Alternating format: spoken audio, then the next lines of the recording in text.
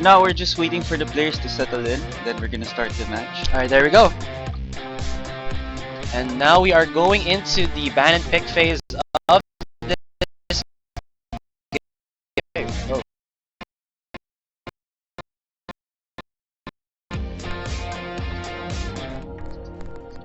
Alright. So, just a little bit of technical difficulties. Sabihin na namin sa inyo pag hindi nyo nakita yung ban and pick phase as of yet.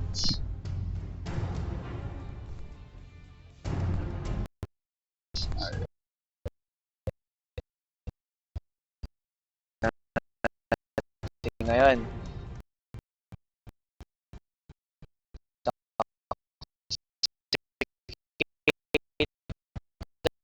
They're banning out the Rumble. So, ano sa Garena, Sir Franco? Actually,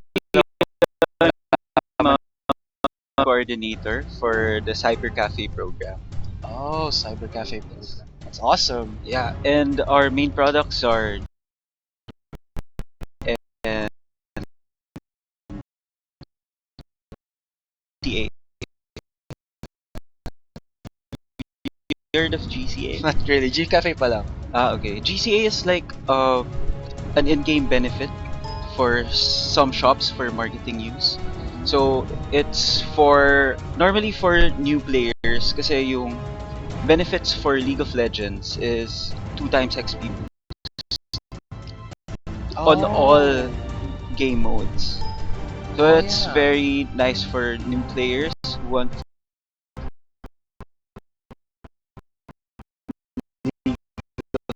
Legends, and not only League of Legends but all Garena games such as Han, Point Blank, Elsword, yes, Blackshot.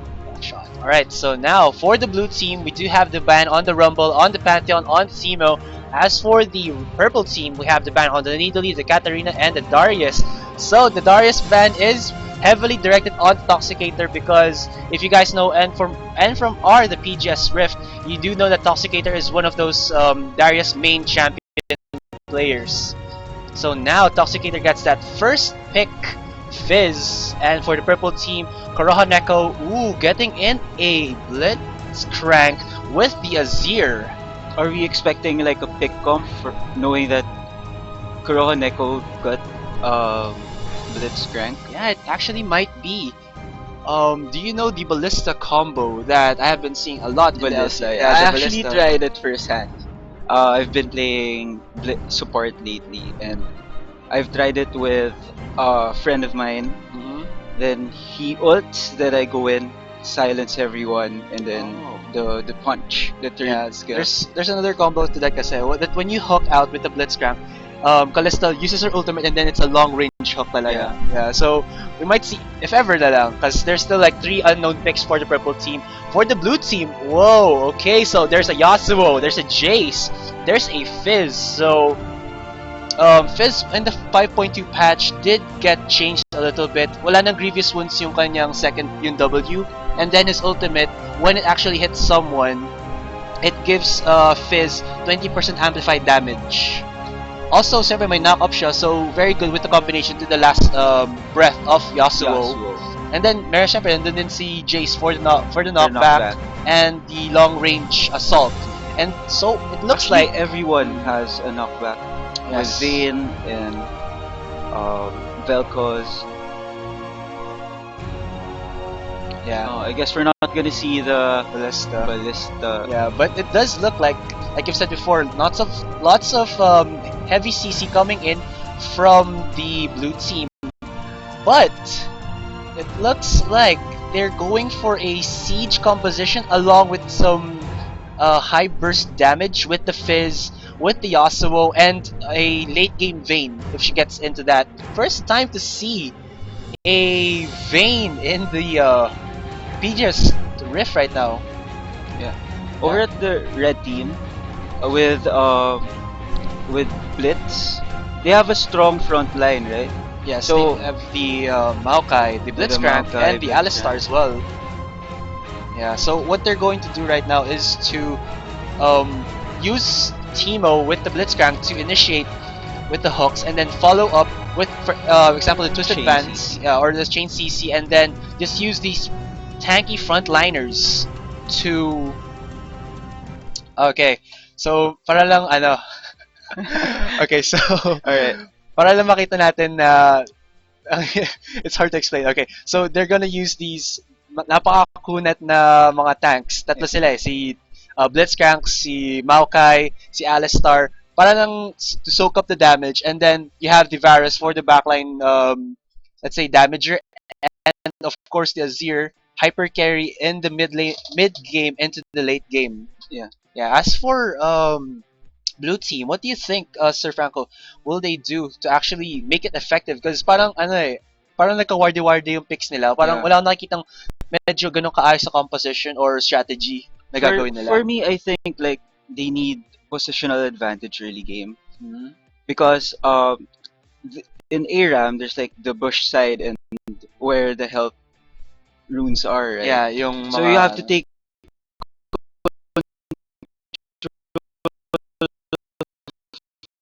both game, have the minions not reach the tower Mhm. because once they reach the tower, the strong front line will help protect Varus, and it's really hard for them to go in. Yeah. Also, wala silang actually tank now.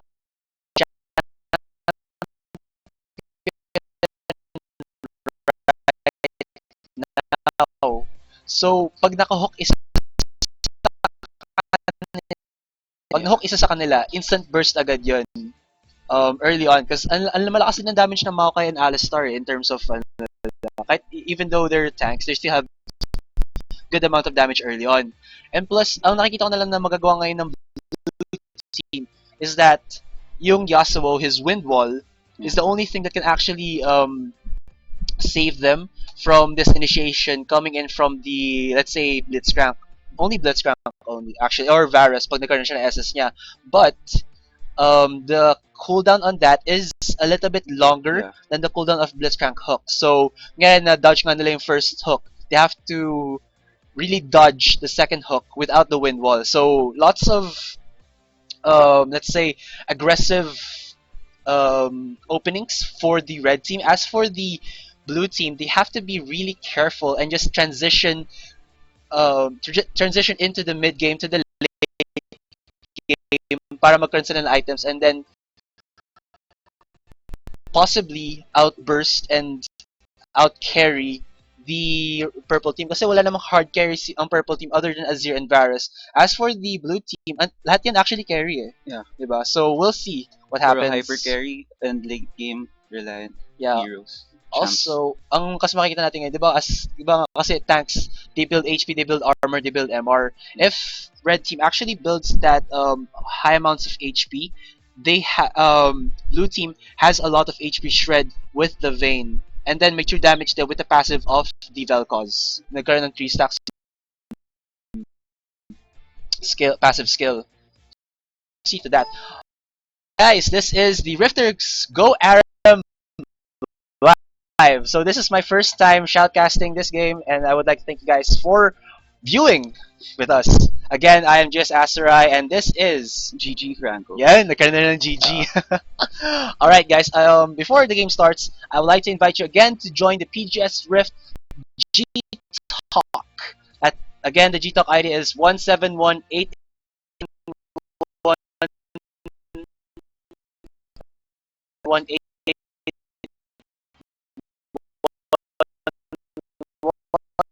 Also, the PGS Rift official Facebook group. That's www.facebook.com/groups/PGS Rift. There's also the Instagram and Twitter account of the PGS Rift. The behind the scenes of what we do here. Piltover Customs Blitzcrank. So that's about it. Alright, so just a little bit of wait. So what do you think, Sir Franco? Which teams are you, let's say, betting on or parang looking to have the early advantage? Early game, I think there's an advantage with the red team where kung saan po si Blitzcrank, Alistar, actually those two pa lang, they can actually get a kill Yeah. with those kits. Yeah. Also, it is the Aram map, Howling Yes. Abyss. They start off level 3. So, QWE all out there. So, pag nakahook in sa Blitzcrank, pulverize and then headbutt farther away from his teammates yung kalaban. So, baka makita natin yun. As for the blue team, nandun na yung full combo ni Jace, which is his acceleration gate into the shock blast combo. There's of course yung QWE ni Vel'Koz, which could proc his passive, giving out true damage. Of course, nandun na yung kay Vayne, the tumble, the silver bolts, and the condemn, which could help them possibly pick off someone because they have a lot of burst damage, but not enough pick off pre-level 6. Alright. So, medyo Actually, I matagal-tagal lang can't yan. really understand the composition of the Blue team. blue team because some parts of it are hard engage, some are poke. I really want to see what happens when it comes to the pushing of towers. But actually, if you look at it, hard push composition din sila pag naka-free hit sila sa tower. Yeah. Kasi sila hard hitters yan eh. Yasuo in normal games is compared to the split push Z, yung mga ganung klaseng strategy. A lot of AD later on and then will just rip through the towers and the champions themselves kung maka-free hit siya. But as for red team, of course there's an Azir, so may passive din siya that actually the Sun Disk, I believe is the name of it. Yes, the Sun Disk Tower. That for example, nasira isang torre nila, he could actually use it and then just use it for a pseudo tower na they have to destroy it before pushing in, or else they'll be into that damage na napuput out nun. And now we are going into the Rift. Also, the Rifters Go Aram Live does have a special condition for you to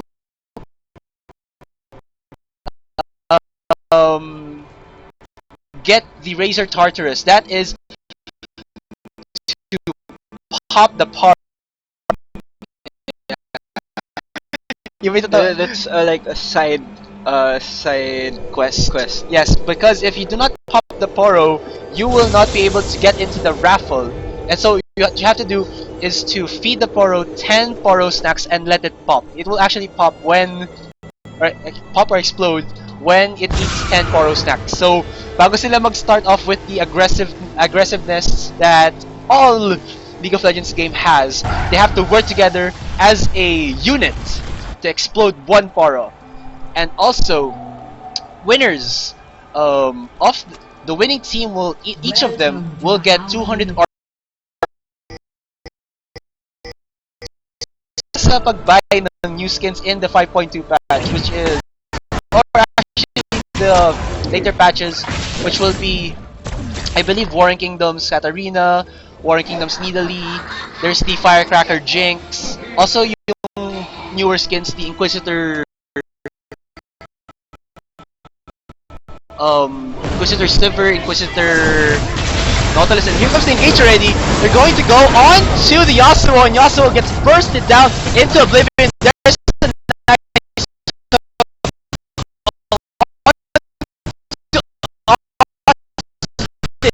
will Austin get away from this. He was forced to flash out, and Deathwing with the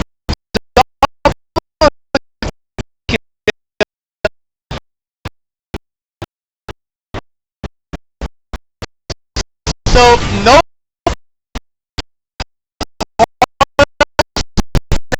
will be given out. Oh, Timo with that flash gets sniped out by Helios onto Toxicator. Very nice bait. Oh, and the red team. This is actually what we're talking about earlier. The picks with Blitzcrank, with Alistar and Maokai getting a hold of one champion. One misstep of the champion from team would definitely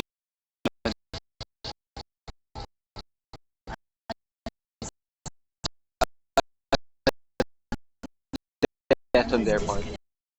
Oh, Timo has disconnected, but so if you haven't done to buy items, this might um Give them give them bound. blue team Yeah. might have the opportunity To grab to the bound. push or to like get back into the game. So here we can see like power spikes pala kapag games in the Or if he farms consistently before he dies, he actually build in for some heavy AP items. He respawns, so we'll see that. Timo has not yet connected. So for you guys, so again is the Blitzcrank. Baka sabihin nyo, wala naman Timo dyan ah. Ano lang talaga, yun talaga yung name niya. So again, I know most of these people right now because of course all of them are actually PGS Rifters. There's Prime Austin, he's my teammate in Prime Esports. That's our ranked team lang. It's not an official team. There's Timo, he's actually a Prime Esports member. We'll also have Sinus or Zenus. He is regular Rifter. There's also Toxicator. I play with him sometimes in custom games. He's a very aggressive and very good Darius player. That's why the Darius was banned out because And Kuroha Neko is a challenger player, one of the best in the PH already. Nag-reset na, ang bilis niya agad makapag-challenger. So here they really want the blitz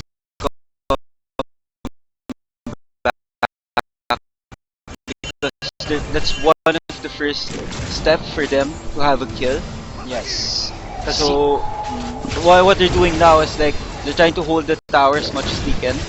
Although yun nga, halos may poke pump sila with Vel'Koz. So they're doing their best to hold it. Yeah, but as of now, Vel'Koz is severely low on mana, so all of his pokes will subside for a few minutes, but the like you said, the health runes, you have to guard them, and this is giving him more mana to spam out. And as Blitzcrank or Timo hasn't come back into the game, there's no real way for the red team to engage onto this. They can use Varus' ultimate, but it is not level 6 as of yet. And blue team does have Yasuo, Missy 143 with his wind wall that can counter out Varus' ultimate. That also, I believe, yes, the only initiation tool for them other than the melee initiation, which a Maokai and Alistar can provide, but they have to go in deep within blue team, and that might just give them. Oh! Here comes the engage by Deathwing. He banana juked onto every one of them, and now Sinus or Zenus will actually die to that. Prime Austin will get exhausted, try to run for the health rune, and gets bursted down to 140 HP. That was a very nice engage, so I didn't see that coming. Yeah, because the ulti of Azir, they pushed like 4. It's like a 4-man push back. And And there we go. Timo has reconnected, so the pickoff composition for red team has spiked up yet again, and this is just spelling disaster for blue team. There's already a 800 gold lead for the red team, 4 kills, and still blue team has no kills as of yet. But do they really want to get those kills onto those hard carries who have already kills for the blue team? Oh, there's a hook onto Vel'Koz right there, does get knocked up. The wind wall does provide a little bit of safety, and Deathwing will get bursted down. First kill. There's the second kill by given to Austin. Will get a triple kill. Yes, he will. And that just gave them a 100 goal advantage. And there's a hook onto Toxicator, but he will just trickster away out of that. So like we've said, there is the danger that red team has to deal with, because they have to go in deep into the blue team to try and get a pick without the hook of Timo. Also, props to Vayne there. He got executed. He intentionally did that to grab some items. When he responds, and he got a Bilgewater Cutlass, the auto attack boots, the attack speed boots and 2 attack speed daggers. Whoa! That Q from the Barris just drains like 300 HP from Dwarf there. He will chug onto that health room, but you have to admit that Varus with the BF sword and the brutalizer just puts out a lot. And now blue team is on the defensive, puts out the shock blast combo onto Teemo. I think blue team right now is just trying to force Teemo into a very low HP so that they can assassinate him or snipe him down from long range and then lower again the engage power that red team has.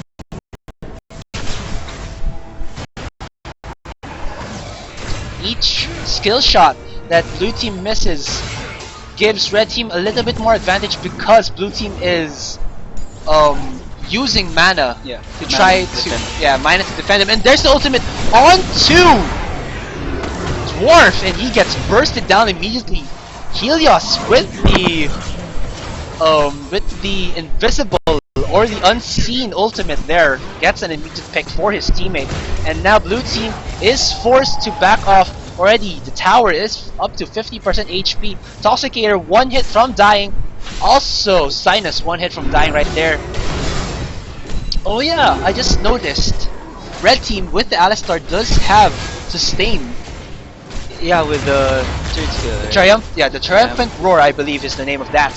So even though they do go in a little bit aggressive and do get poked back, there's the Triumphant Roar of the Alistar to keep them a little bit healthy before any engage does happen. And he is actually going to build a DFG?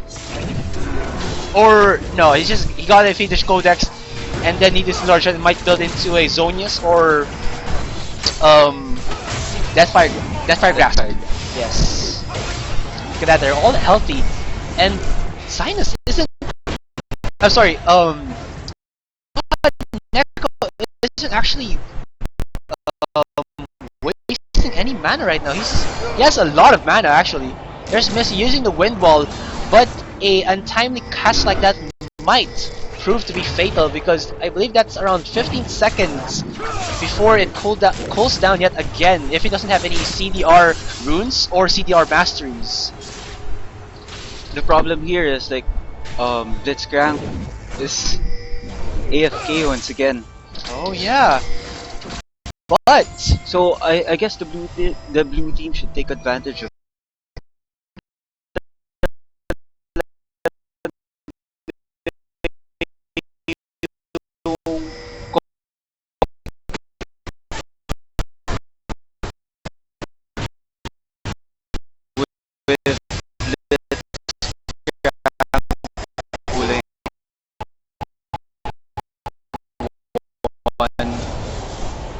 yes, but even without Blitzcrank, there's still the poke coming out of the red team with the Sand Soldiers of Azir, and then there's 3 members already 50% below in HP, and if they try to go in onto these tanky members with a lot of on the red team with a lot of AoE as well coming out from them, these low health members of the blue team might get bursted down immediately.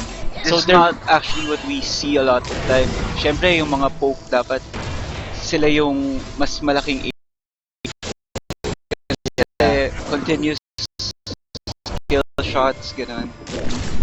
So, pero like you said nga may sustain si Alistar, as he's taking up AP pa with needlessly. This might be the engage. There's the twist advance onto Dwarf Lannister.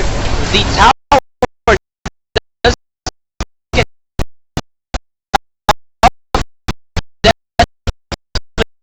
shut.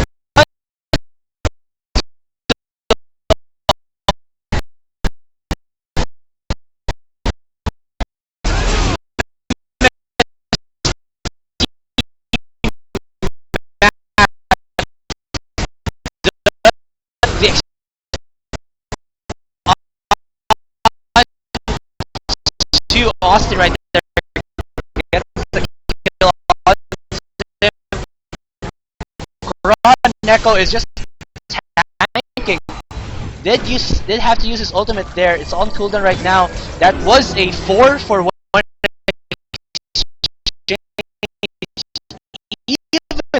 without Timo right now.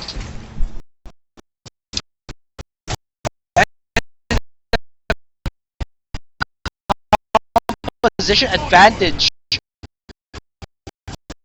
of red team is just showing right now, and look at that. Just for you guys who don't know, Azir's W, the one who summons the Sand Soldiers, can also be used onto turrets to provide extra damage. So that's why they're just putting a lot of damage onto the Crown Neko. Whoa, just get sniped out by by Dwarf Lancer on Austin right there. They're trying to go in onto the tower, but the tower's attack does not get blocked out by the wind wall. It's still considered as a tower, but if you destroy it, it's still considered as a tower that you get the gold right there. So it's not over yet, but whoa! Helios with the snipe right there, all of their long range. Coming out of Deathwing and Helios right there, 6-12 already in the kills. So what do you think the blue team should do to get back in this game? Blue team needs to stop fighting them. They just need to farm up and hopefully get into the late game and try to capitalize on their late game hyper carries, which is Toxicator and Austin right now. Also, I'm not sure, did they burst the Poro?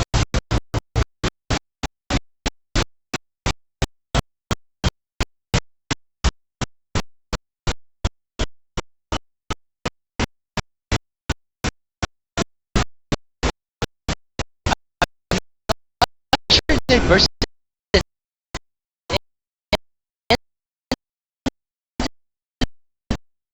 the face. Now that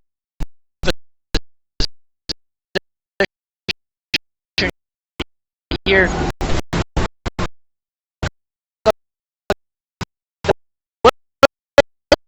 to get Helios, guess get shut towers already destroyed. And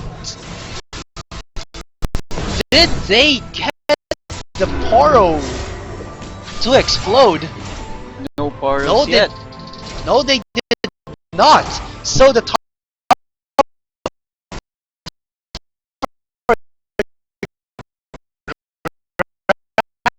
Crabs, they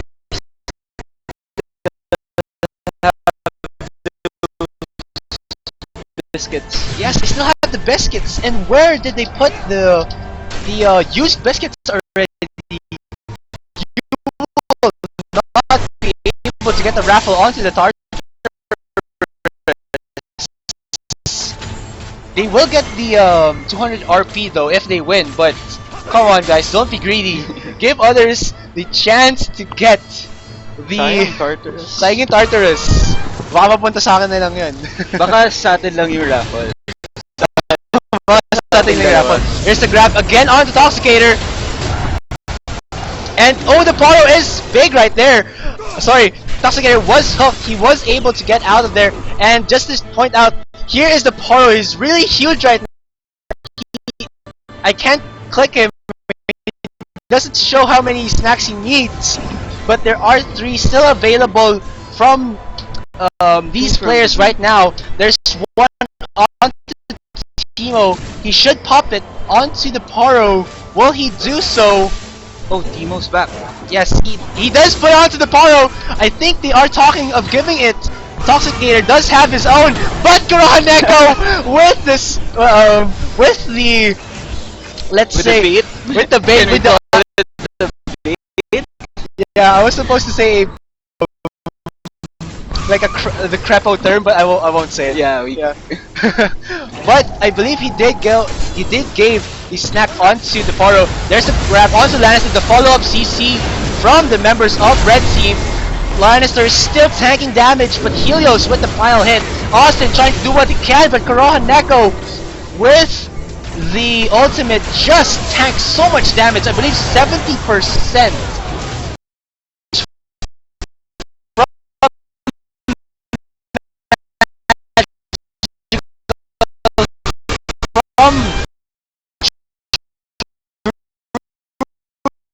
They will get the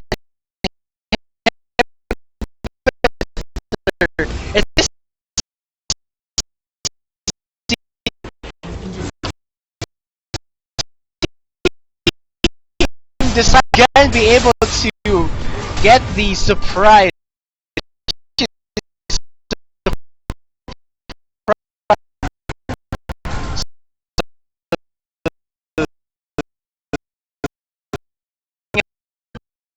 What are they doing? Go to Messi and pop! And pop! Okay, my voice is tweaked right there. Oh! Almost!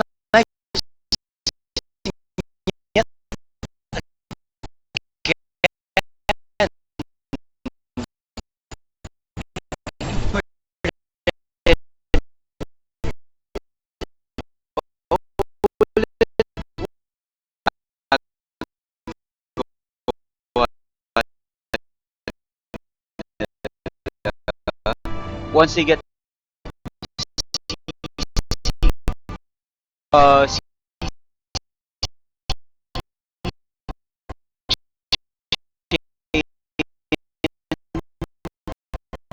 then Azir will go to the back and push them forward. Yes. Then clean up na lang yun ni Oh! Team!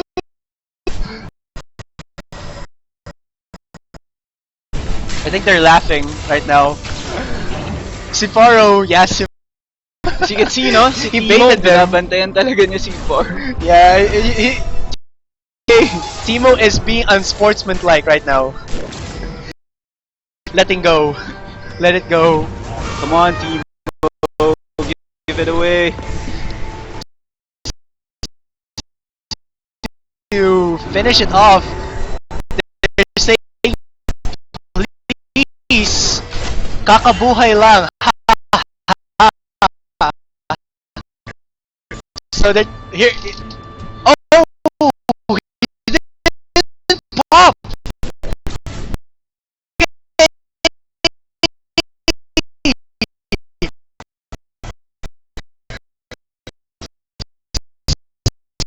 So the last snack wasn't given to the Poro. I mean, one of the snacks wasn't given to the main Poro, and it did not pop.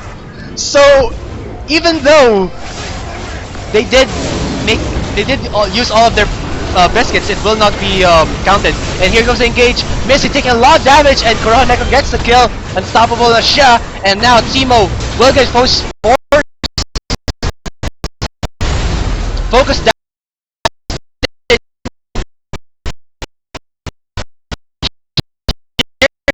Comes Misty with the advance, gives Death.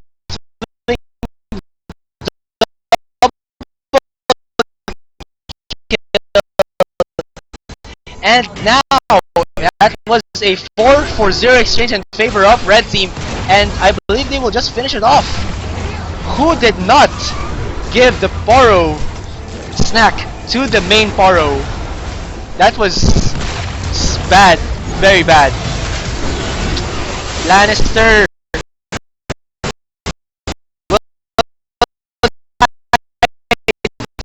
do what he can to bait them in. Yeah.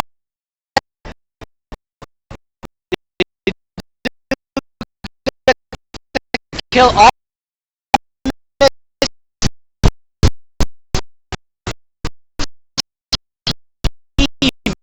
mats. It is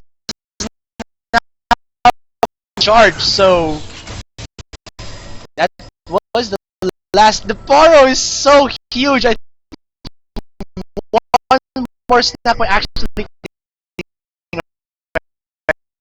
right now. Where are you? Okay, I can't see him.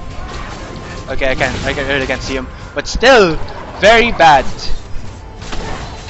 That was such a letdown because again To the the wrong raffle that one of the main things that the Rifters Go Aram Live was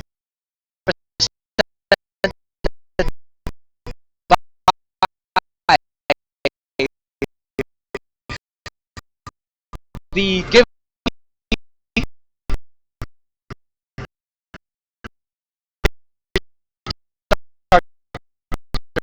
200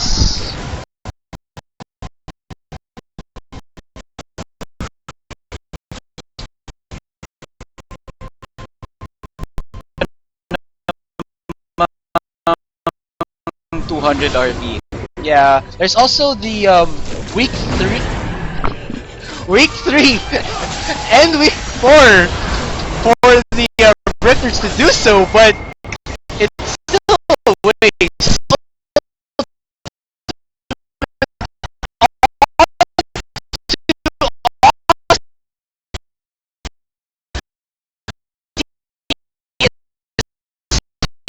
Heavily onto him, and Deathwing uses the ultimate.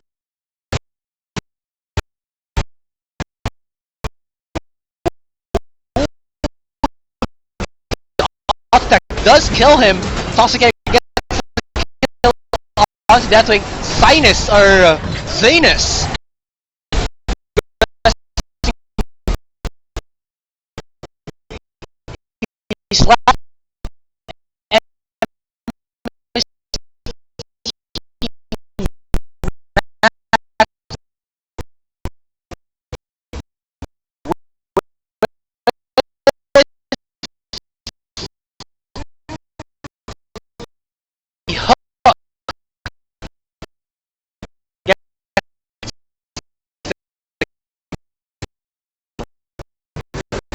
Oh, sorry.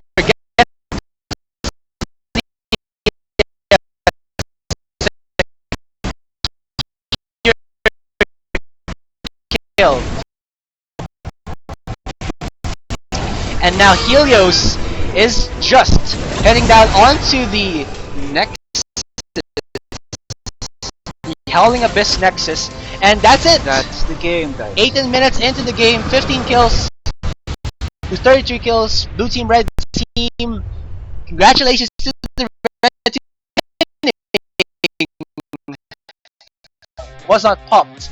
It wasn't executed. There was no teamwork from these two teams, and yeah, that just it's like this is the Razor Tartarus, and then the Poro didn't pop. Feel ko naman talaga sa atin i-raffle. I-raffle na lang sa atin.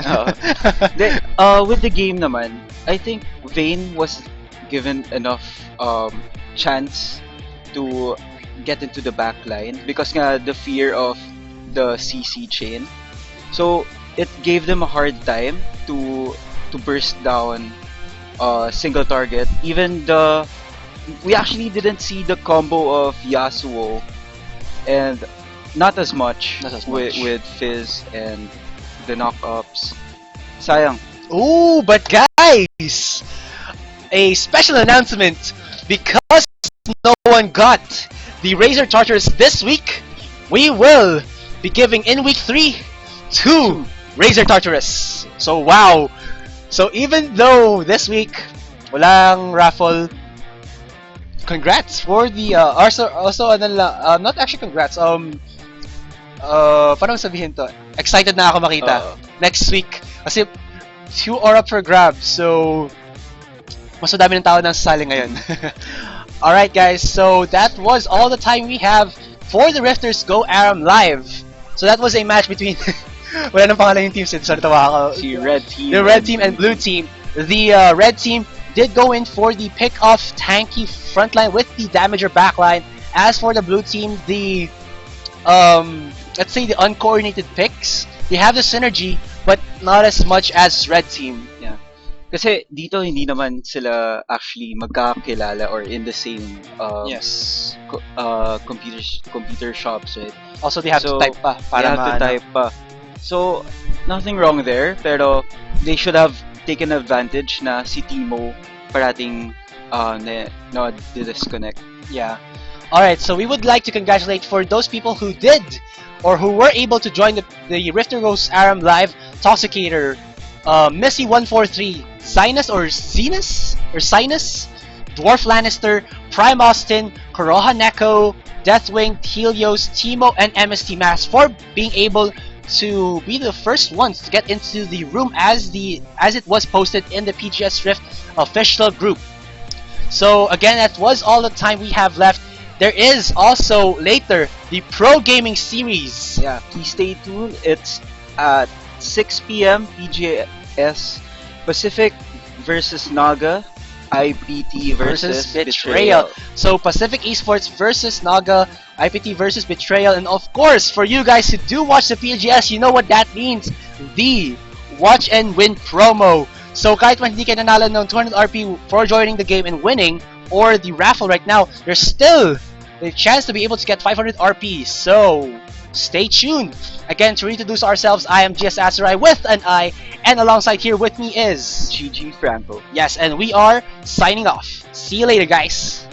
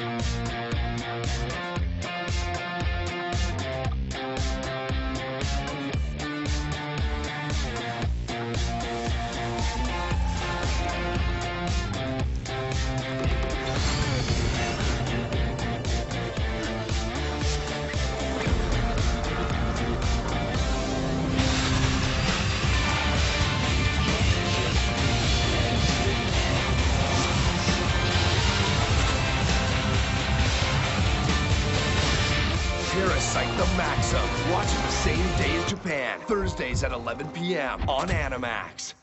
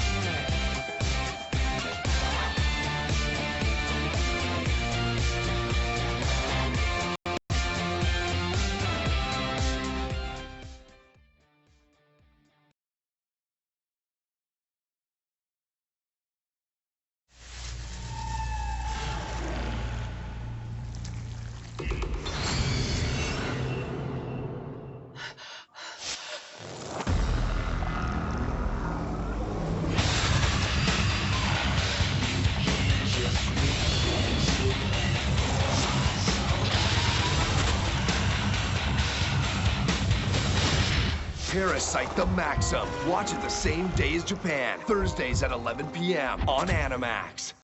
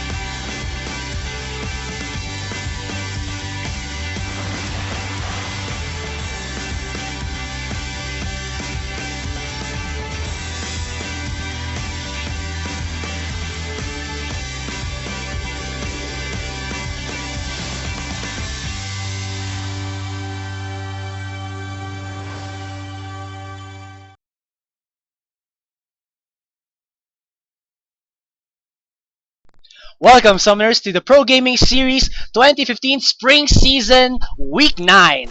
So, we are your shoutcasters for this evening. I am GS Asterai with an I, and alongside here with me is... I'm GS Amplifier. Yes, and we will be giving you a match between these 4 teams, and you will see them in the screen right now.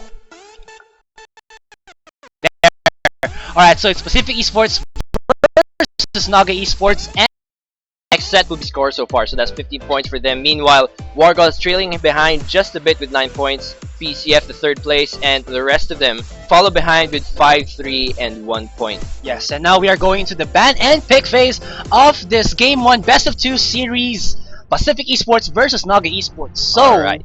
Naga Esports with a 4-game losing streak Yes. against, I believe it was IPT and Mineski. Yes, so they've been quite on a losing streak, but they have adjusted in a way, because you're going to see right now over at the people who are playing for them, their roster right now has changed a bit. So they've swapped out Kiddo and they've replaced him with Berserk. And the Yes. agreement with that was that their synergy was not going so well, because Naga, well, according to Neep at least, they said that they're more of a very aggressive playstyle kind of team, and Kiddo was more content with the idea of a farming kind of AD carry. So they benched him for now. They're gonna put in Berserk, who has more similar playstyle with the rest of the team. Yeah, so he's gonna be more aggressive. Yes. So he's going to sink into, or like mesh into, Yes. the Naga Esports playstyle. Yeah, exactly. Alright, so for Pacific Esports, they banned the Zed, the Lee Sin, the Irelia. As for Naga, the Cho'Gath, the LeBlanc, and the Ahri. So the Ahri is a...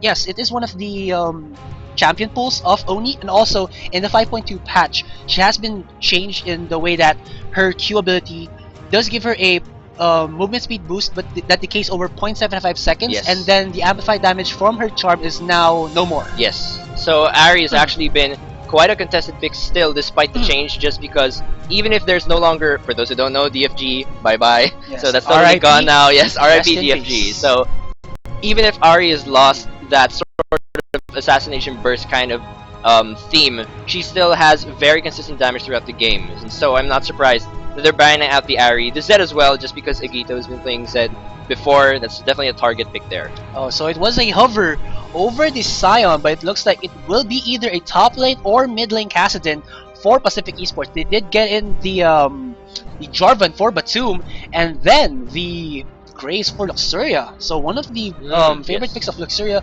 aside from the Caitlyn. Yeah, definitely. And Yes. I'm actually Oh. surprised that Batum is going for this Jarvan, just because Batum is very known to make these very unorthodox jungle picks like the Wukong and the Nocturne, things like that. But it's interesting to see him go for a Jarvan this time. Maybe they have a different team composition in mind this time. Yeah, also, Jarvan's one of the really top tier, in my opinion, junglers, just because Yes. he has good kit in clearing the jungles with his a flag. It gives you that bonus armor, bonus attack speed, some AoE damage when it actually lands on a creep, and then his Dragon Strike, his Q, it does armor penetration, so lots of good damage there. And of course, his W has that slow and shield for him. Also, his Cataclysm. Yes. You can lock someone in there. Game and- changing ult. Yes, but in Naga Esports, they have the Janna, the Kalista, the Gnar, the Azir, all of those champions except for Janna can get out of the Cataclysm itself. Yes. But also, Janna can push away the enemy team if they try to go in close. If for example Batum locks someone in there and they can't get out of that. Yeah, actually Naga's pulling off a very disengaged kind of composition right now with the Azir and the Janna. But I want to look at this Kalista pick. Kalista has been rising in the meta in pretty much every other region that I've seen. In the OGN, LCS. over at the NALCS and the EULCS, she's been picked very consistently. She's been very strong. If you have mastered Kalista, she's definitely an AD carry to be afraid of. Because the pointers for using a Kalista ADR is you have to first, of course, understand how to use her passive. Because sometimes, if you can't change your target on the, for example, when you're farming, if you auto attack it at the wrong time, you're not going to be able to last hit it. You're not going to be able to like stutter step. You know, like when you're trying to move like that. Kalista doesn't have that kind of mechanic because of her passive. And then you can't be able to last it efficiently. Next thing is, of course, you have to position well with your passive. And the strategy that I've seen ADRs in other regions do this is that they're going to build first the Runan's Hurricane, because the more times, the more attack speed you have, the faster your passive can reactivate itself, and then you can position better. Yeah. All right. Definitely. So whoa. Okay. So Nixta gets the Vi.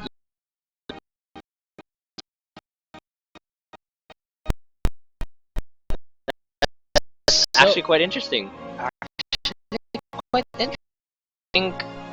Well, because looking at Naga's team composition right now, they have quite a delicate composition. Just because Kalista and Azir require a lot of positioning. I didn't see that coming. Pacific Esports with the pick on the Poppy top lane. Poppy. So wow, all right. We were talking about the Kalista mechanics, and then we just put it under the table beneath us. Yeah, I mean Poppy, we've only seen her picked ever by TG. She's never been picked by anyone else, and this should be very interesting just because TG has shown a lot of success with Poppy, and whenever you don't ban her, you always suffer. So maybe Nids has caught up with that. Maybe he's thinking, oh, if TG can do it, I could probably try it. So this is actually an interesting pick. But I think the Vi would help a lot with that because she'd be able to disable single targets here pretty much. Alright, so to recap, for the top lane, in Pacific side, we have needs for the top lane Poppy, Batum, for the jungle Jarvan, Oni for the mid lane Kassadin, Luxuria, and Astarte for the bot lane duo of Graves and the support Annie. So for Naga, in the top lane, we've got Cynthia as Nar, Nixta in the jungle as Vi, Agito in the mid lane as Azir, and in the dual lane, we've got Berserk and Neep with the Kalista and Janna. Yes. So what I'm seeing right now, Pacific Esports getting in that Graves gives them the luxury to be able to pick a more aggressive support, because Graves has that tankiness with the True Grit. He has his mobility with the E, his soft CC with the smoke screen, and then lots of burst AoE damage with the buckshot, with the collateral damage. So they want to complement that with the burst coming out of the Annie. She has the stun, she has the AoE damage as well, a little bit of tankiness with the flame shield, or molten shield, I think. And we'll see what that can do against a, let's say, super mobile Kalista if she gets her items, and the Peel Queen Janna. Yes, definitely. I mean, if Graves and Annie are able to put their foot forward down in the bottom lane, I can imagine that Berserk and Neep will have a pretty hard time here, because Graves and Annie, like you said, they're a very aggressive early game kind of bottom lane. So if Kalista and Neep, or rather Berserk and Neep, can't work together to sort of be careful down here in the bottom lane, Kalista, we know that she scales, she needs her items to be able to have a great effect in the game. So if Graves and Annie give her a hard time from the beginning, then I can imagine that Berserk is gonna have a really difficult time. Also, the objective control for Naga has spiked in damage just because Kalista can stack her Ren, that's her E, to almost to an infinite amount. Like it could stack to like 1,000 to plus damage on like the dragon. So it's better than a Cho'Gath's Feast. And that they're not, if you can stack it long enough, you're going, like, the enemy jungler would try to go in, get that smite steal, but then when Kalista uses her Ren, one hit, and then he just gets into that awkward position where he is trapped and he'll get bursted down immediately. So we'll see if Pacific Esports do pool their resources to try and kill or focus Berserk to hinder his farm, or if Luxuria and Astarte can do it on their own and force them out of the lane and win their lane by just using this sheer amount of Yes, damage. definitely. All right, so we're gonna go back into the analysis just a little bit after this short break. Yes.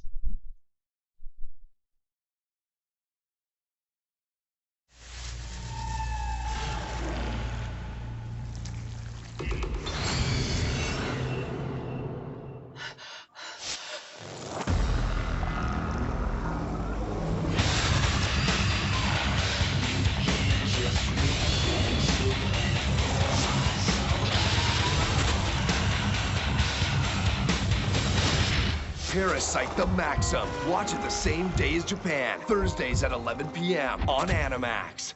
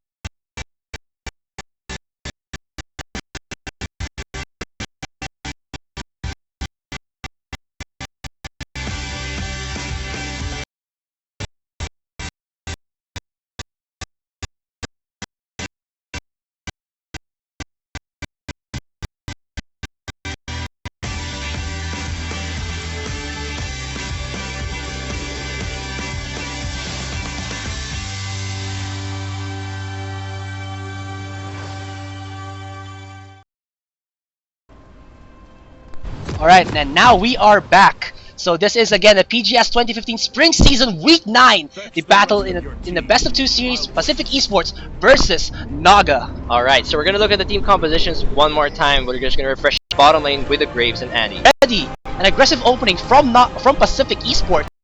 4-man invade into the jungle, next to getting a lot of initial damage from Oni, and now Pacific Esports with.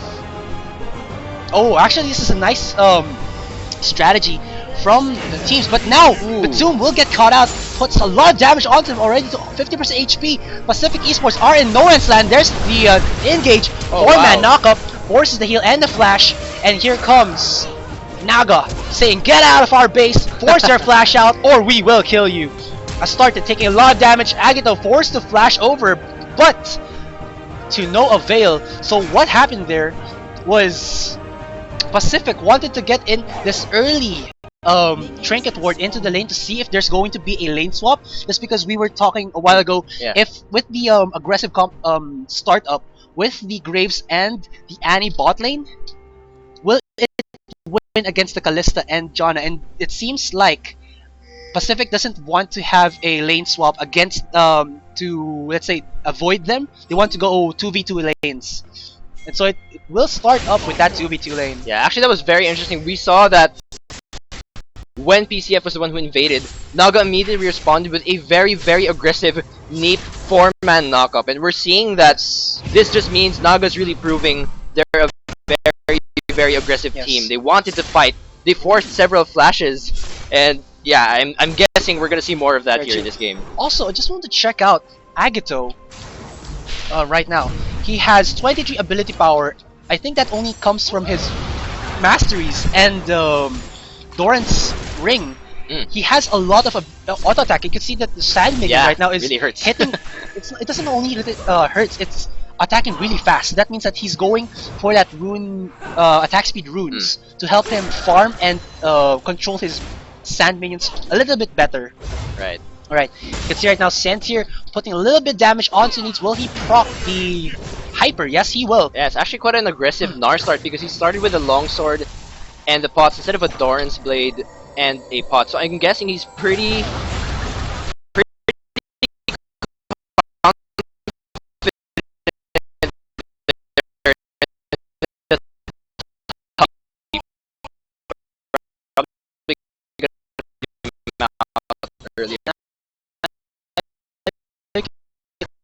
see that in the bot lane, the Surya and Astarte already pushing Berserk and Neep out of their lanes. Already a 4 CS advantage with the creep wave going in to the bot tier 1 of the Naga duo. I mean, Agito's played Azir several times in the PGS, so it's going to be interesting to see how Oni would fight against an Azir, because I can imagine that pre-6, Oni would really have a difficult time just because of the soldiers. We know that Azir is very annoying as a poke-type mage, so I'm guessing that Batum is probably going to try and help out Oni in snowballing, because Azir is really going to piss him off pre-6. Yes. Also, I want to point out the jungle item starts for both teams. Oh, here comes Needs just putting a stun onto Santier, but was it worth it? Santier putting a lot of damage back onto him. Like I was saying, these two junglers, B2 did opt to go in for the range of Trailblazer, but then look at Nixta. The Vision Ward and the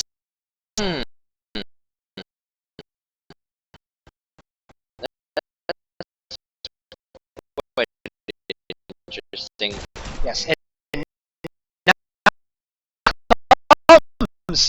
will survive that, but successful gag by B2 burning out the flash. Yeah, I guess he was seeing that Cynthia was putting a lot of pressure onto Nids in the top lane, so without the flash, that's going to relieve a lot of pressure in the top lane for Nids, because that means that the next time Batum decides to return, Nar's going to play, or Cynthia is going to play just a little bit more carefully now. Yes, here's a knock-up onto the Surya, but the action is not yet over in the map. Here comes B2 putting the Dragon Strike. Poking him. Pokemon. Yeah.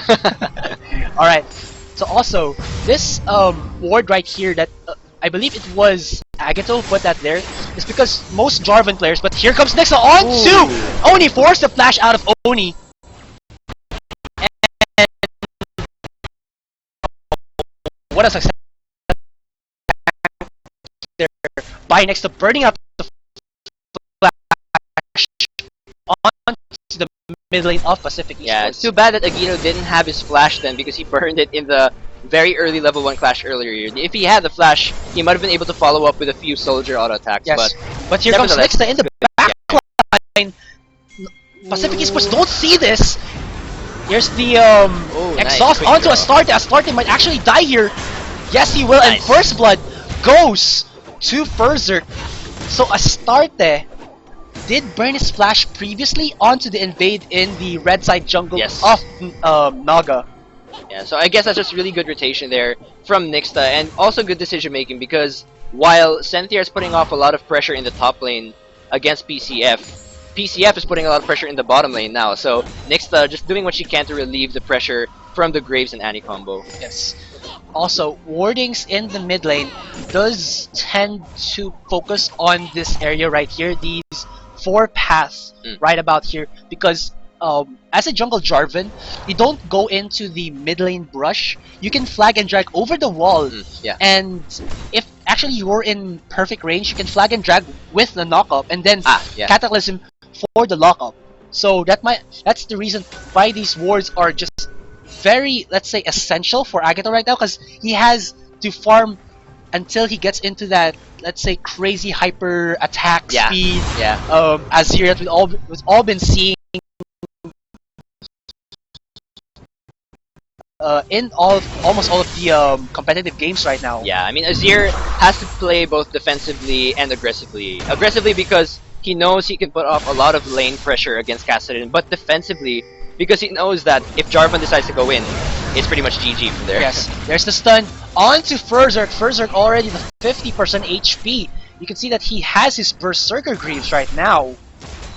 And with that, like we've said, if you want to be more painful or effective with a Kalista, you build her with the attack speed type. And with the Berserker Greaves, also he had the First Blood, so he has the luxury to actually get this before the Runans. Yeah, because I was listening over at Jat's analysis on picking an Infinity Edge or a Runans first, and he did say, and I would agree, that it's more optimal to go for the Runans just because it adds more attack speed, and definitely you want that mobility early game. Ooh, B2 taking a lot of damage, but he goes on to Neep. Neep now was forced to flash out knockup onto Astarte. Here comes the engage. A ultimate there from Agato doesn't hit anyone. B2 is now running for his life, does get a slow, and he will die to Agato.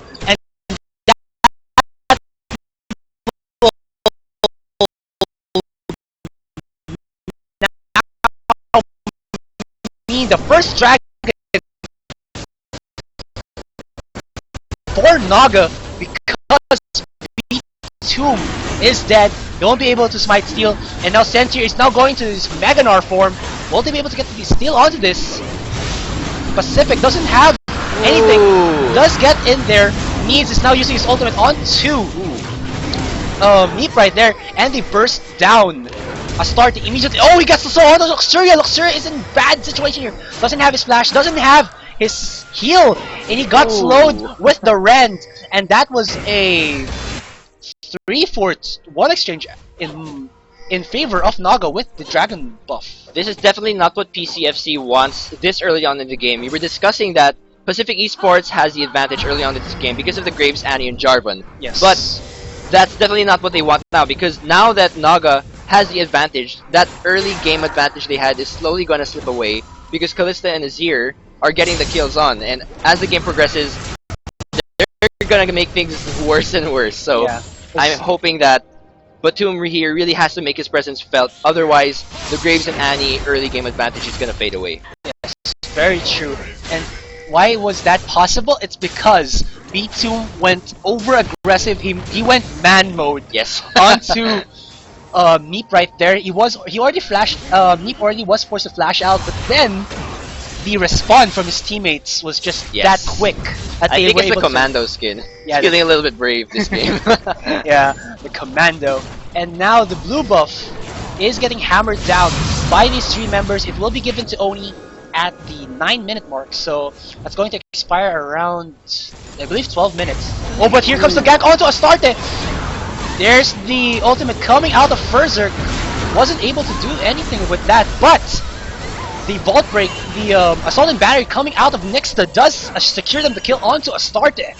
What a nice gank there from Nixta. Yeah, I want to commend Naga for their play in this bottom lane thus far. We were saying that definitely Naga was at a slight disadvantage because of the burst of a Graves and Annie, but with Nix's assistance, with the gank she's had so far, very, very optimal laning phase so far to get Berserk fed in this game. We weren't able to optimize the Jalista combo. Yeah. The Janna Kalista, because I believe he was trying to ultimate behind Luxury and then monsoon him back. Yeah. But he actually just pushed him over. But Ah, now, B2 does get spotted out the war by the ward. He will be forced to just go back into his jungle and farm. Yeah, I actually want to point out the vision of Naga. It's everywhere. Like, they have a very bright map. Unlike PCFC here, they don't have a lot of vision. So I think that's really something they need to do, because we saw earlier that the reason that bottom lane gank from Nixa was successful was because they didn't have any wards in the bush. So she was able to make a lane gank. I think that PCFC really has to invest in more vision in this game. Actually, the more optimal vision wards against a jungle Vi would actually be these three spots right here. It's either this spot right here, yeah. this spot right here, and then this spot right here. Yeah. Because for a Vi, you can actually just run over this part right here and then dash over the wall and then just flank from behind. Or you can go into the more traditional method of going into the tri-brush and then just flanking from behind right there. Yeah. And then there's the brush gank from the side of Yeah. Naga. So those are the three main points you have to ward in order to, let's say, be aware Yeah. of where Nixta is in the bot lane. Yeah. So So as of now, in terms of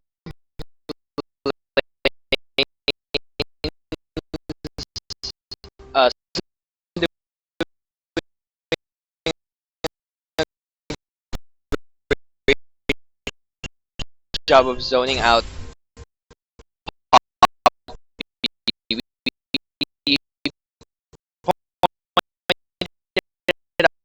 earlier that Nar went for, or Senthier went for the longsword and the pots instead of a Doran's blade, and that meant that he was confident in facing this Poppy, and it's kind of reflecting so far. He has 1 kill and 2 assists, and he's above in CS. Yes. So good job so far for Senthier to bully out Nids. also if Nids tries to go 1v1 against a Gnar, if Center is able to become the Mega Gnar, he'll actually still win. Yeah, definitely. Just because of the additional HP and the insane amount of lockdown. Yes, Perma-stun, yes. really. Oh, there's a standoff between the supports and the jungles. Is this like rehearsed from these both teams. They're actually on point in the times, but now they're trying to push in the tier 1 by of Pacific. There's the go on to next. The next gets caught out. Also Sendir, but the beautiful 2-man ultimate stops it in their tracks by the Nar. And now next dies, but B2 also dies. There goes down Nids and a tier 1. And that was a 2-for-1 exchange with a tier 1 tower in the top lane going down in favor of Naga Esports. Yeah, good play there coming in from Naga. Ooh, I would. also the mid lane is going to go down. Yeah, Neep pulled the Monsoon just a little bit too early. He was only able to use it on one member to disengage. But regardless, just because of the pure lead that Naga has so far in the game, that's pretty much the reason why they won. Yeah, Here so we're comes gonna the see replay. here that Nids came in, and we're gonna see Neep use the ult right before the Cataclysm went down. So it would have been more optimal if he'd use it just a little bit later. But regardless, Cynthia with the 2-man ult, like I said, the lockdown's really insane once Nar gets into position. So it was a 2-for-1 exchange, and because they basically won because Naga has been in the lead so far in this game. Yes, the gold advantage gave them items, gave them levels, and then of course the top tier 1 was already down in HP, so Yeah. it's easily going to get down. Now the dragon will be up in 25 seconds. As you can see right now, we have our new UI, the dragon Yes. stack. So for you people out there who are, let's say, counting it via just by memory or Yeah. by mind, you don't have to anymore. We have given you what you people want. And here comes Oni going on to Agato. Agato's super low in HP right now. But he puts the damage back onto Oni. And while that was happening, Naga gets the bot tier 1 already. 3-1 tower. 3-0 actually. With a 5,000 gold advantage. And possibly the dragon. Second dragon of the game for them. Yeah, we're seeing Ani is really having quite a difficult time assassinating Agizo. So I think no they steal. doesn't get the steal. Forces to flash out of there. Well, that's a big disadvantage for them. They lose a dragon, plus he had to burn his flash. So Yes, it was a very good try, I guess. And now that will go into the summoner tracking record of Naga that B2 doesn't have flash, so let's give him like 5 minutes until he gets his flash back out. Right. So Here comes Ooh, the engage wow. onto Agato. Agato gets bursted down immediately by the lockup from Pacific. There's the Soul and Battery. B2 almost dies, but Neep! He pushes him back out of the range of Nixta. I think he was looking to save and heal him. That might have been a form of miscommunication because Nixta wanted to kill. It was clear he wanted to take him down, but Neep had something different in mind. He pushes the members away, and instead of getting a 1-for-1, it became a 1-for-0. So there's such a disadvantage there. Yes, little bit of a miscommunication, Yeah. like you've said, and Luxuria gets the bot tier 1 for them, so that's already 1 tower to 3 with still a 3,000 gold advantage in favor of Naga, 4 kills to 7 kills. Yeah, I actually want to point out that what happened earlier in that mid lane is actually what Pacific Esports needs to do in this game. They've got compared to they've got better because of the Jarvan.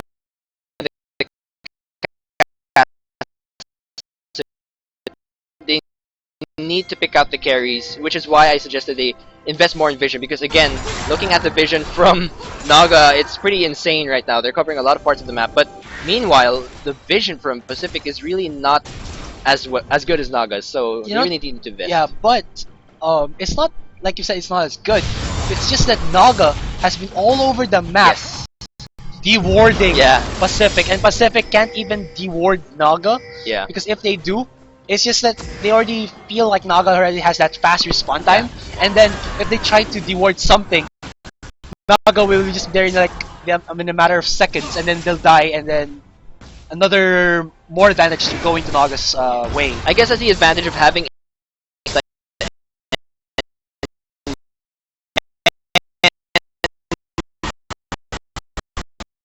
together. There's a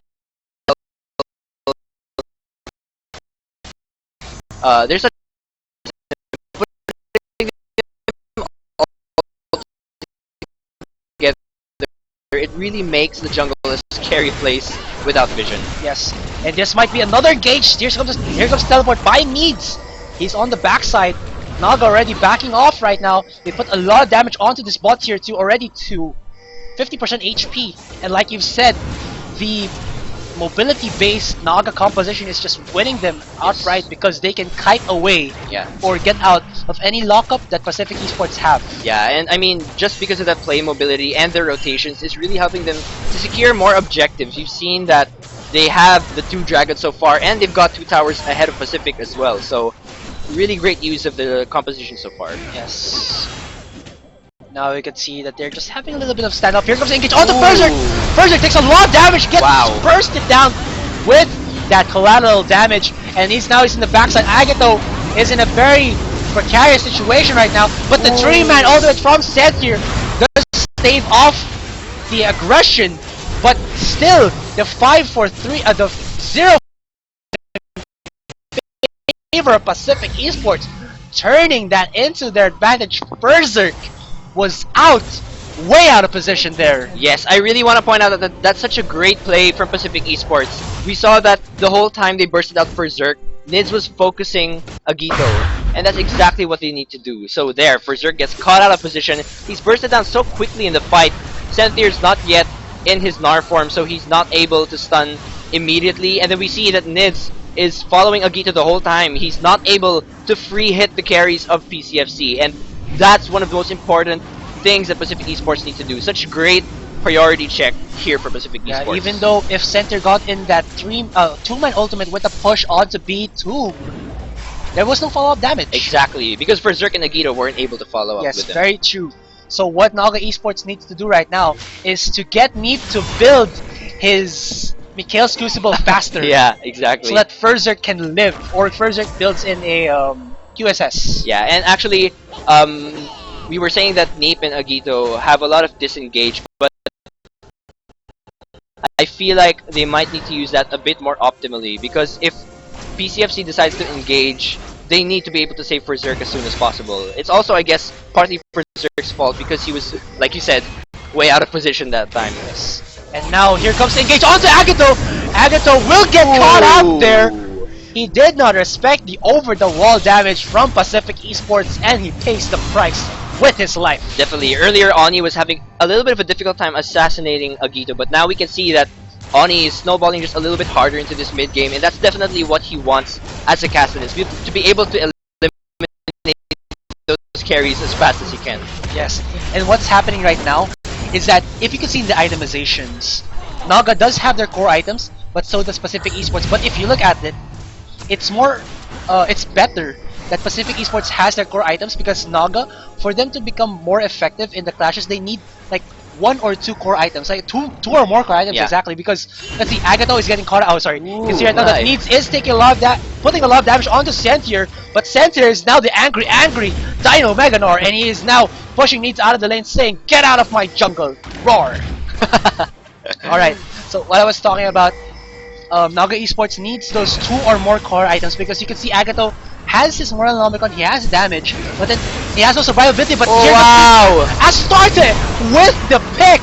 And Neep uses his ultimate a little bit too late there. Agito already dead, now Neep is in the backline, uses his ultimate onto Neep, but now he's chasing onto Berserk with the Runins kiting. But next, I believe he's chilling Smite Oni to death right there. Gets the stun on to Nixta there by Astarte, and yes, he will die to Astarte.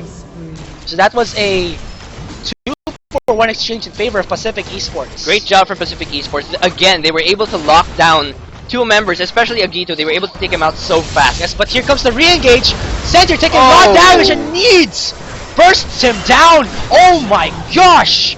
Berserk did not respect the damage from Pacific Esports. He melted his blood as the Blood Moon Kalista vanished.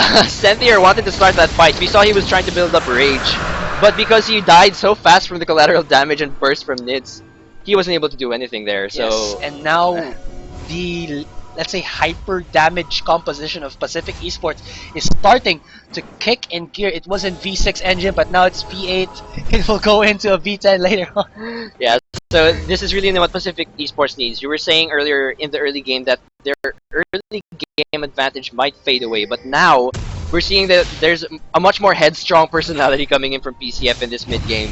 They're pulling off more fights, and if they can keep doing this and prevent Agito and Berserk from hyperscaling into the late game, they can definitely take this game. Yes.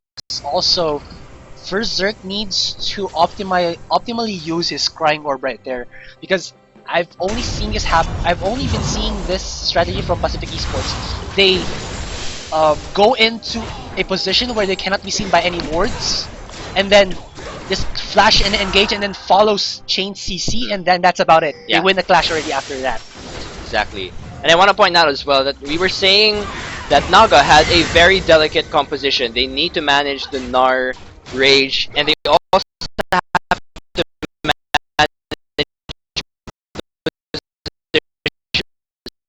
Berserk. And I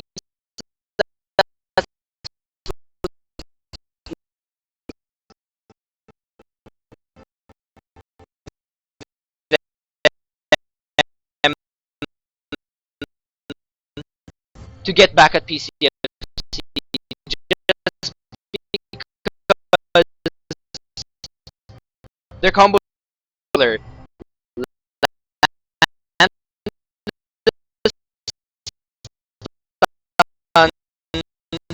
Land the collateral damage and they will just kill whoever carries left. So Yes. Also, like you said before, does have that counter. They're not for it. Yeah. They have Neep using his, but he's not using it Yeah. to push away the damage dealers Yeah. or to try and save his teammates. He just uses it to push them away after his team is already dead. Yeah. And that's what he needs to do right now. He needs to. Oh, but now this is what Pacific is already doing again. They're going into the position where Naga knows that there's no vision. As you can see there, they are out of it. They are out of the vision of Naga, and if someone just goes in there, they just die immediately. definitely. I mean, Agito and Berserk really have to be able to get more kills in this game, and I think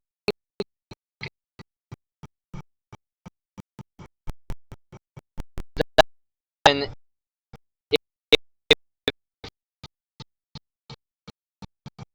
they're able to really manage well the rage coming in from Cynthia, but that's very difficult. And like you said as well, so far Neep and Agito's ults have not been used so well. Yes. It seems like when they need it most, it's not there. So they really need to be able to manage their skills correctly. Ooh, Neep will get caught out here, and he gets immediately burst down by Luxuria, and now Neep's going on to Center. Center forced to go over the wall. Nixta just uses his assault and battery to knock up Luxuria and die after that. And actually spell Because Pacific Esports and Naga have very different kinds of team compositions. Pacific Esports is more of that in 1 second you die composition, but Naga has this very prolonged team fight kind of composition. Agito and Berserk need to be able to survive the entire time and deal consistent damage to be effective. But because PCFC ends the fight so fast, they never have a chance to get the kills that they need. also the face check is imminent. Yeah. Coming to Naga, I've seen too many Naga team members just go into the brush without any knowledge of what's in there, because it's like before in like season 1 wherein when a Garen player just stays in the brush, and then when you come in there, he just spins Roar. the wind right in your face. Yeah, and then when you're low, super low HP, just uses that big sword Yeah. onto you, and you die. And that's what's happening right now. Pacific Esports doing the traditional face check in the brush mentality. Definitely.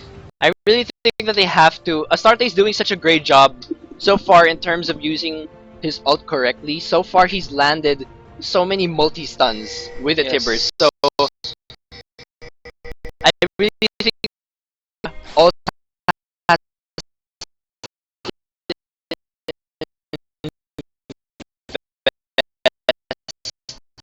in more vision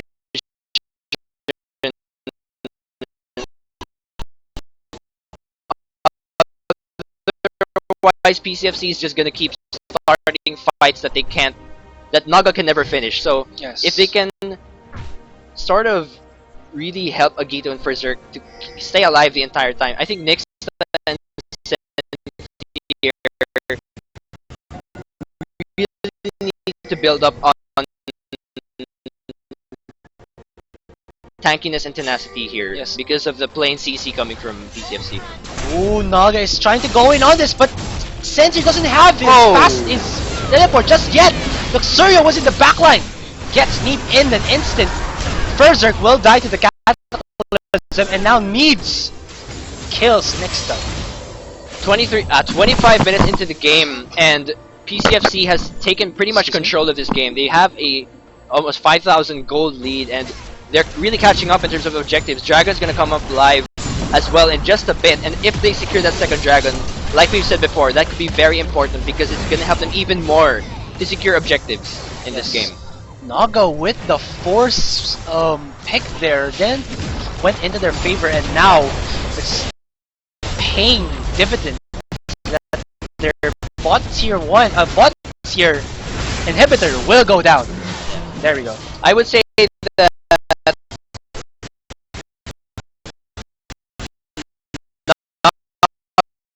or might not have been a good idea for this composition.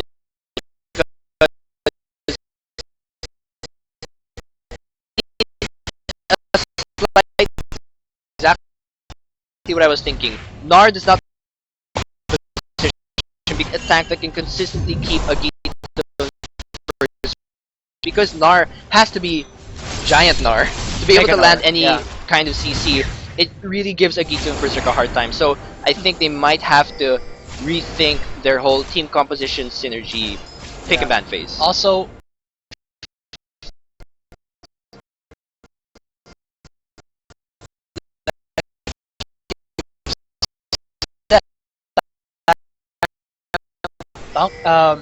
tank.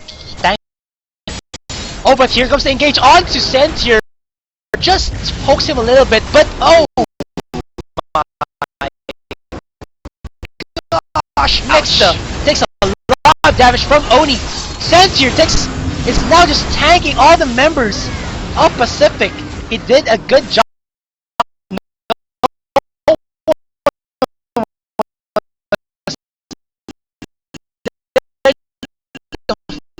Follow up. Yikes. Needs just forcing out That looked the like members of Naga. such a miscommunicated fight. Senthier was all alone the entire time, and Oni was completely able to zone out Agito.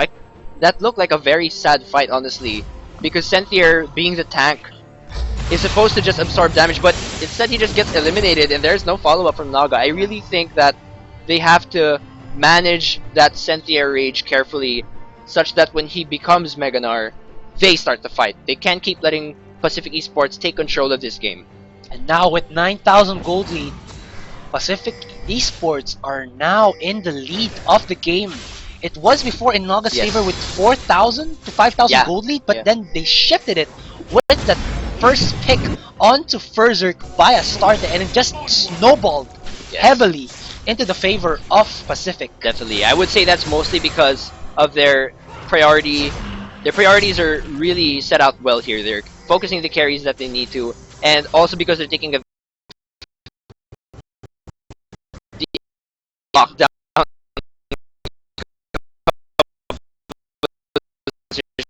they have so far. I mean, Luxuria is just racking up kills one by one. Every time he lands a collateral damage, it's always a kill. That's why he reaches like a godlike status in the game. So great job from Pacific Esports to really make efficient use of their team.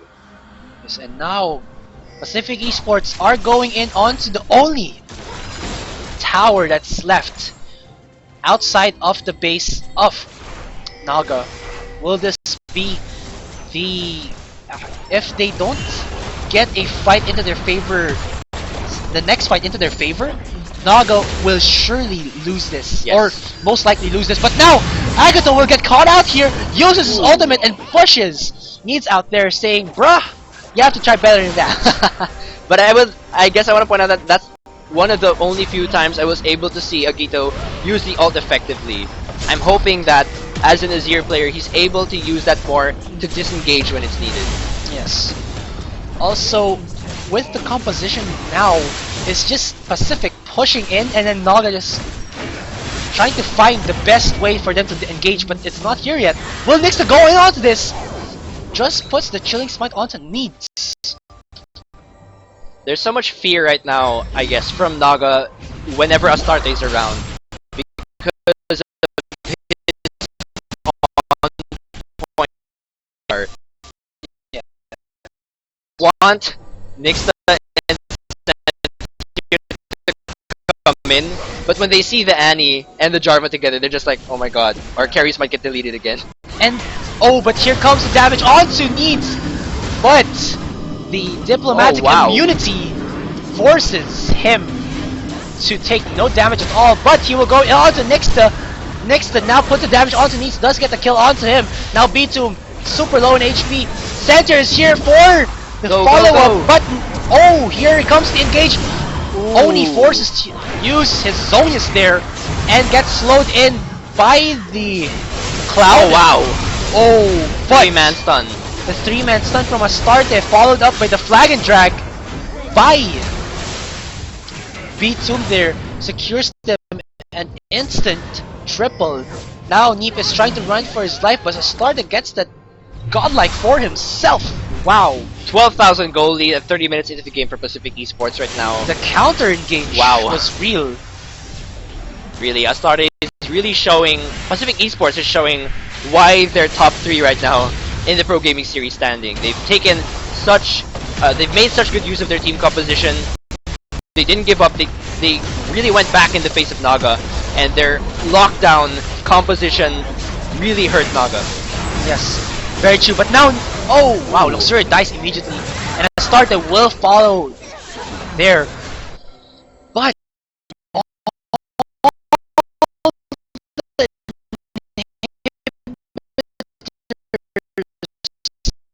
Naga just esports ending it. So again, Naga I think really needs to rethink the whole team composition they have. The Gnar and the Vi not really doing so well to complement Agito and Berserk with the Kalista. But on Pacific Esports side, we gotta commend them because early on in the game, not such a big advantage, but later on, Astarte really one of the MVPs in this game just because of so much utility and damage coming off from the support this game. yes, and now you can see that Naga already finishing their core items. Like I've said before, they have the damage, but now it's just Pacific has more damage than them, and their, like you've said, their lockup is easier to put down, it's easier to manage, and it gives them better kills. Yes, definitely. And now Pacific Esports getting their second Baron of the game, and with this, I believe this is a G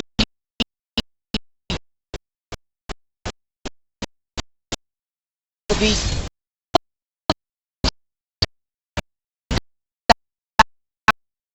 hours. It was So Baron is pretty much the beginning of the end here for Naga. Teams gave us a great game, but reaching the mid game, Pacific Esports completely dominated and took control.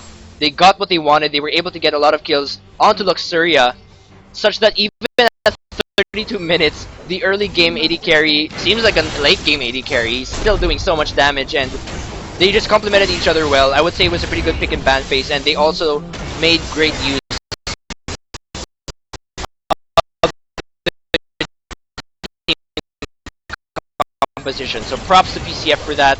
Hopefully, Naga rethinks their pick and ban phase as well as their team synergy, because they seem kind of off and a little bit miscommunicated this game. yes. Also, Naga wasn't able to use the Jalista combo. Yeah. Sadly. Right. Yeah, sadly. And now, Pacific is just using their minions to damage the Nexus. Nexus is still very healthy. Oni takes a lot of damage from the members of Naga, forced to use the Zonius right now. Refs walk away, but it's only a matter of time. I guess this is the advantage of having an Azir and a Kalista. They've got such great wave clear right now that they're turtling out pretty well, considering they have no inhibitors and there is a Baron buff. They're holding out pretty long. Yes, the rent makes it easy Yeah, for Berserk really. to clear those minions with easily with ease. But that Azir tower is gonna go down. The lockdown.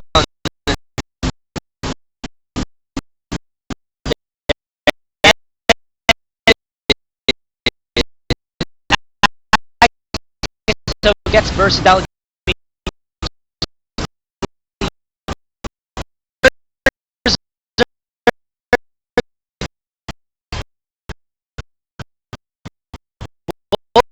Next and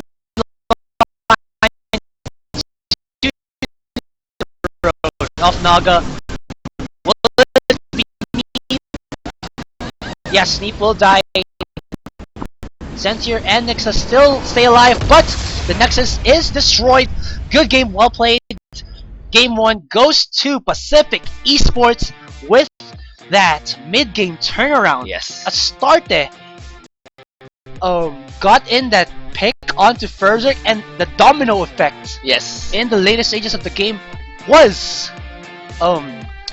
let's say imminent. Yes, definitely. Great job from both teams. Naga took the early game, but later on, Pacific Esports was able to catch up and take control of the rest of the game. We're seeing right now the KDA of Luxuria 929. Wow. So also a lot of kill participation coming in from Astarte at 13 assists, together with Batum who has 22 assists. So really great job from both teams. But Pacific Esports show them why they're one of the top 3 teams right now in the Philippines. So Yes. great job for both teams. Very true.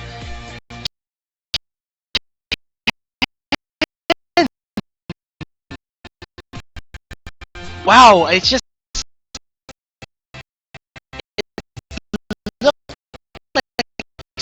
so much in favor of Naga Esports, but like the pick again from a start just snowballed the game Yes, into their definitely. favor of Pacific Esports. Yeah, we're gonna look over at their pick and ban phase. Hopefully Naga's able to pull off a better pick and ban phase this time, because we saw, like we said earlier, the Nar not doing so well from the mid to late game. Yes, very true. So guys, that was game 1 in the best of 2 series, Pacific Esports versus Naga Esports, a very action-packed game. What do you think of that? You can post your tweets to us at PGS Law, that's our Twitter account. We'd also like to invite you to the PGS Rift G Talk. That's 171-888-11. Again, that's 1.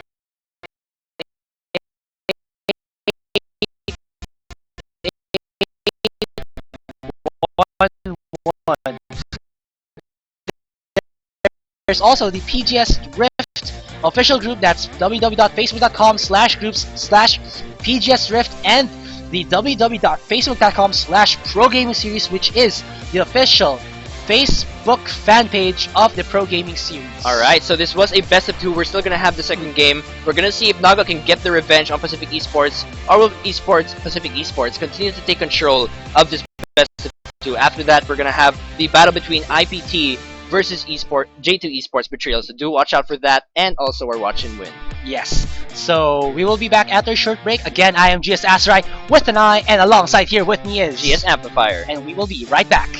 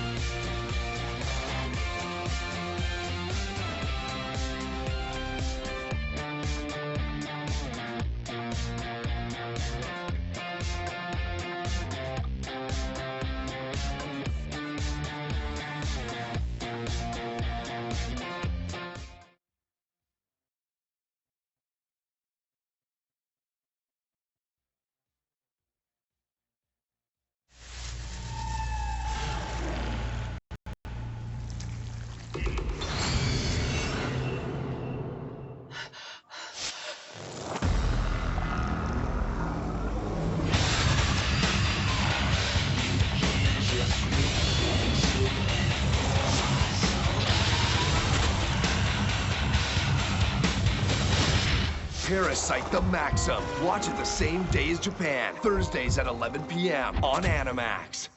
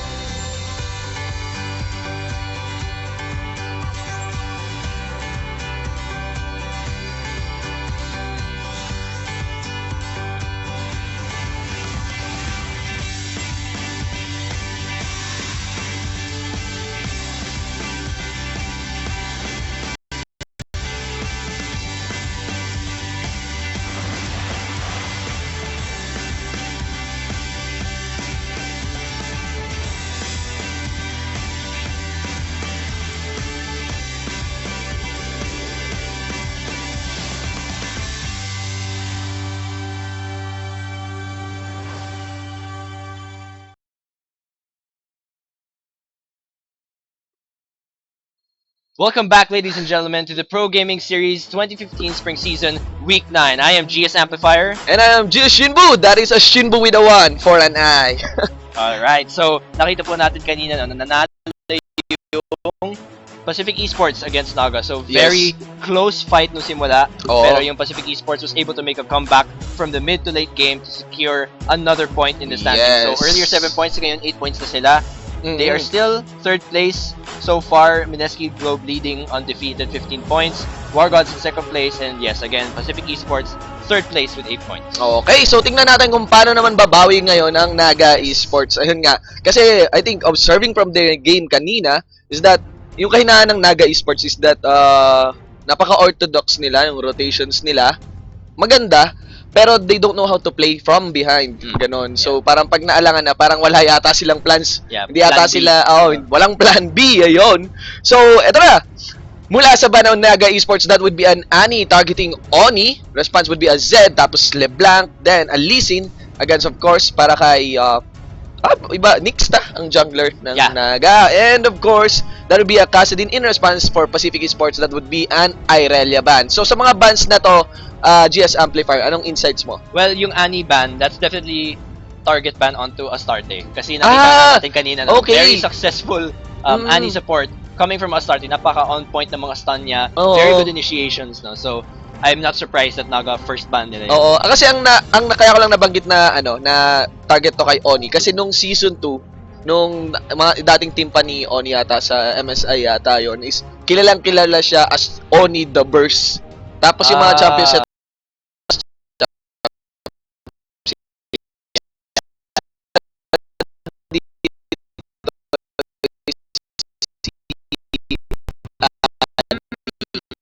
Okay.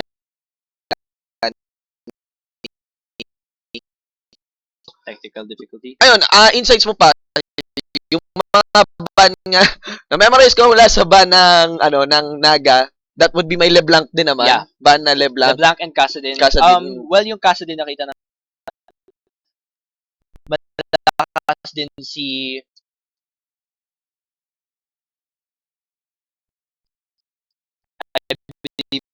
Oni with Kassadin.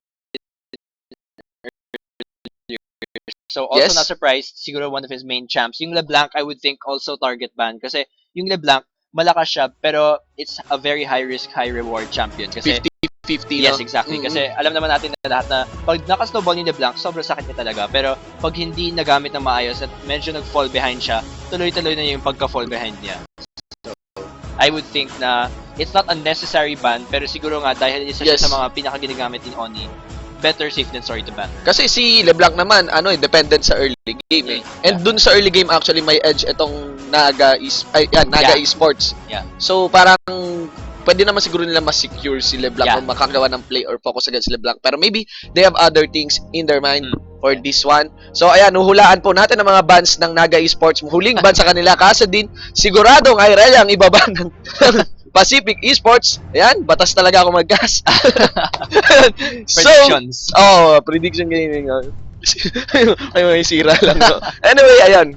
That would be, of course, na lucky na yun for Naga Esports. Ari, Napakalakas niya for dispatch, tama ba? Yes, definitely. Gaya na Mhm. sinabi natin kanina ni Asarai, even if natanggal na yung DFG Yes. and medyo na iba na yung playstyle ni Mhm. Ari from a assassin type champion to a more consistent poke type champion, Yes. nevertheless, ganun pa din yung damage niya. Still very consistent, still very strong, and I'm not surprised na very brave pick actually yung Ari first game kasi pwede siyang i-counter pick. But regardless, I'm guessing very confident tong Naga na magagamit na maayos si Ari. Oh, so in response to that, of course, hindi naman natin, hindi na to nakagulat. Graves Yes. and Jarvan, it has been a solid pick para sa mga pro players natin and even in the YOLO queue. So, Yeah. yan. Not surprising para sa side ng Pacific Esports. In response to this one would be, of course, Sejuani again and Nip still picking up that Janna. Yes. No? So, definitely, discussing that, when we were discussing with Neep dati, no, sinabi nga niya na at the moment, Janna is the one of the most, if not the most, effective support in this current meta. So, not surprised that if they don't ban her, you definitely pick her. Oo nga. Ang tanong ay kung Kalista yung kukunin ulit ni Berserk yeah. dito, if they'll still try to pull off that Kalista combo. Yeah. Kasi, kaya pa naman siguro. I would say that medyo mas safe na siya ngayon na pick kasi may Sejuani sila. Kasi sinabi namin kanina na yung Gnar, not exactly the most reliable frontline tank. But now that they have the Sejuani who can provide more tankiness, pati na rin yung SS niya very effective to keep Yes. people still para makakite tong si Kalista. I would say it's a safer pick. Oh. Surprisingly, itong pick ngayon ni Astarte, ayun, ini-scout niya Leona. Pero, yeah, we have Sion. Ewan ko kung Sion top lane to. Take note, stronger. Pick up a Sion Yeah. support. Ganon. Of course, Oni picking up also the Orianna. Medyo hindi na tayo masyado nakakita ng ano Yeah. no, Orianna in the mid lane. Madalas kasi siguro na-buff na yung iba, na-nerf na yung iba. Yung balik Orianna ulit si Orianna. slowly, medyo na-balance Oo, siya. oo. So, Balik. Yeah. Pero kanina talaga pinipick out nila Leona. I wondering kung top lane ba tong Sion na to or baka maging support kasi kanina nung naka-Leona siya, parang medyo na-surprise ako kasi si Astarte known na known siya sa pagpili ng mga off meta support. Nag-off meta support talaga yung Veigar, mga ganun. Ganun, Astarte. So, mula naman sa side ng Naga Esports, getting lucky in para kay Sentir, it would be a Rumble. And yes, Berserk going to, babalik siya dun sa nakasanayan niya, yung mga long-range ADRs niya, Tristana, and of course, this one, really safe pick, Yes. Caitlyn. Yes. Para sa mga hindi pa alam na-swap out si Kiddo, he's bench for now from Naga. So, Oo. Naga going with Berserk. So, Nakasurpresa nga yung champion pool niya. Nakakasurpresa nga na how can I say this? Nagkalista siya kanina. Yeah. Kasi yun nga, knowing he also plays AD carry for Oblation Esports. Yeah. And, ayun, parang bago talaga yun, hindi niya madalas na ginagamit naman yun. Ganun. Tapos parang unang pasok dito sa PGS is ginamit niya agad yung Kalista. Jalista nga. Ganun. Jalista combo. And thinking that okay pala si Kalista kung sino yung i-combo mo sa kanyang champion. Kung ano yung first vowel ng pangalan ng champion na nun. Pwede mo gawing Kapit combo. mo na sa kanya, Pancho, Palista combo. Yan. Swain, Swalista combo. Kahit ano ng champion pwede idikit. Ayun, kung Ralista. Ralista combo. Anyway, so, completing the roster para naman sa side ng Pacific Esports, it would be Astarte now. Lulu. Walang swap naman na naganap. No? Yeah. Actually, I wasn't Oo, expecting kala yung ko. Sion support din. Kasi Oo. in other regions, surprisingly, very popular yung Sion top lane. So, Oo. I'm not surprised na kinuha. I mean, una ata na natin beses nakita yung Sion is from TG. Naginamit Yes. niya yung Sion, yung pauntog-undog pa sa pader Oo. minsan. Pero, but they swap. Ayan, diba? Astarte yan eh. So, I guess I was wrong. Astarte goes for the unorthodox support and Lulu top. Wow, that's medyo speechless ako doon. Tsaka medyo hindi naman sa pang-aasar kay Astarte. Pero talagang bagay sa kanya yung Sion na champion niya. Unorthodox na talaga. Ganun. Pero ayan, so really exciting to see our Sion support na naman pulled off by Sir Gideon Astarte. Ayan. So, Grabe. I did not see that coming. yeah, of course. So, ayan, breakdown mo sa clash dito, GS Amplifier. Well, Palagay mo.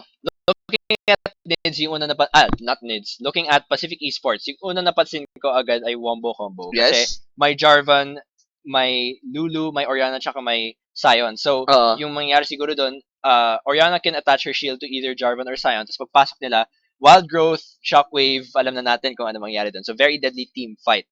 Plus, Graves na may collateral damage. But, from Naga Esports, it looks like medyo hybrid yung team composition nila because of the Ari. Usually, consistent damage siya. Tapos yung Janna, more like a peel disengage type. But the Sejuani and Rebel gives them a lot of team fight composition kasi equalizer plus the ult from Sejuani, maraming setup yun to help Caitlyn and Ari free hit. So I would say mas narrow type of composition yung kay Pacific Esports. Meanwhile, yung Naga has slightly more possibilities kasi nga medyo versatile yung picks nila, not all necessarily team fight. nga eh. Yung investment nila sa team fight parang hindi to 50-50 eh. It could be anything goes kasi yung Lulu nga mula sa top lane ganun. And yung range, parang may all-in composition nga itong Naga din against din sa set ng Pacific. Pero may range pa rin, may good range pa rin si Berserk dito with her yung Caitlyn niya. Ayan, so eto kung sa laning, palagay mo sa laning naman. Well, I would think medyo nakakapagtaka talaga kasi yung Pacific Esports bottom lane kasi this is the first time na ako makakakita ng Sion na support. So, I would say makaka-contribute siya ng somewhat tankiness and utility sa bottom lane pero I think medyo mahihirapan yung Sion and Graves kasi unang-una walang range yung Sion, melee champion siya. Tapos si Graves very short range. So, against the Caitlyn halos free kite na yun para sa kanya. So, I think PCFC this time, sila naman yung kailangan maging careful sa positioning nila. Positioning para sa positioning investment para sa Pacific Esports. And Kasi maybe sa Ward din. Kasi talagang bagay yung Caitlyn for Berserk. Kasi nakita natin kanina, medyo nahirapan siya sa Kalista kasi medyo off yung positioning niya. So I think Caitlyn is a much safer pick for Berserk. Okay, guys. So, ayun. Panoorin nyo ang laban. This is the PGS 2015 Spring Season Group Stage on its Week 9. And of course, bago tayo magsimula, panoorin nyo na ito para malaman kung ano yung pwede nyong panoorin after PGS. And it's Anime.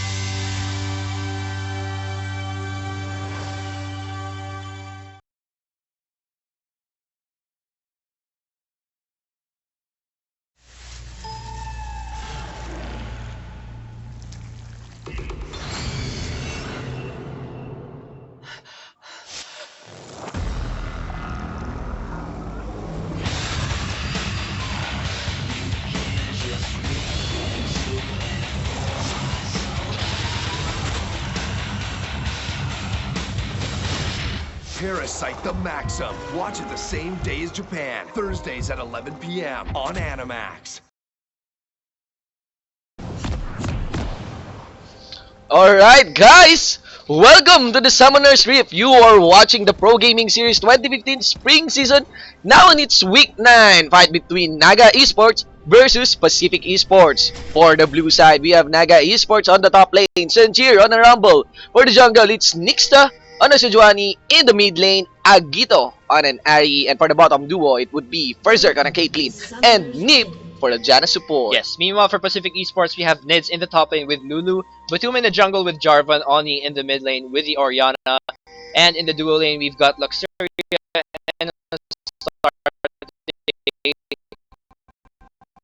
with a Grave Scion combo. Okay, so parang trend, umiikot dito yung mga teams natin as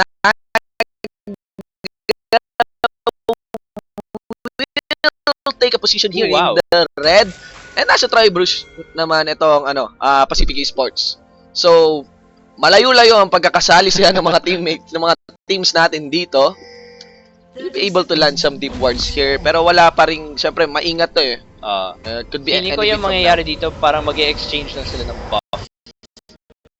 Oh, although actually massive recall. Yes, malalaman na nalagyan na. They could assume na nalagyan na ng mga wards. Yeah. Yung red, of I'm course. guessing yung sa gaya na sinabi ni Azure kanina, no, nag-expect yung dalawang team na baka magkaroon ng lane swap. Possibly kasi hindi favorable yung Grave Scion versus Caitlyn and Janna. But, baka hindi na mangyari yun.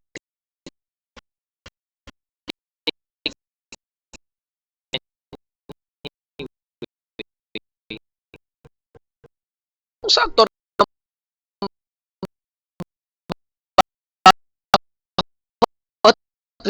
recall nila at pagbalik sa mga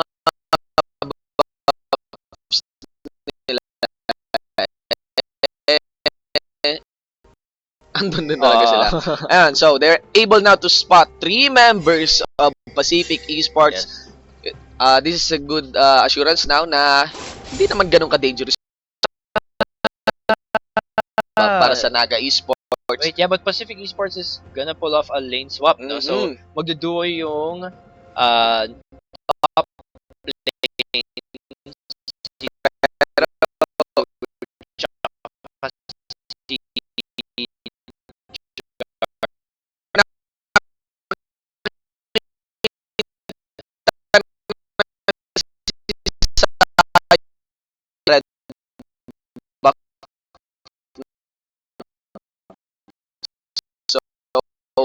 alam na rin to na Naga Esports, they'll be adjusting this one. Top lane duo tayo ngayon. Yeah, definitely. Top lane duo. So, I would say good call sana siya, pero obviously na-anticipate yung ng Naga.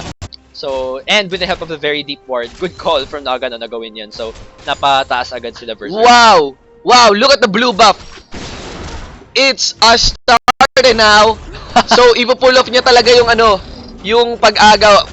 Normally, nung sinabi to sa akin ni Lord John Borg, red buff yung kukunin. Pero ito, so Astarte will take the blue buff. Okay, mukhang maananagan siya ni Nip dito. Ayun, kinukuha niya yung blue buff. Will Nip be able to steal the blue buff? No, it would be Astarte. And kahit anong mangyari dito, obviously, the blue buff upon respawn will be given onto Astarte. Yes. And may bawas pa actually kay Nip.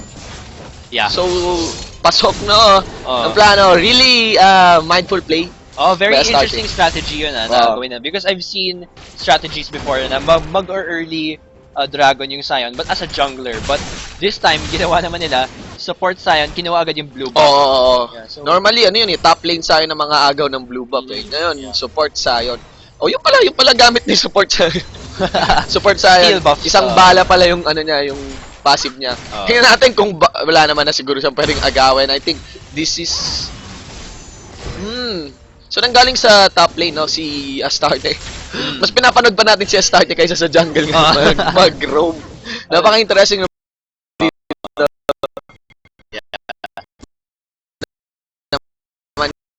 esports.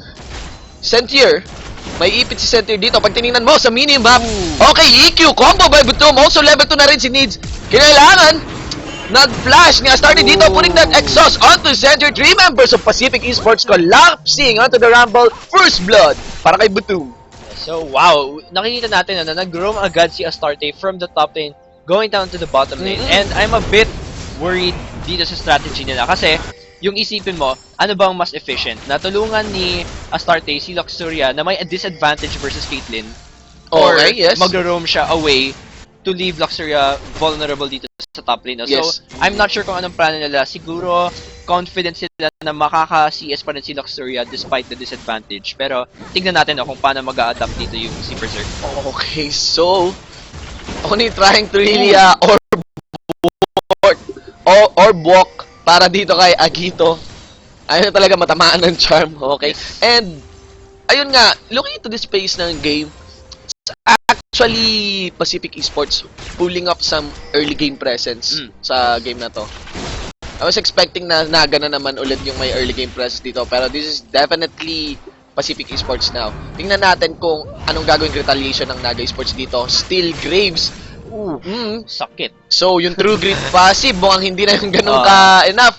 Kapag nahanginan ka na ng Janna sa tabi. Yeah, Yan, so yun na papunta nga yung na. disadvantage pag iniwan mo yung Luxuria at the top lane Oo. against Caitlyn and Janna. Oo. Very sakit talaga nun, lalo na may Eye of the Storm plus yung passive ni Berserk. Oo. So, really painful poke coming in from Naga Esports bottom lane in the top lane. Pumasok na sa 10 Ayan. CS lead si Berserk against yeah. Luxuria. So, ayan. Medyo sa bilang, hindi ganun yun kalaki, pero it's still something. May present advantage. Flash out ba? Yes! Flash out si Nip doon. Okay, sa EQ combo ni Jarvan. Nip not wasting anything, not risking anything talaga for this game. Play safe talaga kasi alam naman natin na pag na-land ni Batum yung drag combo plus yung knock-up ni Astarte, napakalakas ng CC na yun. No? And with the early game damage of Luxuria, pwede talaga mamatay si Nip sa situation na yun. So, really playing safe. I wonder na kung may magpo-pull up nito sa solo queue. I would not. advise no. I would also, yun, di ko rin i-recommend. Pag malaga, siguro solo queue tapos maganda na yung synergy ng lahat out of nowhere, pwede pero very low chance na mangyari yun. So, hopefully Astarte knows what he's doing here. Or kung ni-request nung 4 mong teammates or nung 5 mong kalaban, sige, okay lang. So, Spirit Rush in, Agito from the side, baka by Nixta, 3 members collapsing onto Nids, he will not survive that one, Agito with the kill. Yeah, so very dangerous roam. Coming in from Agito was Ari, even if, gaya na sinabi natin, medyo naiba na yung playstyle ni Agito, or Ari rather, masakit pa rin talaga yung burst damage niya, even if he misses his charm. So, Ari is still one of those roaming mid laners. Ano din naman, nung rotation. I mean, napakaganda nung rotation na yun na ginawa papunta bottom lane.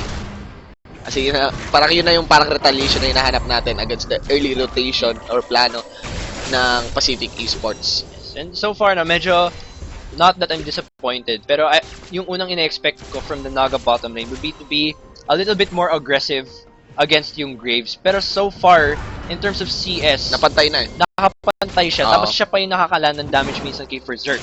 So I would say that medyo natatakot ako na Most likely, pantay na pantay halos. Yung item nito ang ating AD carry sa bawat teams. Pareha silang may best friend plus some pots only with the mana pots. yun lang yung naiiba eh. Berserk. Second wave ngayon ng mga big jungle camps para sa ating mga junglers. Dragon yet to be taken but has started taking a position here in the bottom lane. Okay?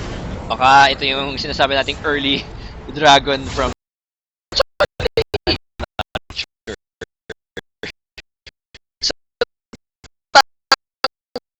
isa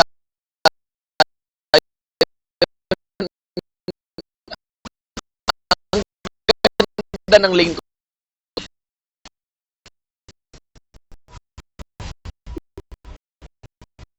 Kung ikaw wala, yun yung kahinaan ni Sion, kahit wala nang iba, kahit talaga.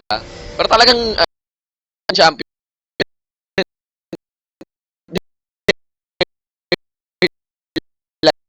Lapit-lapit sa Sion.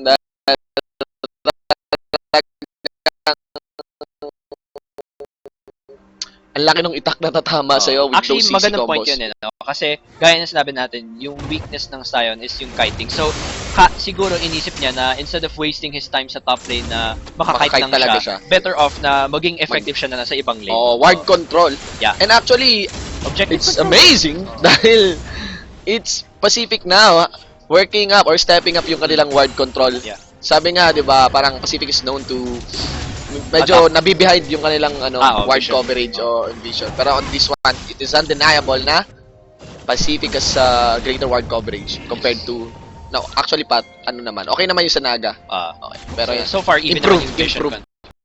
Yeah, definitely. So, I'm guessing at this point in the game, 9 minutes, so most of them, level 6 and above, I'm expecting a very explosive team fight very soon.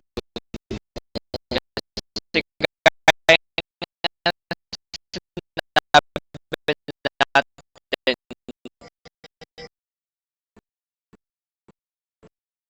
very explosive team fight competition anytime soon. I think nakita natin kasi sa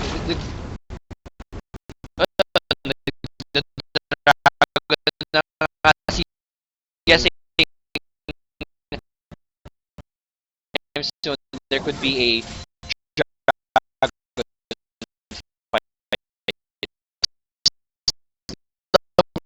Pakiramdam mo ng mga teams dito. Definitely, need to miss. Nagro-rotate na rin actually si Sejuani. Okay, yes. Nixta. Papunta dito sa Dragon.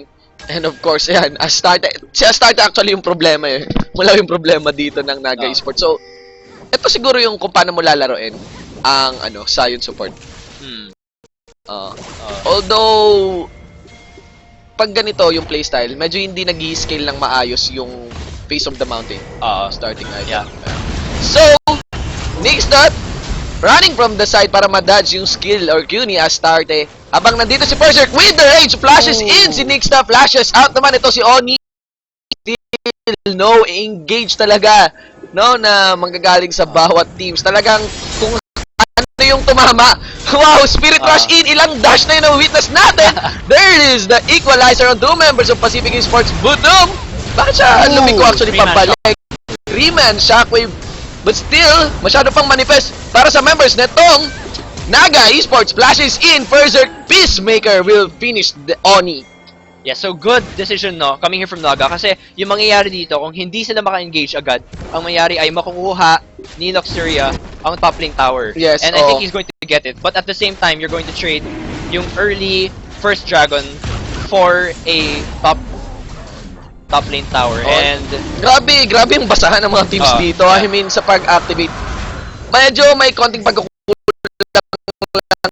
sa site ng Pacific Esports. Nung nakita nila na nag-Spirit Rush yata si Agito, tapos parang nagkaroon ng engage doon sa, well, siguro, ayan, engage again here onto Needs. That is definitely a Lulu going down, but kill given actually onto Nip. Yes. Sa ating reporter dyan na going back dun sa engage sa may side brush.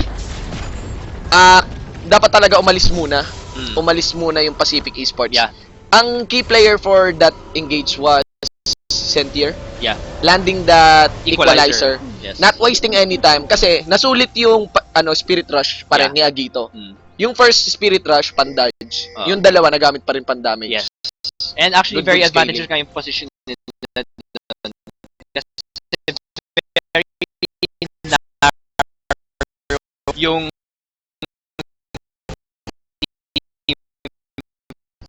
fight na yan. So perfect opportunity yun for Sentier to land several man equalizer and it's nice to see that this time yung Naga na yung nag-take control ng game kasi 12 minutes in 5 kills na sila, 1,000 gold lead. They took the first dragon.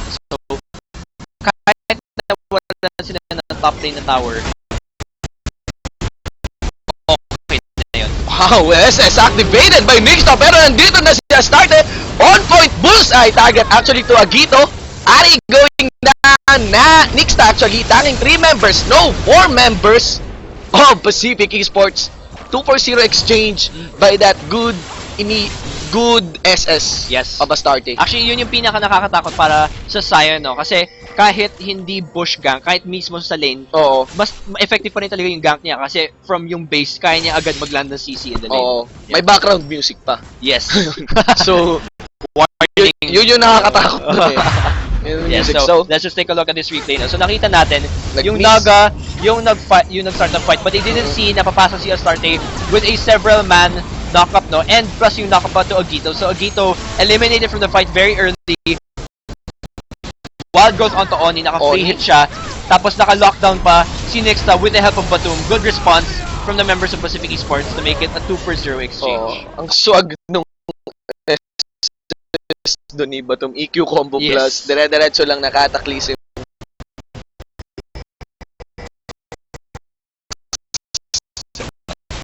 Nixta. Yes.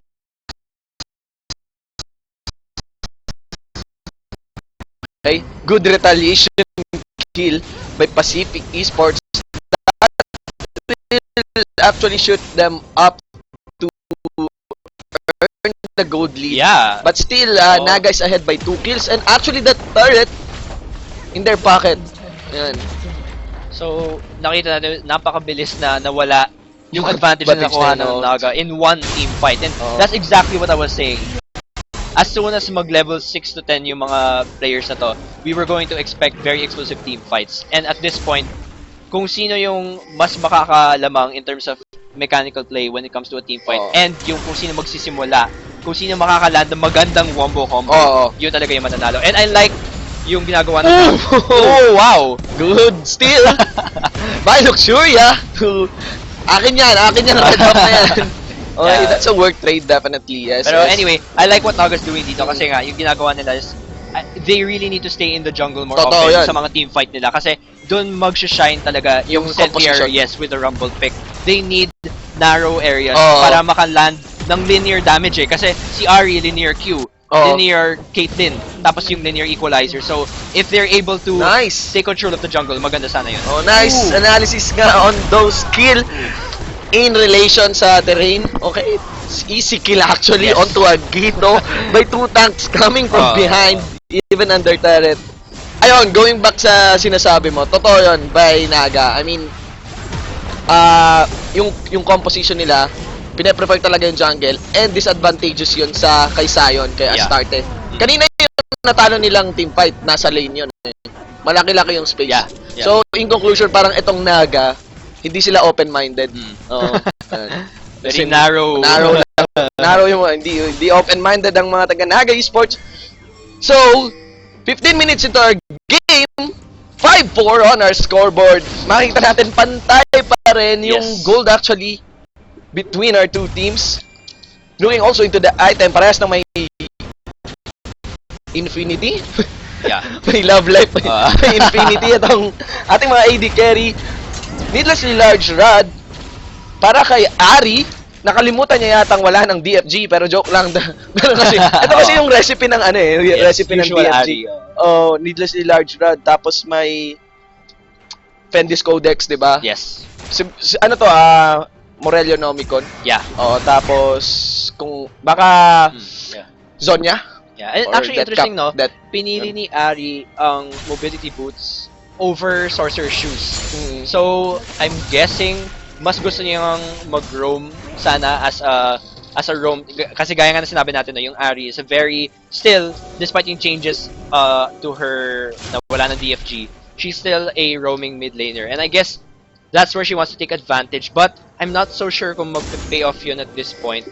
Kasi tapos na yung laning phase, magkakaroon na ng mga 5-man clashes. Oo. So, baka at this point, it would have been more beneficial na magkaroon siya ng magic penetration rather than mobility. Or it would be beneficial kung magkaroon siya ng item na buo. Yeah. Rather than this, Mm. mukhang hindi yata to Yeah, optimal. Pero it would be on Akito's side kung ano yung rationale between for this item configuration. Actually, yan, 15 seconds na lang papunta sa ating DR. Rotation and ward coverage ngayon ang pinaglalabanan ng mga teams actually, natin. nakita natin a very aggressive warding from both teams. We're seeing that actually Naga has vision around the dragon, but meanwhile, we're seeing PCFC with a very aggressive vision ward here, and also vision to Dragon actually. So, I would say na this is a good sign for Pacific Esports kasi gaya nga sinabi mo kanina, no, medyo behind sila sa vision in the first game, but naka-adapt sila sa second game. If wala pa kasing Dragon din eh, yung Pacific Esports. Yeah. So talagang etong part din ng game, gusto nila tong makuha. Ang ganda, mayroon na pala, nawala yung mga wards, no? Ng Pacific Esports SS activated.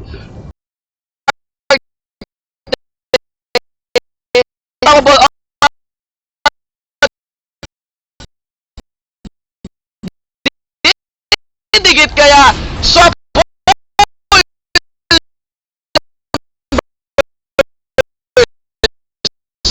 of Naga Esports, Sentier and Nip, and a large Sion napunta sa side.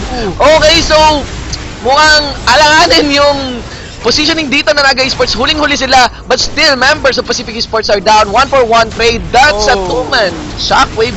Not much damage though. And Berserk able to kite down members of Pacific Esports. Also, napatay yata ng Dragon si Sentir, giving that kill onto Oni. Astarte still being tanky with this one. 2-for-2 pa rin. 2 members for both teams ang patay. Jungler, yes, boy pa rin yung jungler. Only Batum is down. Tingnan natin kung kanino mapupunta itong Dragon. Medyo disadvantage to. Malayo si Bitum. Wala silang smite. Okay, so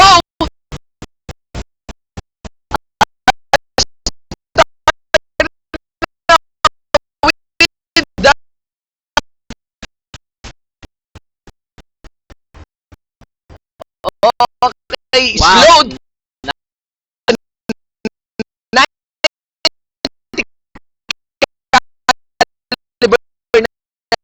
Good job by Berserk. Ang nakakuha ng Dragon actually. Yes. Actually, I like that strategy no kasi while Astarte is distracting Nixta, walang makakakuha ng smite onto Dragon kasi alam nila wala si Batum nearby the Dragon area. So instead, what PCFC did, like we can see here, no? Yes. Actually, I want to point out, very good initiate coming in from Astarte, but at the same time, medyo hindi maganda yung synergy here. Kasi si Astarte, napapunta siya sa side ng team fight, and yung plano ata sana ni Oni ay shield onto Shockwave, onto several members. Pero yun nangyari, nawala si Astarte sa whole team fight. Wala yun! tank na damage coming in from Naga. At yun nangyari, medyo disadvantages. Kasi Fatal yung mistake. Pacific, yung Pacific yung gusto magsimula ng fight. Pero yun nangyari, medyo awkward na yung naging team fight. Oh wow, so this is the first Dragon now. Pacific Esports mission accomplished actually for them. Yeah. Napakaganda ng scaling na mako-contribute nitong first Dragon para sa members ng Pacific Esports. Pero wow, this CR started, pinapakita niya sa atin paano maging effective sa Sion. Ganon. Pinulof doon ni Stronger, di ba? Yeah. Pero yung pala yung advantage ng Sion support. Yeah. Initiate from any side of the lane from the river and Cataclysm plus a Shockwave combo. Century will go down. Needs taking the kill. Wow, so lockdown, that's all I can say. Lockdown lang talaga yon. And knowing siguro na wala yung flash ni Senthier, nag-decide na agad na eto na, patayin na natin tong si Senthier. Wala siyang flash. Anybody's game pa rin Yes. to. With only 1 kill now, ang lamang ng Pacific, ng Naga Esports against Pacific. Gold lead is pretty even. Engage at start dito ni Astarte. Okay, so napigil. Hinahin naman sa Zapper House slot. 3-man SS by Nixta. Teleport also by Senthier now. 2 members. Actually, it's Nixta getting blown up. Astarte is now down.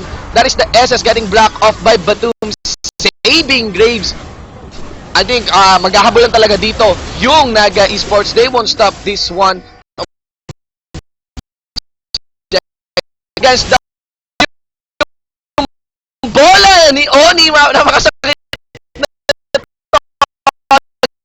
dito. Slow. Pero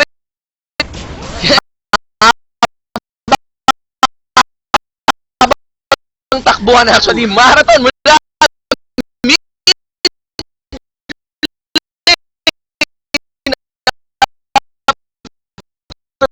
the top lane on down replay on our Gamit na siya kanina, no? Kasi we saw earlier that Batum was able down kanina sa mid lane. So nagamit niya pero namatay. Point. May disadvantage na agad si Senthier doon kasi wala nga siyang equalizer. wow, sa composition, nakita natin sa composition kanina ng Naga Esports. Kaya silang takbuhan actually and i-outmaneuver Yeah. ng Pacific Esports. I think that's mostly kasi yung Naga kasi may Janna sila.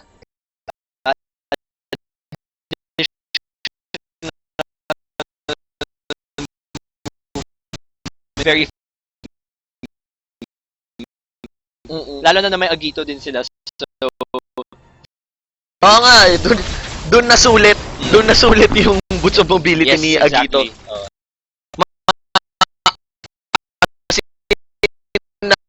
Habol yung mga W.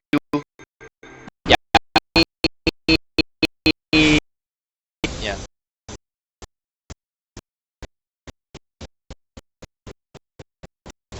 Okay, so it's actually a neck-to-neck fight now Yeah, definitely. between the two teams. Kaya nga sinabi natin, expect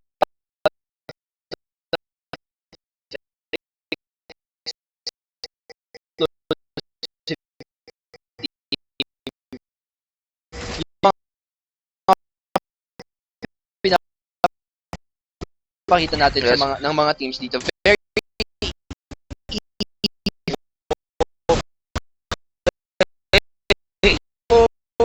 So, hindi na naka quick draw doon si Luxuria. yeah. Kaya wala naman siyang flash for that one. Yeah. It's actually an easy pick, no? And good rotation by Naga Esports. Yeah. Kasi despite yung vision nila, medyo I would say just basically out of position talaga dun si Luxuria.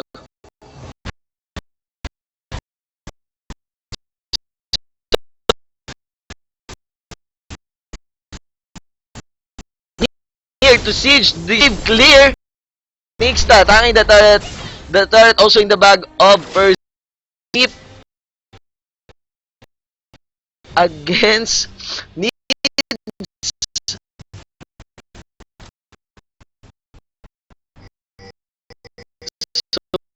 So, ano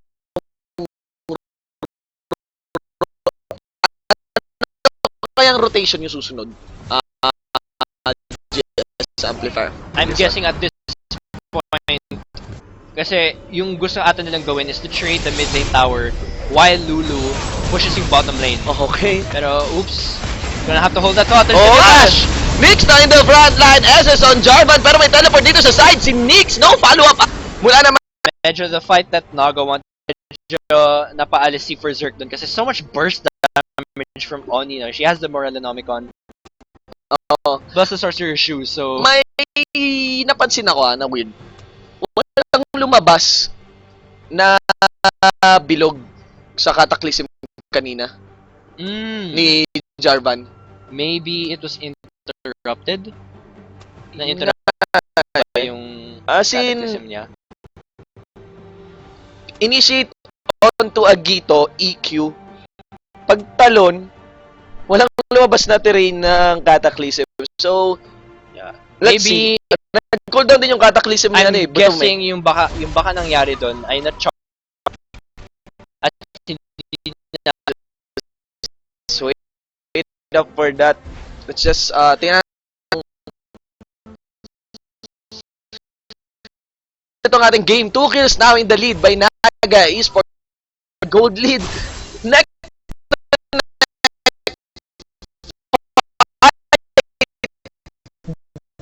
between the items, makita natin Needs with ko. Baka Yeah, I'm not sure.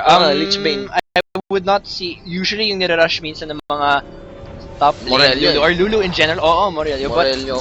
I'm not sure kasi I'm guessing it's possibly to catch up kasi yung Lich Bane, that gives you extra movement speed. At nasabi na nga natin kanina na yung Naga is a very fast team.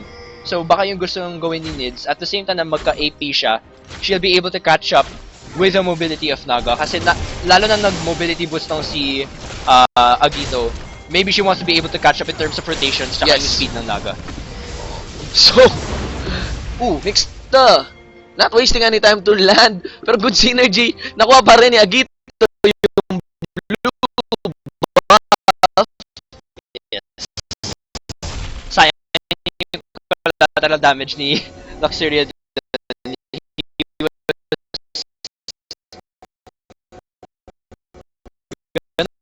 Pero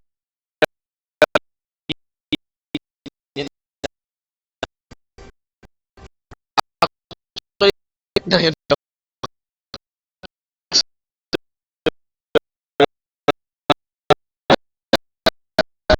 Trying to steal yes. with the collateral damage. It's Naga. Alam nila, hindi sila open-minded nga. So they're taking a position Yes, here in in the the jungle.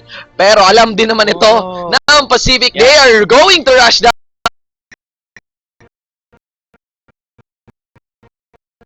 This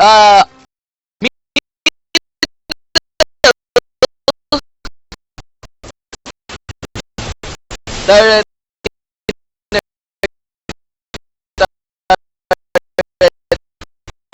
Okay? Yes. Dragon Call Oo. from Naga.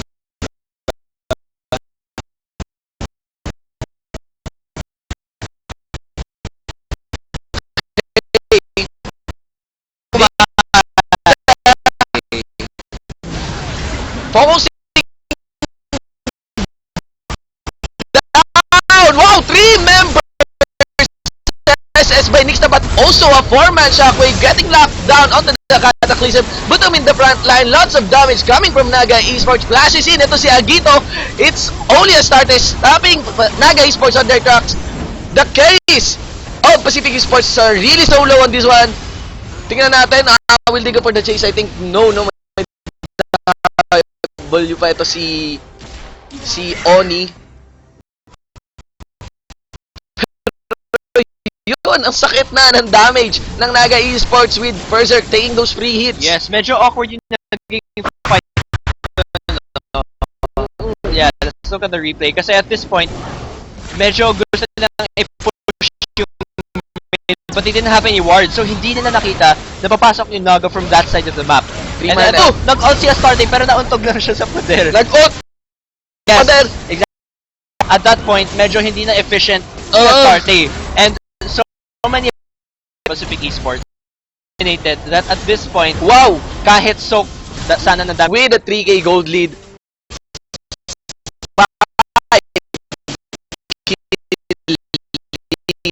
The advantage. I would say, so dahil doon, very easy pick off onto Nids and easy 3k gold lead for Naga. Lipad si Rumble. Definitely insta-kill. Okay. Rumble in the jungle talaga. Oh, Rumble in the jungle. Side. Nixta now trying to check.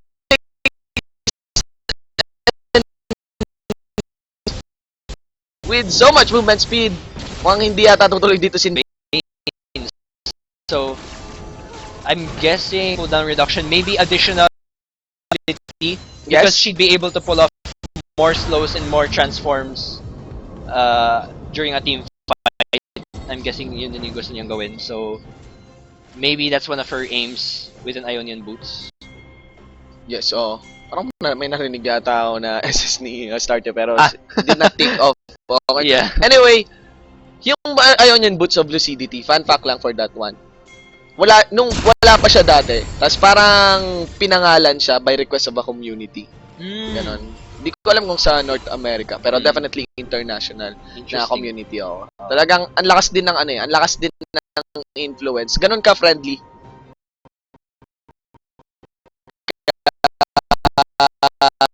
Summoner or player Yo 811, yes, and also the official PGS Rift Facebook group. Ayan, kanina lang naganap yung Rifters Go Around live event. Napasabog ba yung Poro? Actually, I'm not sure. Hindi ko na-catch yung game, but yeah, apparently Okay. hindi pa siya napasabog. So, SS activated by Astarte. never mind. Yes, Wala siyang na-landing na... katang combo no, habang na nakaabang.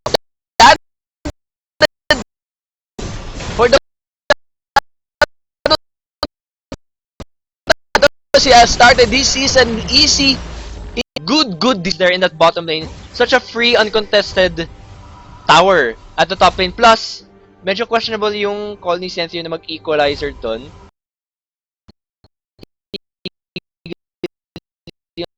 yes. Team fight ngayon, nearby yung bar. Wala nang equalizer sa position. I would say na para manalo yung Pacific Esports dito through gain control, gusto ko pang makakita na wombo combo, no? Kasi so far, isa pa lang yung nakikita nating very effective ult from Astarte, which was at the Dragon Pit kanina. Oh. Pero after that, parang wala ako nakikitang wombo combo from yung Orianna, J4, and Sion. So I would say na para makanalo sila, they have to start the fight. And Oni and Astarte have to work together para ma-pull off yung wombo combo na yun. On the other hand, Naga, I think, has to really pull off also their own wombo combo. But in the jungle Actually, to take advantage of inaantay their ko linear yung damage. bukod sa inaantay ko yung pusong bato ni Nip, inaantay ko rin yung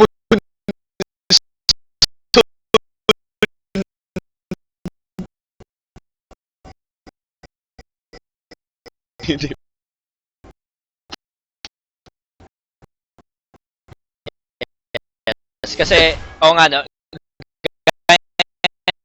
sabi namin kanina ni Azurai,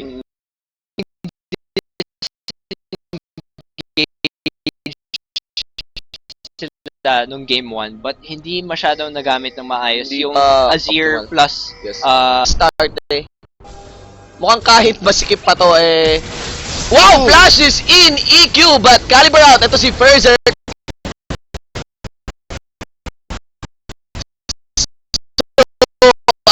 Atras muna ang Pacific.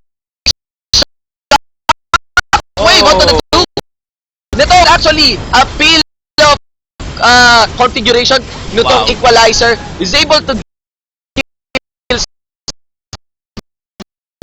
now from Pacific Esports. That is out para sa Naga Esports. went perfectly for team fight nun nang mistakenly nag-EQ si Oh, Bruno. yes. Oh, si After that, medyo naging awkward. And then, Naga able to land si Juani plus Rumble. So many members nag-acknowledge si Ogito and Berserk going to the backline. And then at this point, we're just waiting plus Senthir to land the ult. So, very good the shockwave onto 2 carries, but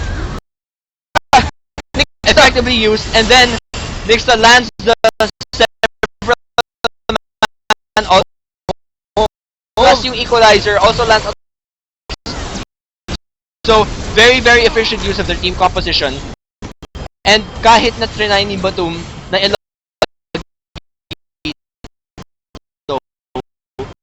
medyo no use na yon. Very low health, and at this point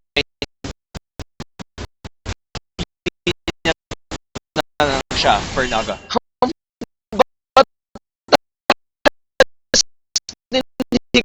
Maglagay ng SS na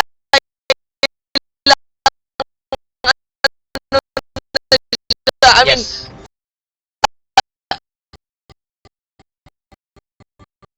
hindi ko meron naman yata siyang na 1-man SS pero kanina 2-man, 3-man, Yes. ngayon 4-man SS mula sa kanyang Sejuani. Yes.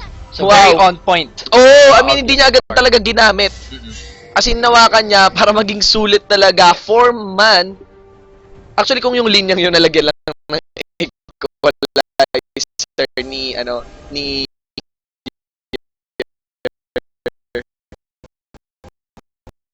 would be in Pacific Esports getting roasted Yes. dun sa terrain na yun. Pero mad props for Nixta with that 4-man SS.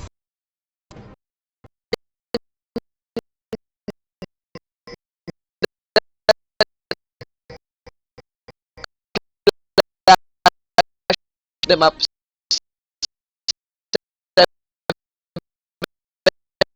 7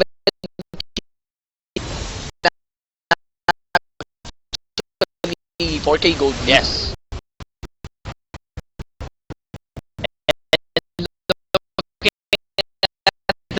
Vision right now. Naga. The security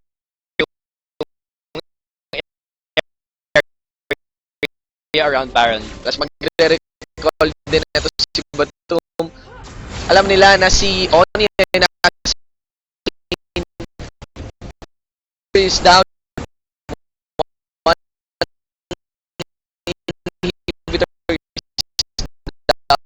ng esports. This is actually the perfect time na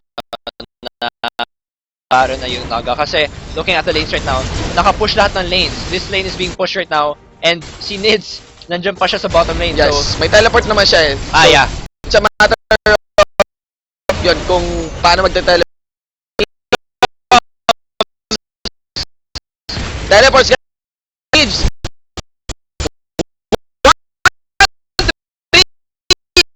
Okay. Oh, Naga Esports getting plus ace in the hole, and it's to top. This is a classic versus one against Berserk. He's able to kill Astarte, pero talagang hindi pwede. Yes. Mukhang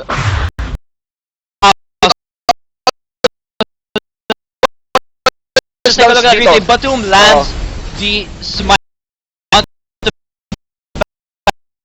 You have to commend for that fight. It was communicated fight. Oh. Well communicated steal. Esports just lead now only by Naga Esports. And yung engage na Pacific Esports now with the gold lead. Look into the item. Makita natin na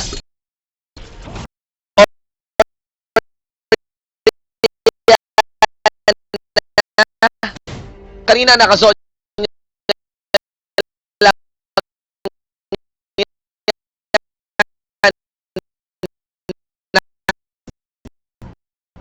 that cap. Yes. Plus meron pang blasting one. Yes. Kung ano man yung buboy niya dyan, maybe abyssal scepter of some Yes. sort or baka penetration.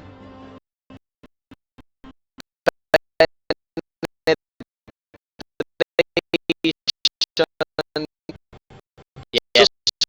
Kailangan lang siguro. Kasi ideally si Batum dapat mataas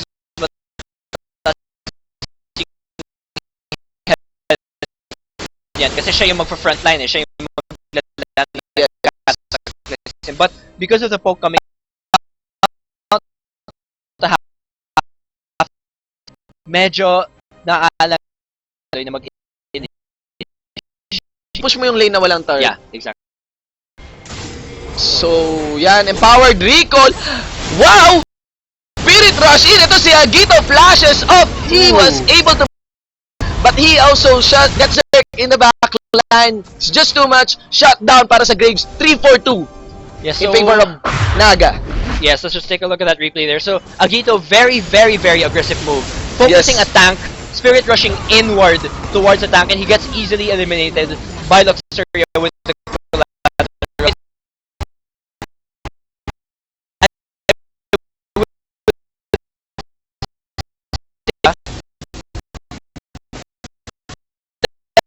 Alam niya matatalo na sila, so naglakad na lang siya paalis kasi alam niya medyo hopeless na yung fight. Wow. So I would say this is very awkward push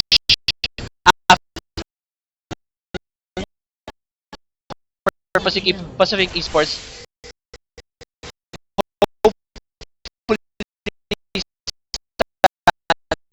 Yung nagawa nila ay Baron to the tower. But instead, yun ang naging awkward yung nila. I would say it's partly kasi very aggressive.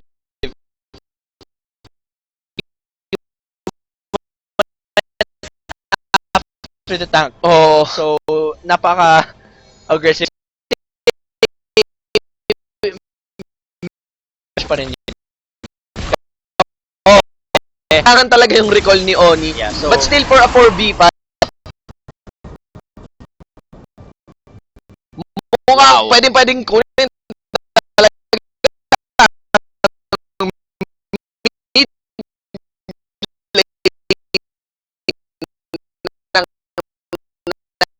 Naga Esports. Wala namang Torre dito.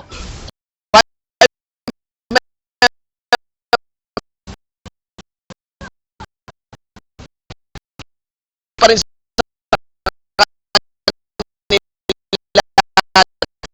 three members from Pacific Esports.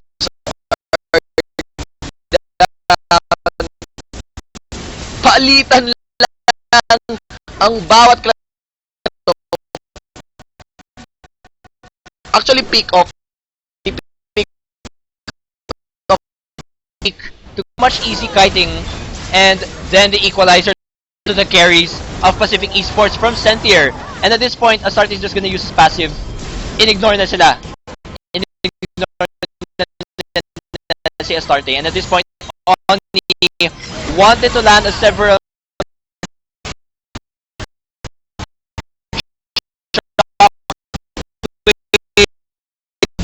so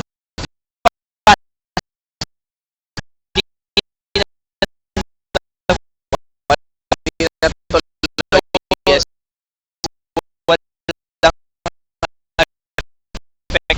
Animation.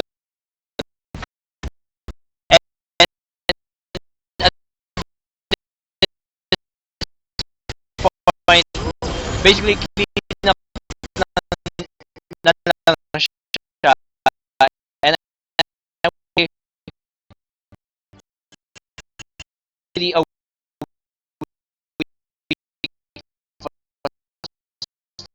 start situation. Nila sa Dragon na yun.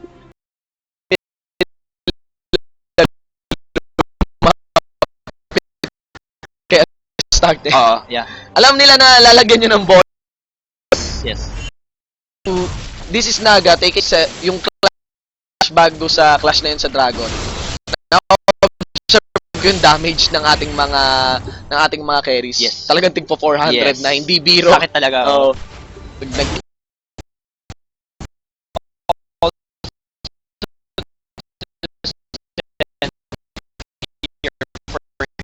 On point.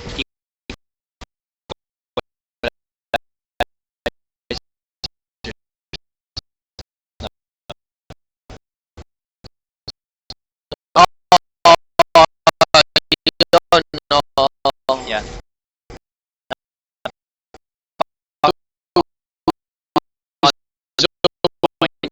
So far. Si Nix na din to start the fight with the Astarte ult plus yung shockwave ni Oni. Pero since hindi nila nagagawa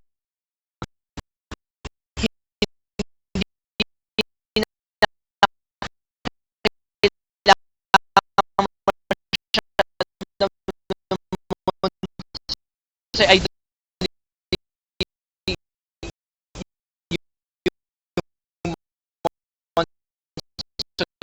it would be to disengage engage masyado yung Pacific Esports, hindi masyado for this. Kasi ang fortitude pakita ng mga players natin. 41 minute mark. Yes. Mahaba na to, this Yeah. game now. Still with 24-16 and witnessing those team fights Giant kanina. Kana.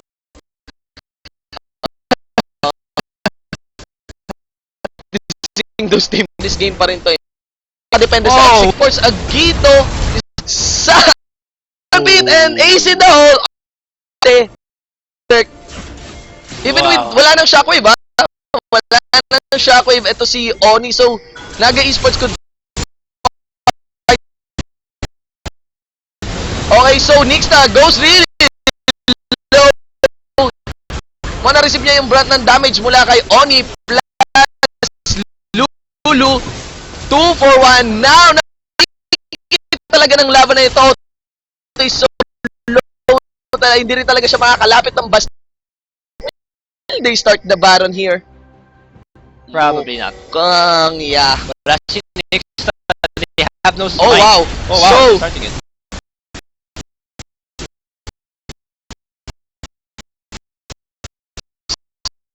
talagang pusuan na lang.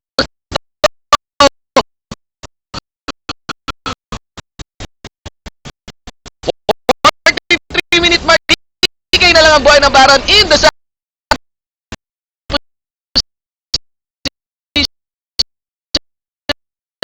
needs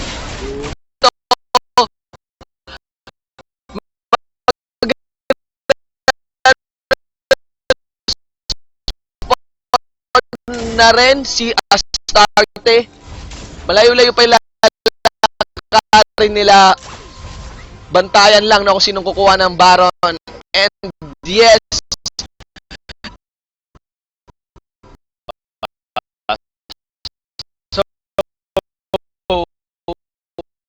medyo awkward na si Oo. Naga yung Baron yun kasi wala si Nixta. Fusion, oo nga, may mga talagang wow na on point, ganun. Pero, sa mga team fights, awkward. Yeah. Medyo Ang awkward, nga awkward yung mga talaga fight ng nila. mga ng galaw, ganun, na nagiging resulta. Mostly kasi medyo hindi na ma-manage yung Pacific Esports yung skills nila. Kasi si Oni, Shockwave, yes. Hindi at one instant yung mga kasi ideally sabay-sabay yun para maging effective, but separated yung team Yes. fight nila.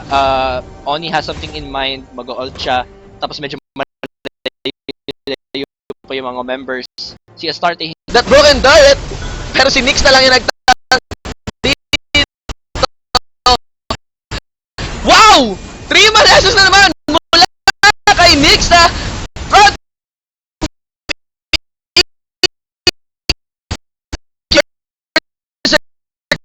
also tries to kite up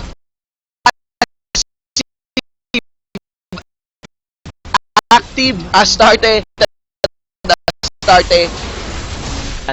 several ults together at the same time. So we see Astarte wow, di starts siya the fight tumama. here, although tumama siya si Nix, kay Nixta. Still, it counts as good CC, although never up. And then, at this point,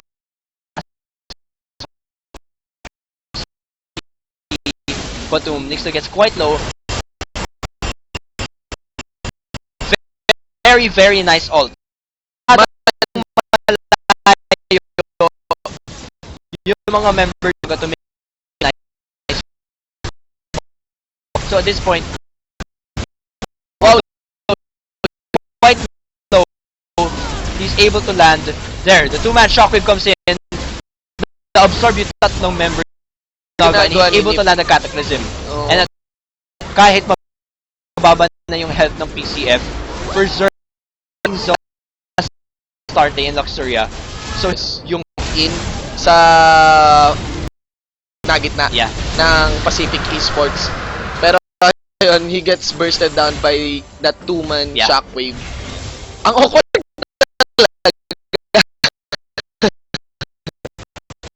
yeah. Actually very SS, pero nanalo pa rin doon ay Pacific Esports. Yes. Kasi nga, si Nixta, what an on-point ult. 4-man. Napaka-rare na mga ult na ganun. Pero, yun nga, since napakalayo ni Agito hindi nagamit ng maayos. Meanwhile, everything went well for Pacific Esports nga. Kasi, Dalawang the inhibitor. shockwave absorbed everyone into the cataclysm of Batum. So, nice fight. Dalawang inhibitor patas. Ang dali rin actually naka-retaliate na Naga Esports taking another inhibitor Yes. para sa side na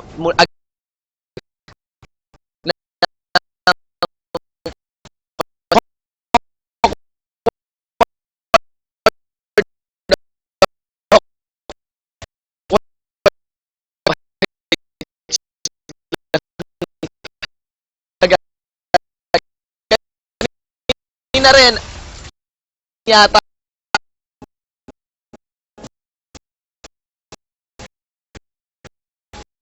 workout na ng Naga Esports on to focusing Luxuria.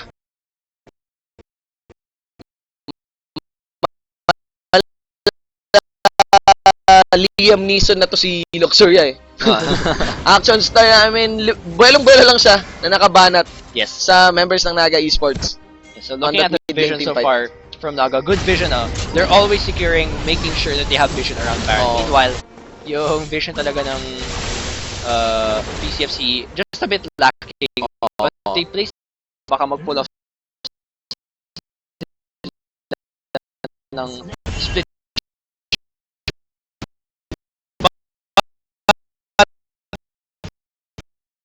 Naga again, big sure sila with the help of the Baron buff.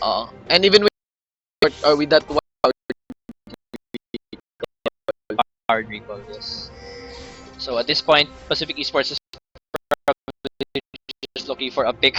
pinull off nila rin yan kanina, no? Tinatry nila yun i-pull off dun sa Yes! With the rush Annie. sa red. Starting with the on point Timber stuns. But at this point, hindi na yan mga mangyayari, I think for Naga, they might have learned. Baka na lang ang mangyari dito, mag-ult si Astarte to start the fight. And then follow up Shockwave. But they're wasting a lot of time at that area. Yes. Yeah, they're gonna change their Patience mind. is a virtue. Is a patience. Oh, Naga's gonna push into the mid lane. Oh! Dito, it might be a Esports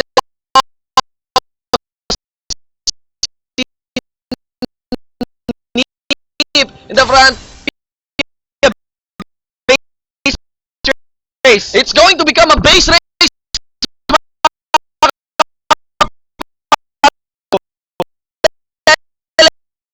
Muli ang naging the members now here. That is a 3-man shockwave by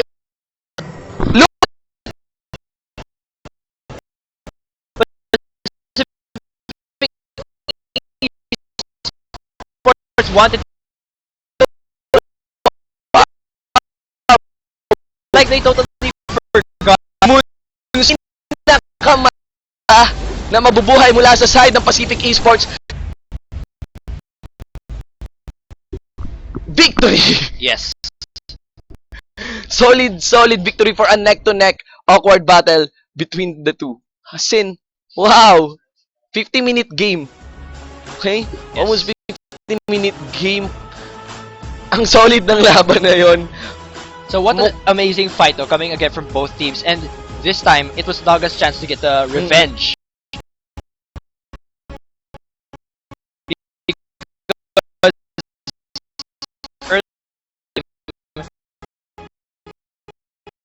Medyo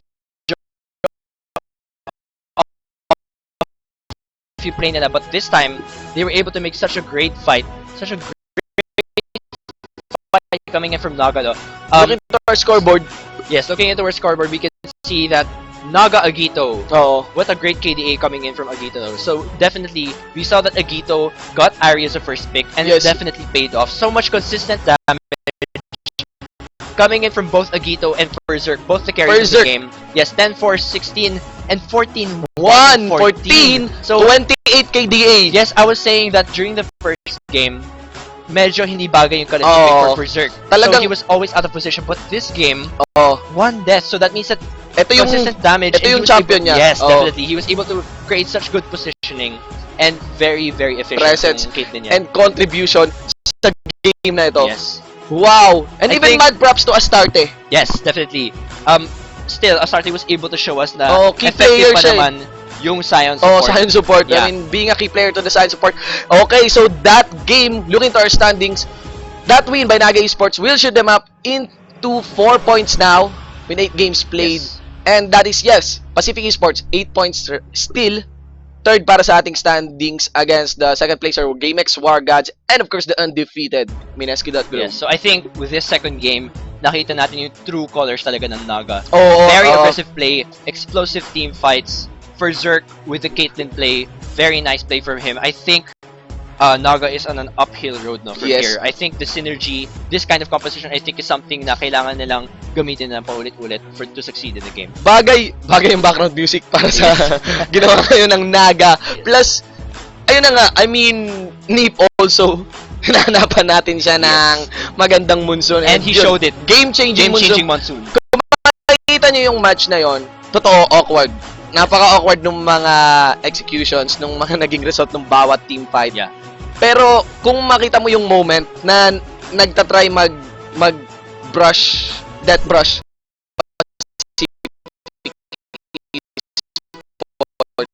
kasi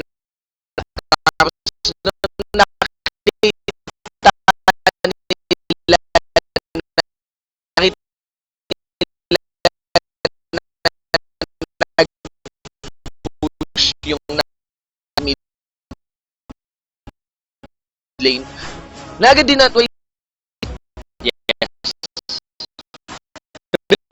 Recall, Yes. paka-recall, sinuwipe nila Yeah. yung mid lane. I would say talagang questionable decision from Pacific Esports Oh. kasi knowing na may Baron buff sila and then deciding to make a base race Yes. na may empowered recall Yes. yung team, I would think that's a very questionable decision. So Yeah. Hindi siya hindi siya planado, hindi siya mga planadong team fights, kundi yung talagang yung split second decision making. Yeah. Andun sila sa base natin. Recall tayo. Yeah. Go for the swipe. Nip flashes in Monsoon. Yeah. Mad props for our players for the night. Yes.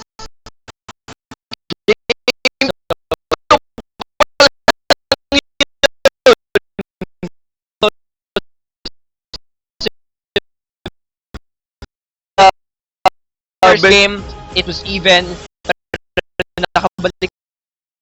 They showed us why they were one of the top 3 teams. Second set,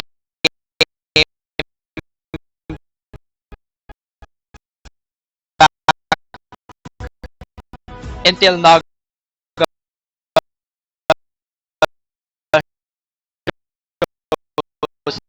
their true colors. Maraming salamat sa mga pro players natin for stepping up their game. Yes. Sulit na sulit yung mga panonood nyo guys at mas lalo pang susulit pa because we have now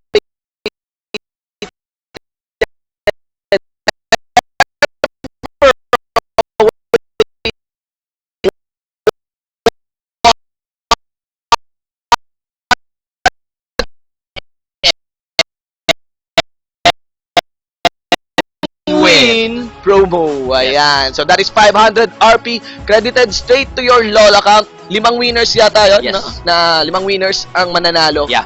After answering our question. So, advice ko sa inyo guys, open up your browsers, search for the Pro Gaming Series fan page. Yes. Hit the refresh button, ganon. Kasi babasahin na namin yung tanong, just wait up for the poster, syempre. Yeah. So go over to the Pro Gaming Series Facebook page now and comment on the watch and win post. Okay. Again, reminders, don't edit your answer kasi madidisqualify siya. Mm. Don't change your name, although I think wala nang summoner name. All at or this point. nothing. Yeah. All or and, nothing. Yeah, that's pretty much it. Okay, so Oh, GS Ampli... Mind nyo yung format ng answer nyo. yes, may updated format yun. Yan. So So, we updated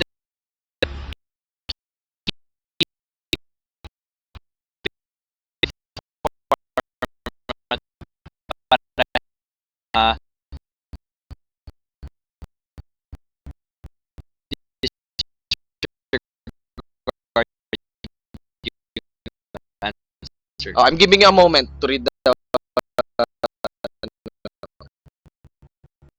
Okay na, yan. So, Yes. first watch and win question. Alright, so for the first watch and win question, here it is. In game 2, which champion purchased the first stealth ward? Again, in game 2 of set 1, Ang hirap. which champion purchased the first stealth ward? There it is. Okay, So go over to the Pro Gaming Series Facebook page right now. Look for the post, comment there. Yes. Don't edit your answer. Mind your format. Again, which champion purchased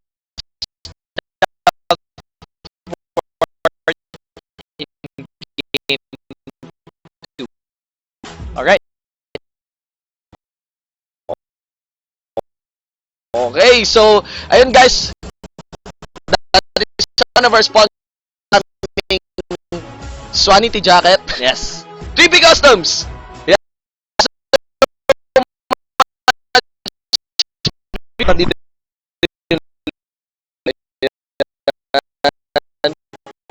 So they've been making those esports team apparels yan and jackets. Okay? So likes and loves para sa 3P Customs, that is Facebook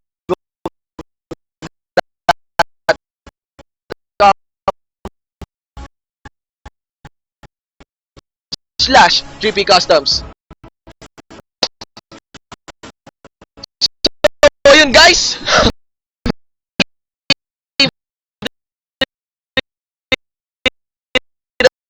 Has been part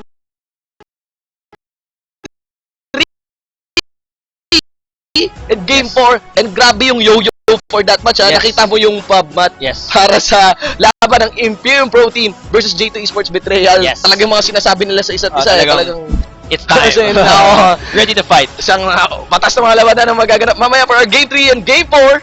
I am Gio Shinbu, that is a Shinbu with a 1 for an I. And I am GS Amplifier. And you are watching the 2015 Spring Season Group Stage Week 9 and we'll be right back.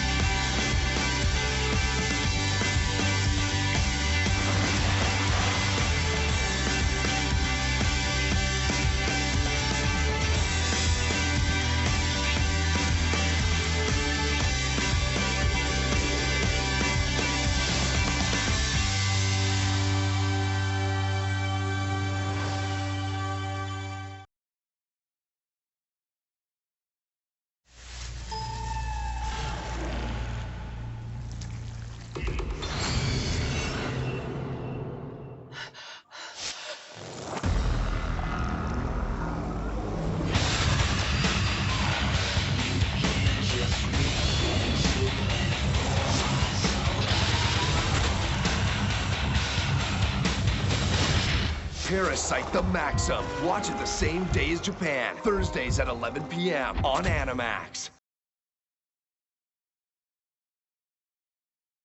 And we are back to the Pro Gaming Series 2015 Spring Season Group Stage Week 9. Again, I am GS Asarai with an I, and alongside here with me is GS Amplifier. Yes, and we will give you a game best of two match against Imperium Pro Team versus J2 Betrayal Esports. Yes, so this should be a very exciting game. We were hyping it a lot.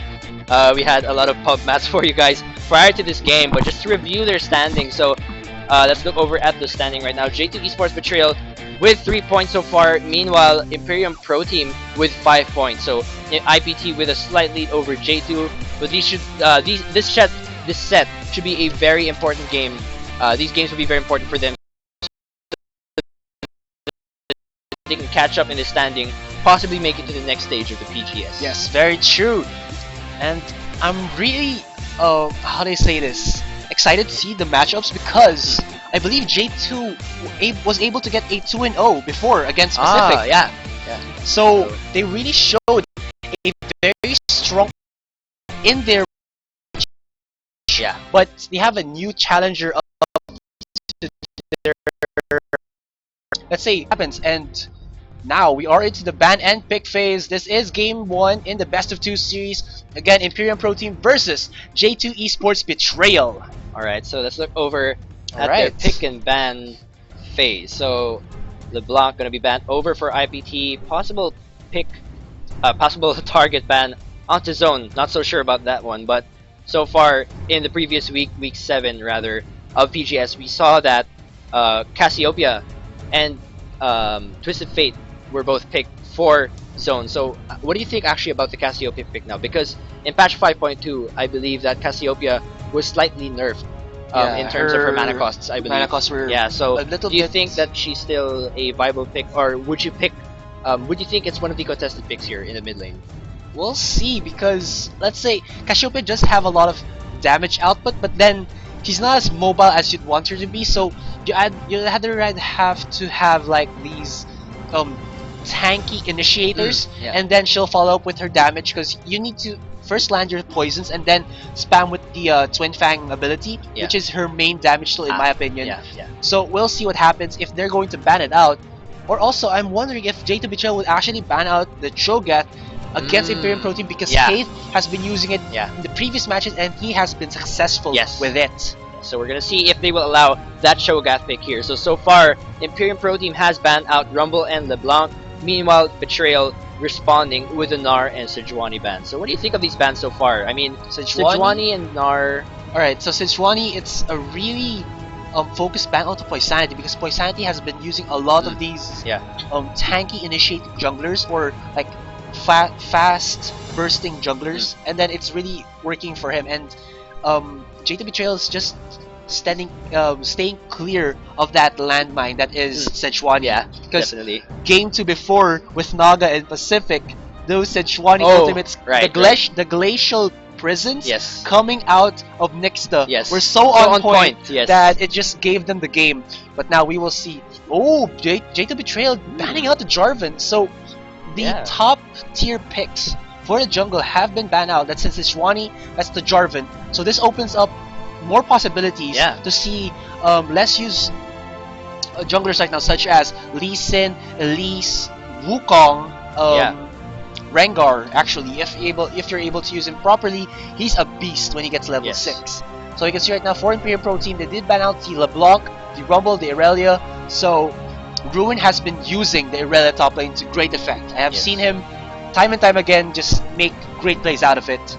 Rumble, not quite as sure, but I guess again they don't want those landmines to be stepped on. Yeah, definitely. So Imperium Pro Team gonna lock in the Kalista as a first pick. We saw him pick in the set earlier between Pacific Esports and Naga. We're gonna see if ZNS can show us the full effect or the full power potential of Kalista. So it's going to be the new minigame for the PGS Rift. So which combo with Kalista pick? Is it going to be the Jana, the Jalista, the Swalista, the Palista? We'll see with that. But Betrayal gonna respond over with the Lulu and the Azir pick So I would say that both of these champions have, they have both appeared in the previous games, and they have been making a frequent appearance, especially Azir, very much present It's going to recently. be, I believe, the top lane Lulu. Similar to what a top lane Lissandra is in the term that you need to have utility with her. Yeah. Just that with Lissandra, it's heavy CC and damage. And as for Lulu, it's more in for that let's say supportive role wherein you can give her your teammates shields, speed boosts, and then Yeah. of course the wild growth that gives you HP and knock up. Yeah. So that's gonna be more of a defensive top laner. As for in the case of J2 Betrayal, ooh, see it here. I was right. Yeah. You take away the Sejuani, Poise Sanity will go in back on his Main junglers. his let's say the His signature safe pick jungler. or the comfort pick, which Yeah. is the jungle Wukong. As for Jade the Betrayal, Link might go in for this jungle Pantheon, and early on, jungle Pantheon has more burst, is more aggressive than a pre-level 6 Wukong. Yeah. He actually will be able to burst him down if he decides to counter jungle Wukong early on. Yeah. And as for Sync, he will hover over the graves, so he might go in for that. And also, we forgot, Imperial Pro Team will go in for the Talista. Yeah.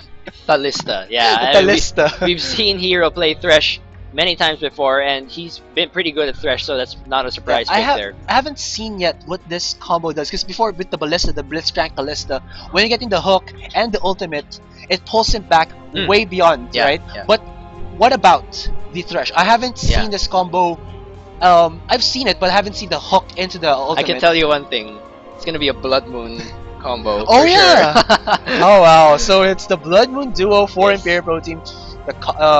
Is it considered cosplay or like roleplay? Slightly, yeah. Okay. Roleplay for these. Oh, and there we go. Like I said, if he does lock that in, I was correct with my predictions that J2 Betrayal didn't ban out the Cho'Gath, so Imperium Haith, and ooh, you were correct as well. Yeah. Cassiopeia hover over.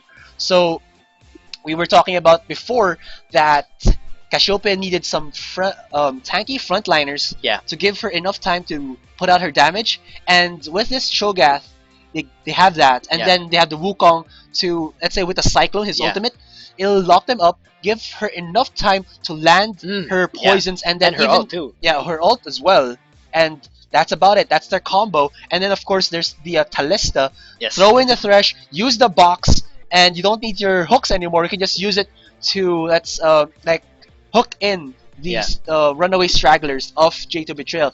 I can't count the knockups from IPT right now. There's like so many. There's the Cyclone, then there's the Flay, then there's the Cho'Gath Rupture. So many knockups and right now. Kalista coming from Ultimate as IPT. well. Yeah. But with that, now they're hovering over the Malphite, so they want a knockup of their own. Yeah, Well, actually, they so- have their own knockup. There's the Aatrox, the Lulu, Yeah. and if they Wow, lock they this all in, the want Malphite. knockup compositions this time. So Betrayal gonna respond with the Aatrox, Graves, and a possible Ooh, wait. Malphite. So It's lot. a jungle Aatrox. Yeah. Oh, it's gonna be support Lulu. Very All right. nice. So, I thought it was going to be yeah, the top me lane too. Lulu, but having a support Malphite does give you the ability to engage immediately as you hit level 6. But then yeah. that's what only he does. If you don't snowball your lane, he's not gonna be tanky Yeah. later on. Yeah. He's just going to be that initiating tool that is like that just goes in with unstoppable force and then just gets bursted out immediately, and then that's about it. But when you go in for a top lane Malphite, you have the tankiness if you're able to farm enough. You have the engage, you have the damage as well Yes. if you stack enough armor or ability power. Or if you see, like a burst AP. Yes, Malphite. very true. But as for a support Lulu, it can go in the way that they still have the utility-based Lulu. It's just that her AP ability power won't be as high as a top lane Lulu, but still the presence that she has is still there. Yeah, definitely. So I guess more efficient use of roles here, I guess. Yes, So very true. again, just to recap, we're gonna have the team compositions on the blue side. We've got IPT, that's Imperium Hate in the top lane with the Cassiopeia, Poisanity in the jungle with Wukong, Light in the mid lane with the Cho'Gath, and in the dual lane we've got CNS and Hero with the Thalista. Yes, as for J2 Esports Betrayal, we have Ruin in a top lane Malphite, Link with our jungle Aatrox. Actually, Yes. is this the first time I've I seen think so in the Broken PGS. Yes. Yeah. So wow. Again, J2 Betrayal with their signature brand. We do the unthinkable, Yes. the unprecedented, the out of meta. Actually, Yeah. not out of meta, but just Unexpected. Unexpected. There we Yeah. go. All right. So for Zone, he will be our mid lane. Azir, Sync and Hack will be our dual bot lane with the Graves and support Lulu. All right, so those are our team compositions for you guys. So, looking at the general impression these team compositions are giving us, what can you say about these teams? All right. Like I've said before, Imperium Pro team.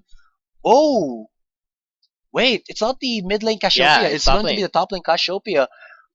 Against a top lane Malphite, this is actually a good lineup for Imperium Pro team.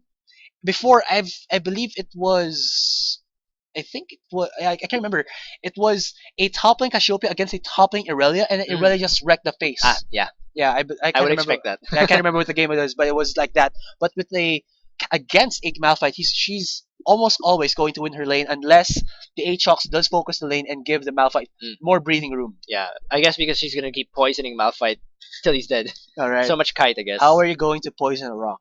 We will Well, see. All right. yeah, we'll see So about that. again, back to the compositions. Again, for Imperium Pro team, they have the tanky frontliners. So even though a mid lane Shogun isn't as tanky, he still stacks up the HP with the feast, Mm. and then he has again a lot of burst damage with his feast, true damage. Yeah. So and also their objective control has skyrocketed because the feast does deal 1,000 true damage Mm. to minions. So if, for example, they need the instant damage onto the dragon, feast. Yeah.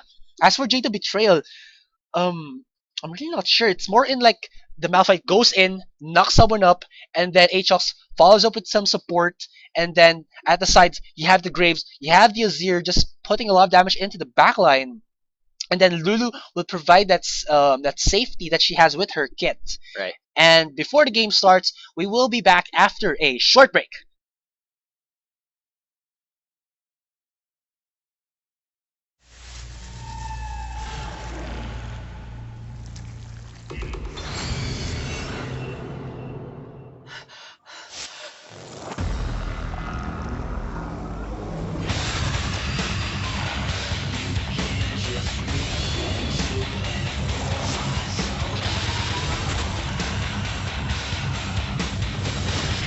Parasite the Maxim. Watch it the same day as Japan. Thursdays at 11 p.m. on Animax.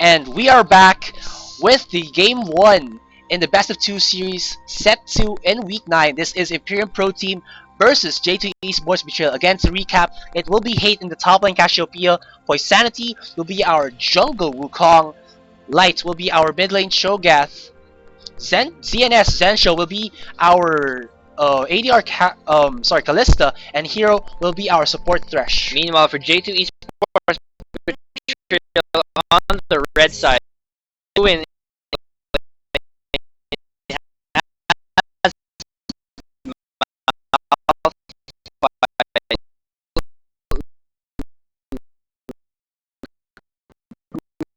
the Aatrox zone in the mid lane with Azir, and in the dual lane we've got Sync and Hack with the Graves and the Lulu. So we're gonna see if we have any early level 1 engages here. Hate and Ruin just making a small exchange, gonna put down that ward. But I'm not sure. In terms of level 1 fights, who do you think would be in the advantage here, if ever? Level 1 fights, in my opinion, it's going to be Imperium Pro Team because the hook, that's the initiation tool for Imperium Pro Team, and then they're just more tankier. Yeah. Aatrox isn't a tanky champion early on. Yeah. Even as the game progresses, he's not going to be tanky. Yeah. He relies on his W to heal himself back. Yeah. Yes. And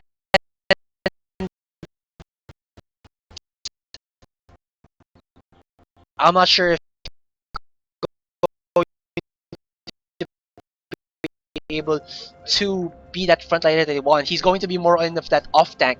And off tank, if you don't yeah. know, is the the support tank that he can't be the he can be an initiator, but he can't be the main damage soaker Yeah. for J2 Esports Betrayal. He can only be the follow-up soaker. Yeah, that would probably be Malphite, the main tank here for J2 Esports Betrayal. But I guess we're not going to see any level 1 engages so far in this game, so no cheesy kills early on in this game. Everyone's just going to start standard, although, yeah, there's also not going to be any lane swaps in the bottom lane. I mean, looking at the Kalista and Graves, I'm not sure that it's really a counter pick or anything. I guess it's pretty Yes. standard, I guess. And Sync and Hack here are going to get the Grump right now. Right. Alright, so we will see what happens there.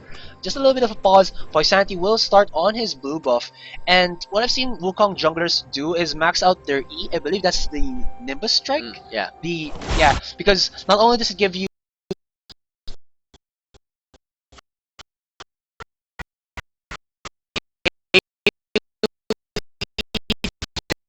the first two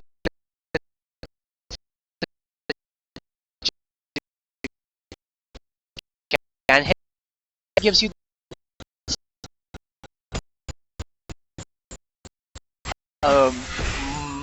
attack speed bonus Right. for the first few seconds that you have activated this ability. So yeah, like Asteroid said, Sync and Hack, we're gonna start off, get the early Gromp, possibly get an earlier level 2. Actually, I believe Sync is already level 2, so Yes. most of the EXP there is gonna be focused onto Sync for that early level advantage. But they are gonna be a little bit behind in terms of pushing. Yes. Actually, even though they're behind in pushing, this is actually in favor of J2 Betrayal because with the aggressive lineup of Imperium Pro Yeah, Team I with was the thinking hooks, that too. yeah, they'll have a little bit more safety. And then Zensho and Hero are forced to be a little bit overextended. So this might give Link a little bit more free reign to be able to engage onto them. But now, taking a lot of damage. Oh my god! Wow!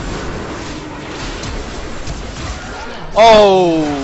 The Talista is Wow, real. what a fight there. So Kalista really puts down so much damage there, and although they forced so many summoner spells, they forced to heal the Flash and the Exhaust, but still the first blood goes over to ZNS. Yes, very true. Alright, so what an aggressive start there, coming over from ZNS and Hero. Like you said, hopefully they were going to stay a bit safer, but the on-point hook from Hero.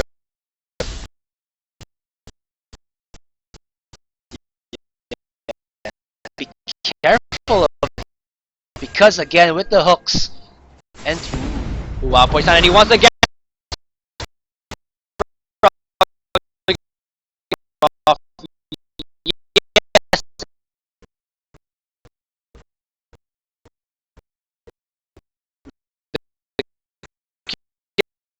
goes over though to Poison. So very well coordinated gank there in the mid lane. yes, very true. Also, the crushing blow, that's the Q of the Wukong, does give armor penetration, same as Dragon Strike of Jarvan. So these early ganks do more damage than most people think so. Just because it's only base auto attack reset. It's not just that. It's the armor penetration auto attack as well. Right. Meanwhile, so far, looking at this top lane, Hate rather, with a slight CS advantage, and I guess like you were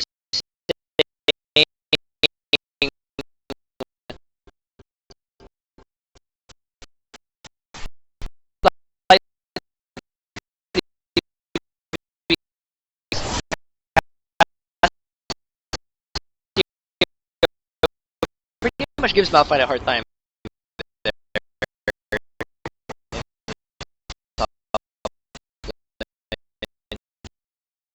Also, Hero didn't get the Blood Moon Thresh. So that we're not going to see the Blood Moon duo. Dreams ruined.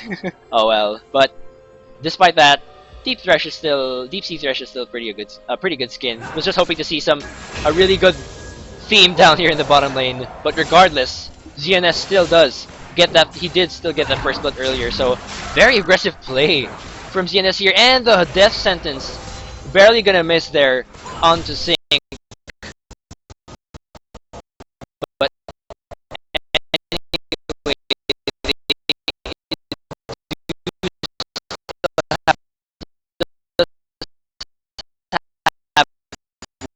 one kill.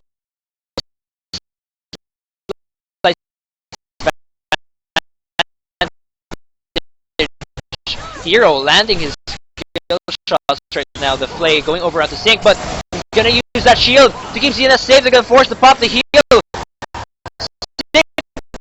Kill, but the off. Meanwhile,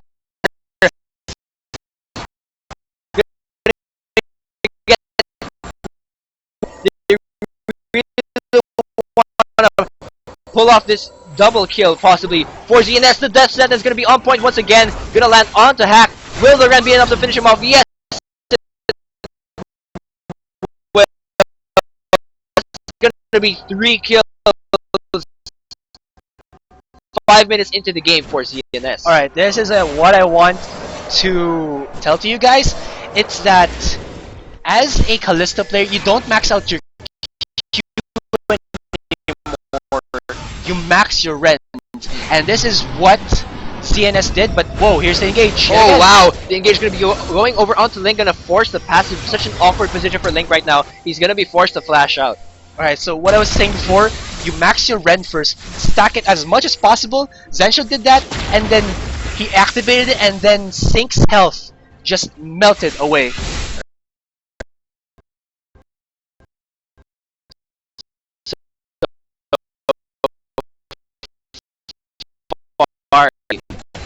And we can see that most of the kills are really onto ZNS, so the combo here between ZNS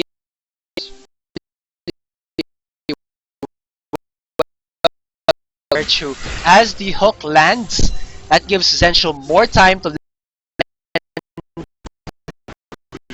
and then just activate it when he wants to last hit for tons of damage. definitely tons of damage really Tons of damage is the phrase to give here for the ZNS Hero bottom lane. Yes, so, and as the top lane progresses as well, sorry about that. Yeah, so far, as the top lane progresses for Hate, like I've said, he is able to zone out Ruin in the top lane because of his range, because of his spamming abilities, and look at that, he's already 11 CS ahead, or 12 CS ahead, sorry.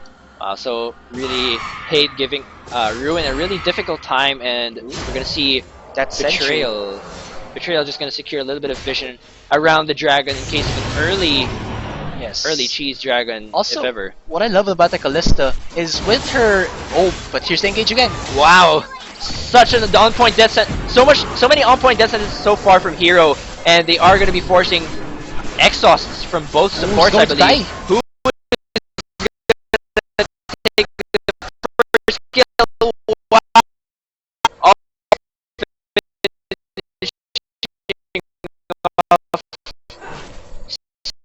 Sync there, but a very even engage there. Without the shield for Hack, I believe Sync would have died there. Yeah, definitely. Immediately. I guess that's what she meant by Lulu being one of the utility supports. Really offers a lot of saving moments there for Sync. Yes, very true. Also, but here's another engage. Another engage onto Light. Link trying to make his presence felt onto the mid lane, and that is going to be a disengage there. Hero, meanwhile, possibly going to make a pick down at the bottom lane. Link still trying to do what he can here in this mid lane. Light with the ult to knock up Sync there is going to come with the response. Who is he going to take down? Who are they going to focus? Anyone. The Flay is going to give Hack possibly another. he gets the landing kill onto Lulu. A double kill for ZNS. Such mechanical play here coming in from ZNS and Hero in the bottom lane. That was a 3-4 exchange. Wow. So there, the mobility of the passive that Kalista gives is insane. To commend him, he flashed out of the knock-up there. Such calculated synergy here. Yes, from very Imperial Pro true. Team. You have to give it to them. Also, Link a little bit too overextended there. That gave Hack a little bit a sense of security that he didn't have because Link doesn't have his passive, so he doesn't have that, let's say, luxury to be over aggressive, and he just did it.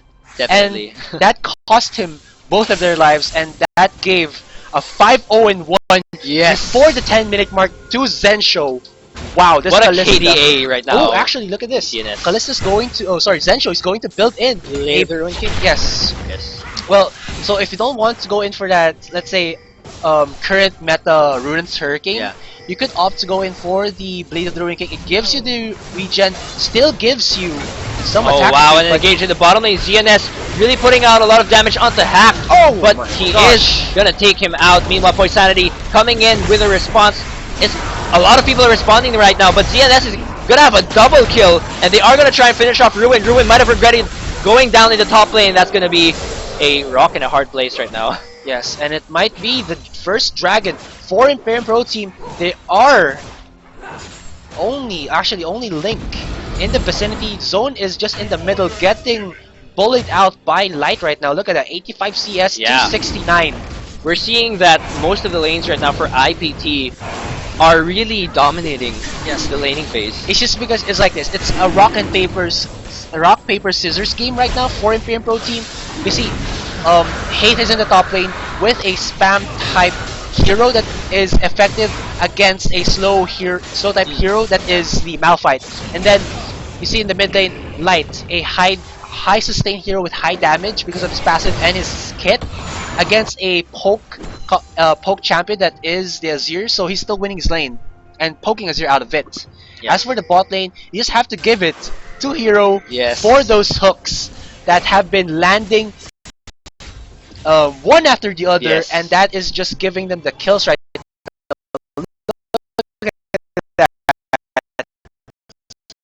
10 minutes. I was saying 5 kills in a before the 10-minute mark. It's almost the 11-minute mark. 7 kills right now for Zensho. Wow, so ZNS really carrying his team right now, but of course, with great kill participation coming from Hero, really making his presence felt, and ZNS really coming in aggressively. He's trying to put down some damage, and the shield is going to be there to pull him out. So wow, ZNS really putting the pain onto the bottom lane of J2 right now. And he's not afraid to take damage as long as he doesn't go into that danger zone in his HP. He can heal it back up with the passive from the Targon's Brace and then his own items. But whoa! Oh wow, the Exhaust gonna be forced there onto Oh. ZNS, and they almost finished off Sync and Hacker. Might have been another double kill. Meanwhile, Kate gonna land a little bit of a slow using her ult. It's gonna be a 2 versus 2 here. Down. Meanwhile, the pass from Link gonna help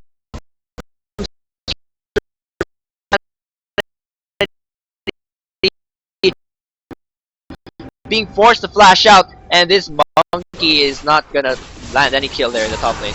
Yes.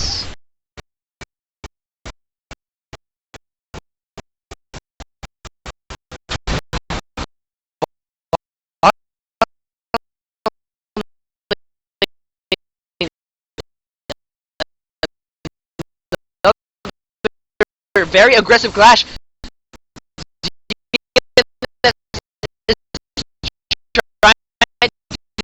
Use her mobility, gonna force the flash out of sync. Death Sentence gonna miss for once in that bottom lane, and they are gonna be forced to disengage. But regardless, it was a successful engage, forcing the flash. Yes. What happened at top lane is just that Hate used his ultimate too early. Yeah. And then there's just so much damage coming out of Ruin already there. With the help with the help from Link. Sorry about that. Alright. Nagbibinata po si Asura. Alright. And Ooh, wow, another engage here in the bottom lane. GNS not non-stop aggression right now, and wow, actually Wow. recalled right before the red. So that was wow, I don't know what to say. such disrespect Yeah. coming out of Zensho. He just looked into the eyes of Hat as he was about to die to that He red. was like, you know what? I'm gonna even show you that I can recall, and you're still not gonna survive here. Yes. Also, Wow. another one that I found awesome was that when Poisanity was using his Cyclone, Link tried to hop in over and he was like stopped in the middle of the jump and then just landed down. Yeah, so yeah, the little really, things. The little the things. advantage right now for IPT is huge. 13 minutes into the game, and they have 11 kills as compared to J2. They only have 1 kill so far and an 8,000 gold lead. This early on in the game is really quite insane. Itemizations for J2 look a little bit grim. 8,000 gold lead. Yes, they have no Sorry. core items 6 yet. flats. Finish. It's only Yeah. the Juggernaut item for Link, and that's what you don't want to give for an Aatrox jungle. You need to give him the Warriors Enchantment, give him more damage output, and as this goal advantage grows for Imperial Pro Team, they're forcing the jungle to build more defensively to be able to accommodate the burst output that Zensho has already, Oh wow. Hate has already, and Light has already, and itemizations for Ruin, Chalice of Harmony with 2, I forgot the name, the races. Yeah. Yeah. Going These- for the Righteous Glory, I think.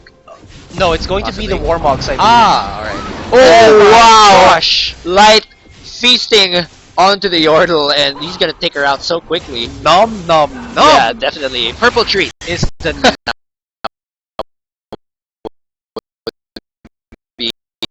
That tasted purple. Definitely. Out. Hack so fast. Doesn't have time to respond. yes, and now Think Oh wow! will he die? Yes, he will. And Zensho is playing hopscotch around Sync right now. So much damage coming off from ZNS at this point in the game, and Link gonna land some poke, but not much he can do. yes, and look at the itemizations for Zensho. Almost finishes his Ruinous Hurricane. So Yeah. also Ruinous Hurricane isn't only for using Callista's passive into a greater extent. It also gives him 3 targets to hit at Yes. a time. And oh, Oh wow, aggressive play here over on the mid lane. Hero wants to land another death sentence, sadly it misses, and it's not going to be a kill, but meanwhile, Hate just destroying Link right now in his own jungle. that the wardings for Betrayal is lackluster. You can see that there is no wardings in the entrance of the jungles, and then there's a lot of wards Yes. by Imperial Pro Team. That pink ward right there has been sitting for over a couple of minutes, and that just showed Link was trying Oh to wow, go in, but ZNS whoa. gonna land the ult with the help of Hero onto Hack.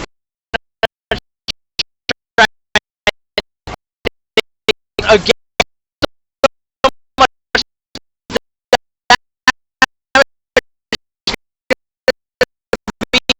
Another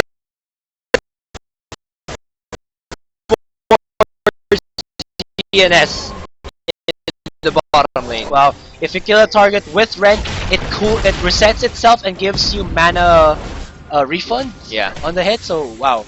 Alright, so this game is looking very grim for J2 Betrayal. 9,000 gold lead.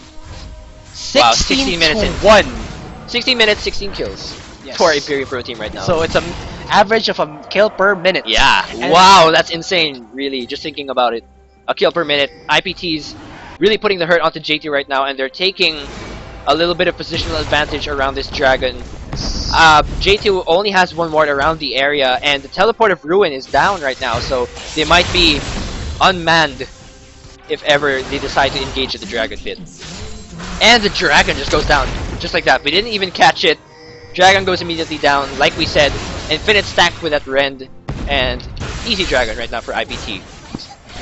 But there might be a possible clash. The Dark Passage is going to save Light from a possible kill there. Yes, look at the wardings coming out again from Imperial Pro Team. The whole like 360 of the map. It's Yeah. like the outer rim of the map has Yeah. been warded with those pinks, with those green wards, and it's just giving Imperial Pro Team. Yeah, this time Light wants the Emperors, not the purple treats. Yeah, Gonna not the give treats. himself a He, little bit of a he wants sandy the big treat guy. there. The sandy treat. Meanwhile, he's gonna put out some poke onto Link, and GNS again putting down so much damage onto both members of J2. Meanwhile, Hack is gonna come here with the support. He's gonna ult GNS. GNS gonna get bursted out, possibly.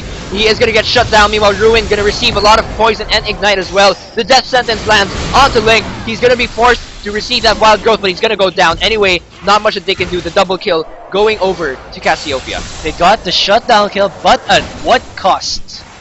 Yeah, Zensho definitely. did die over, and Hack got the kill actually. And that's not the best case scenario if you want to get back into the game. You Yeah. don't want to give the shutdown kill to your support. Yeah. It was unfortunate. Here comes the replay. Alright, we can see right now that Zensho is going total aggro onto Link right there. Didn't force the passive to proc just yet, and then Ruin will use his ultimate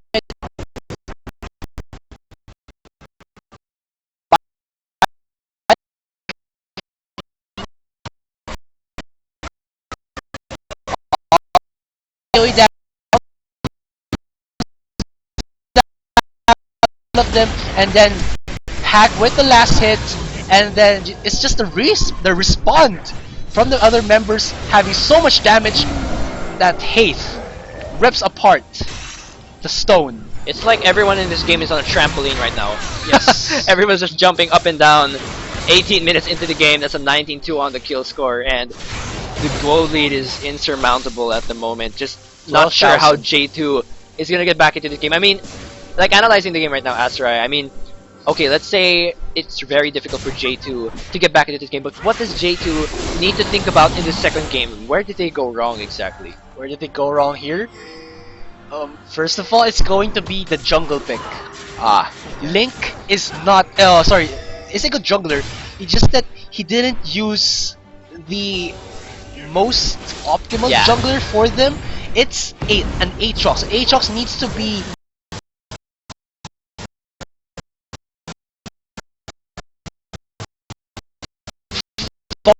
farmed to be able to do anything as a jungler. There are other junglers who can be effective without items, such as Jarvan. He was banned out though. Sejuani, he was banned out.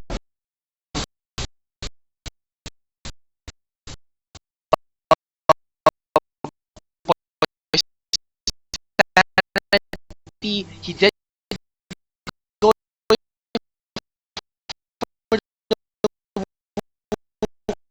Kong. As for Link, I think he should have gotten for someone who could have tried to get picks for them, and that would have been the Elise. Yeah. Elise has a bit more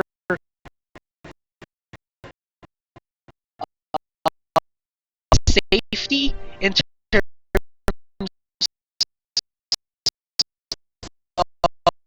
of, let's say, her repel. Does put her out of range, and then she has her pick with the cocoon. There's the Skittering Frenzy, which gives her nice amounts of damage. Also the exploding bombs for face checking, and of course initial damage. Of course her buffed up neurotoxin and venomous bite, Yes. which would give her a lot of early game damage. I think that was one of the optimal junglers for them. I can't say, but right now that Aatrox pick has been proving to be a hindrance for J2 Betrayal Yes. to do anything right now. Meanwhile, IPT gonna secure a 20-minute Baron. The advantage is very real for the IPT Ren right does now, stack on and the the Ren Baron. is stacking infinitely right now. The bane of junglers, this Ren is gonna take him out in a matter of seconds.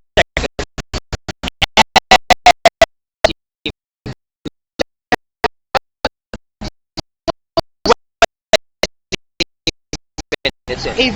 Over a 900 HP Baron. Wow. Yes, that's exactly why watching the NALCS, I remember that they did say Kalista is the bane of a jungler because the Rend technically, when infinitely stacking, does better than Smite. Yeah, they should put a cap on it. Yes, that's exactly what Freak said. Please put a Yeah. cap on that.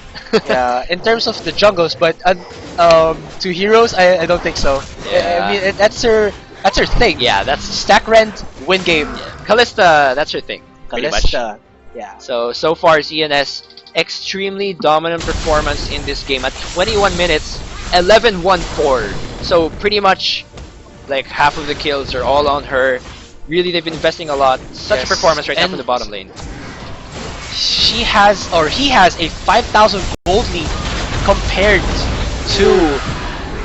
Meanwhile, there's going to be a Sing. short team fight here. Ruin going to be forced to back out, receiving that wild growth hate, taking down Lulu, or Hack rather, and a double kill. So much shields going onto hate right now, and meanwhile Link is going to have to be forced to back out. All of the members of IPT are around this red buff, and they are going to be rotating over to this top tower. Is there anything J2 can do to defend?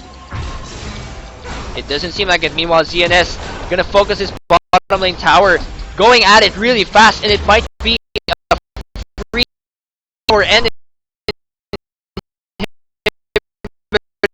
totally uncontested right now. The lead is really showing right now for IPT. Very true, and it's really showing how much power the Kalista has right now because they were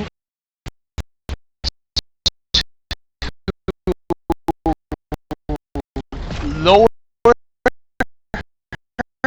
down early on. Yes, definitely. Yes. Yeah, looking at the kills right now, J2 only has 2 kills, and their carry, which ideally was Sync, has 7 deaths pretty much. So He wasn't able to even finish one of his core items. Yes. He has no damage spike. He has no damage at all right now. meanwhile, Kalista with 2 core items, and Ruin gonna go into the fight right now. No fear, he's gonna go into the middle of the fight. Poisanity trying to land his ult, lands it onto only Ruin, and that's gonna be a little bit of an awkward fight. Meanwhile, Kalista gonna use her ult, but might not land it onto anyone. Gonna put Hero just a little bit beside that tower. ZNS almost goes down. Hate gonna put on some poke onto the respective teams. Death Sentence barely gonna miss, and both teams rather, are very low right now. Gonna be a Zone disengage. is the only one who can put damage on to Zensho, but okay, I was waiting for the pitch by engage. But okay,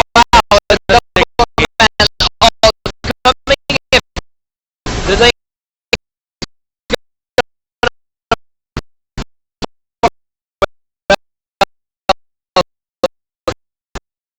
members of IPT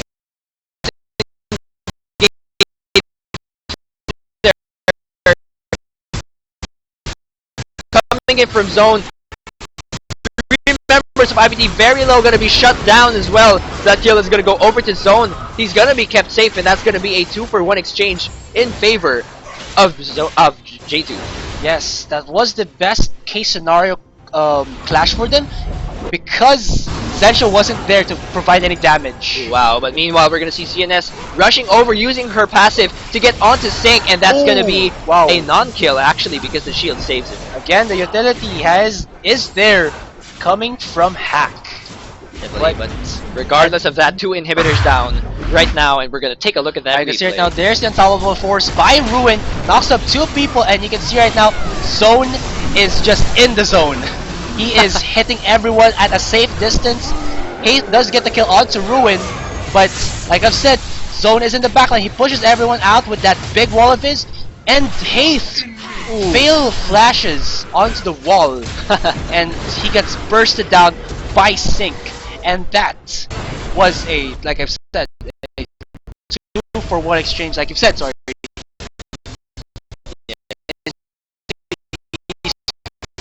Betrayal, and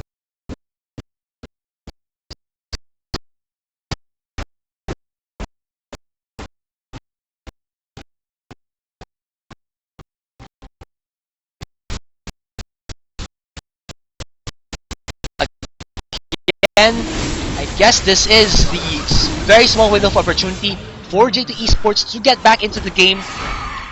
Force Zensho out because Zensho is the main damage dealer of Imperium Protein. Force him back to heal, and then that's a 4v5. Try to get something out of that, and they did. Yes, definitely. And, yeah, right now, Sync has his Infinity Edge, but Oh my! CNS gonna get slightly caught out of position here. He's gonna get Transmodulated, and he's gonna go at really Oh! low. Meanwhile, there's gonna be an ult coming in from ZNS. He's gonna survive. The Exil's gonna go onto him, but it doesn't matter. He's out of range from all of the carries right now. Zone can't focus him down. 3 member is gonna go down immediately, and Zone is gonna have to disengage. The flash play barely gonna miss. He was almost about to go in onto the dark passage, but then Lulu uses her Wago to stop him midair. The mechanics. Beautiful interrupt. Yes, if the teammates of Imperial Pro Team weren't there, it would have been a kill onto Yes. Zensho for sure. Zensha playing slightly over aggressive at the moment, but his teammates are there to save him. He's putting down a lot of damage onto Zone, and Zone not so much in the zone anymore. He's gonna have to go back to base, and they're gonna secure even more inhibitors now. That's gonna be all inhibitors down for IPT. Giant gold advantage right now. The kills are almost all theirs. This is probably gonna be the game, the first game of this best of 2. IPT versus J2, most probably gonna go over to Imperium Pro Team. DNS just trying to do the damage that he can, possibly finish him off. Wow, there's Runons is really applying the rend onto so many members right now, and at this point, it's pretty much just a matter of finishing off the game. The Nexus is falling down ever so slightly, and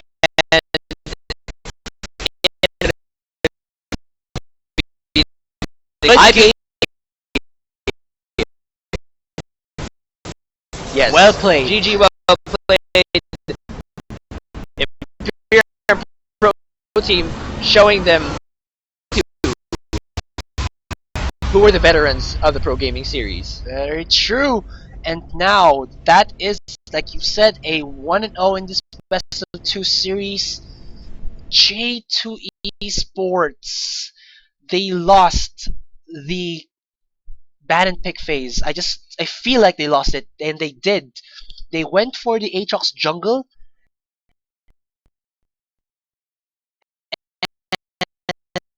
and that just, let's say, didn't work out for them. Yeah. They needed someone a little bit more aggressive early on, because Aatrox isn't as aggressive as you want him to be. He can clear the waves, he can clear camps fast in the jungle with his W, but then that's just about it. So, alright, we could, before we go into the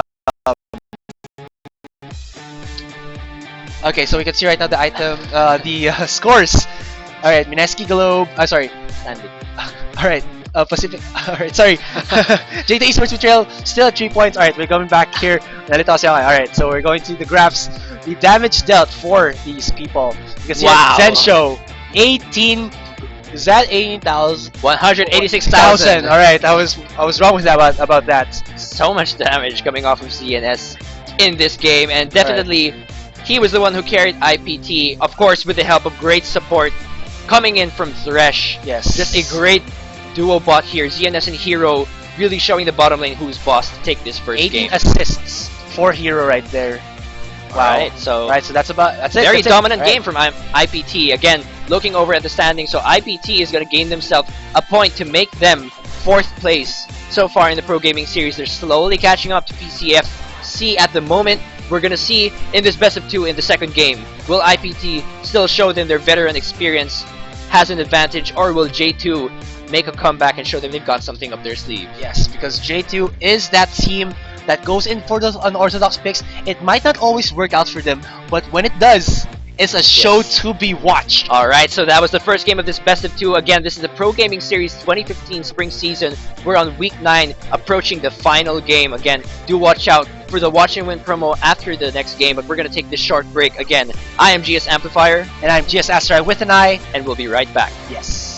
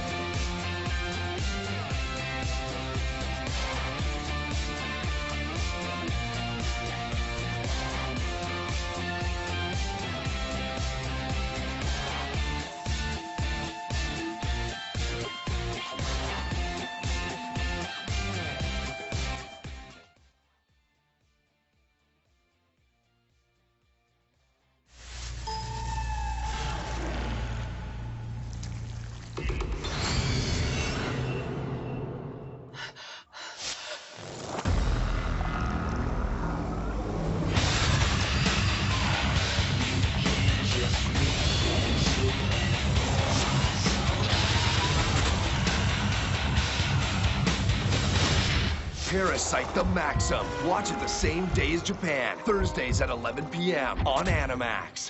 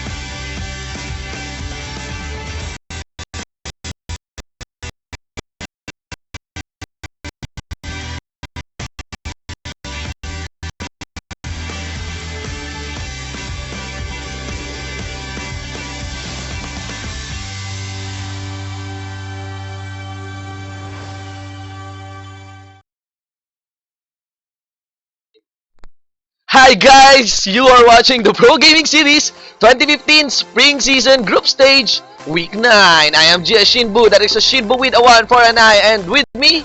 And GS Astrai with an I. Okay, so kami po ang Shoutcaster Tandem nyo for the night. Asubu? Asubu Tandem.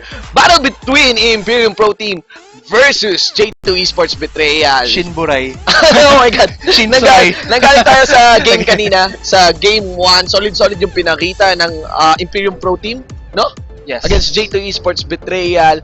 Tingnan natin kung paano makakabawi ang J2 Esports Betrayal against Imperium Pro Team on this one. So, first ban, manggagaling mula sa Betrayal, that is a Juani. Response would be a LeBlanc, then a Cho'Gath, then a Rumble, Kalista, then Irelia. Anong insights mo sa mga ban na to? Alright, so the Kalista ban, of course, it is focused on to Zensho Game 1. Oh, solid. He was legendary before even the 15-minute mark hit. Yes. And with the help of hacks, with the help of heroes, Thresh, he just won out that bot lane with all those hooks, and then of course the Ren follow-ups. Tapos naman, for the Cho'Gath and Sejuani bans, of course Cho'Gath either goes into Haith or Light's hands, and nung napunta kay Light, he will just rupture someone, Yes. tatalbog sila, flash in, and then peace, and then mamatay na sila bigla. So damage. talagang bursty Cho'Gath. Oo. Bursty Cho'Gath. So, sakit siguro ng feral scream na no pag nasigawan ka talaga ng Cho'Gath na yun, even if makagat ka. So, ano pa yung insights mo on those ban? Alright, other bans, other bans. LeBlanc, of course, high burst champion, Yes. used by Zone in matches before.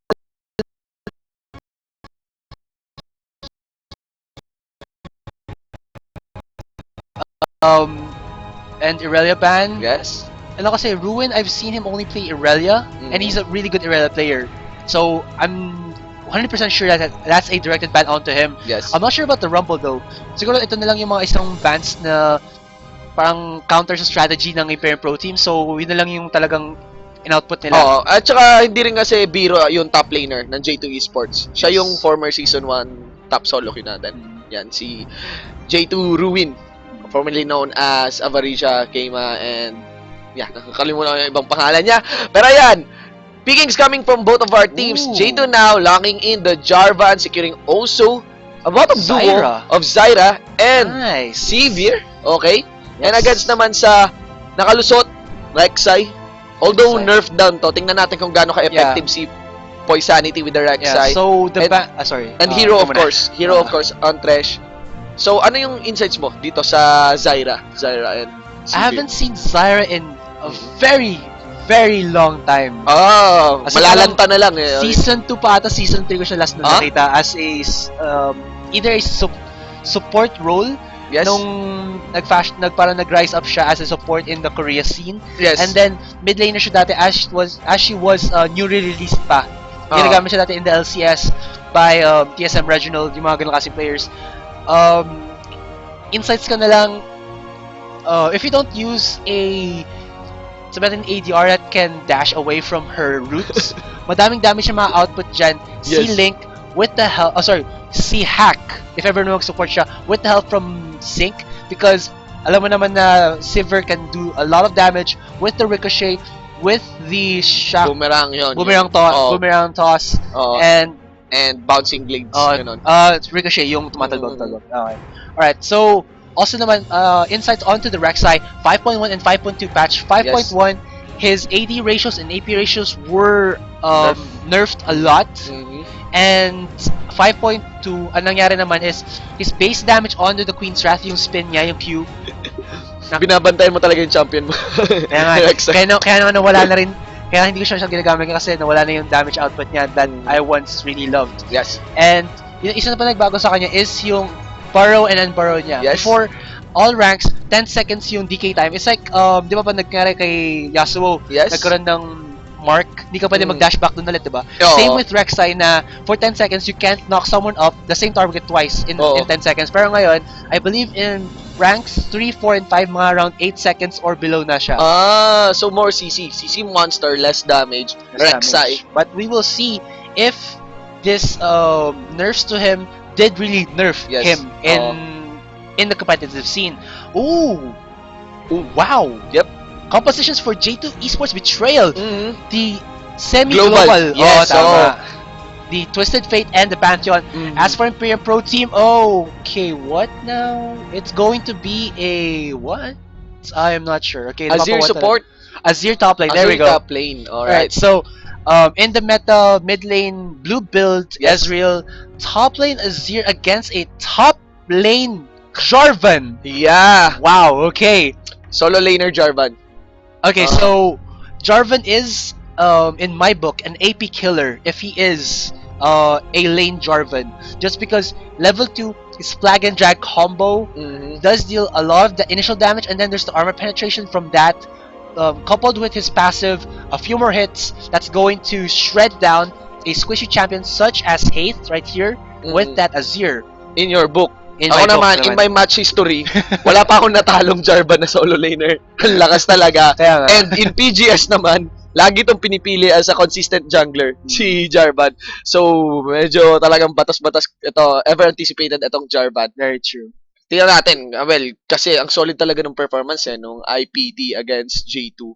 Even with these picks ngayon and composition ng J2 na actually aggressive and actually interesting kasi nga global, tsaka with the Pantheon and PF. Paano kaya, no? Alright, so for early game, it's going to be the, let's say, whoever has the early foothold. Mhm. Kasi makikita mo ngayon, lahat ng champions nila, let's say the Jarvan, the Pantheon, the Zyra, Yes. those are early game champions that can deal a lot of harass and, let's say, ganking potentials in the lanes and in the jungle themselves. Yes, oo. And pag sa Imperial Pro Team naman, they need to stave off that pressure because with the Rek'Sai, you need to give him a little bit more time. He needs to have at least level 3 to be a little bit more effective. Yes. But other than that, he needs items to be very effective. And naman for the Azir, he needs items to get damage. For the Ezreal, same as the Ezreal, and then nandun din yung Ezreal, yung Corki needs a lot of items. But again, J2 Esports Betrayal is just saying to Imperial Pro Team, gusto namin early game manalo agad kami. Hindi namin kayo hahayaan na manalo sa amin kagaya ng kanina. And now we are going to show it with our team composition. Sabi nga ni Link yata yun or ni Sync. Sabi ni Sync, J2 Sync, diba? Let's fly. So, yan. Kung Let's ilabas fly. talaga ni Pantheon yung weak siya, even if pinili niya yung Dragon Slayer skin talaga ng Pantheon na to, tingnan natin kung lilipad talaga yung J2 Esports Betrayal. So, ayun guys, you've heard the man, you've heard everything. This is Game 4. Ito na yung ating Game 4. Last match of the night for the Pro Gaming Series 2015 Spring Season Group Stage Week 9. Sino kaya sa palagay nyo ang mananalo between these two teams? Okay? You could hype it up sa aming social media platforms, that is on Twitter and Instagram. Okay pa rin yung picture yung screen nyo. Ganun. Yes. Kung sino yung trip nyo. And use the hashtags hashtag PGS Betrayal or hashtag PGS IPD Yes. for this one. Also, yung ating community platforms, PGS Rift, right? PGS Rift. G-Talk first, yun ang 171-88811. Again, that's 171-88811. Also, there's the PGS Rift official group which is www.facebook.com/groups/PGS Rift, and of course the official Pro Gaming Series Facebook page, that is www.facebook.com/ProGamingSeries. And before the game starts, we will be back after a short break.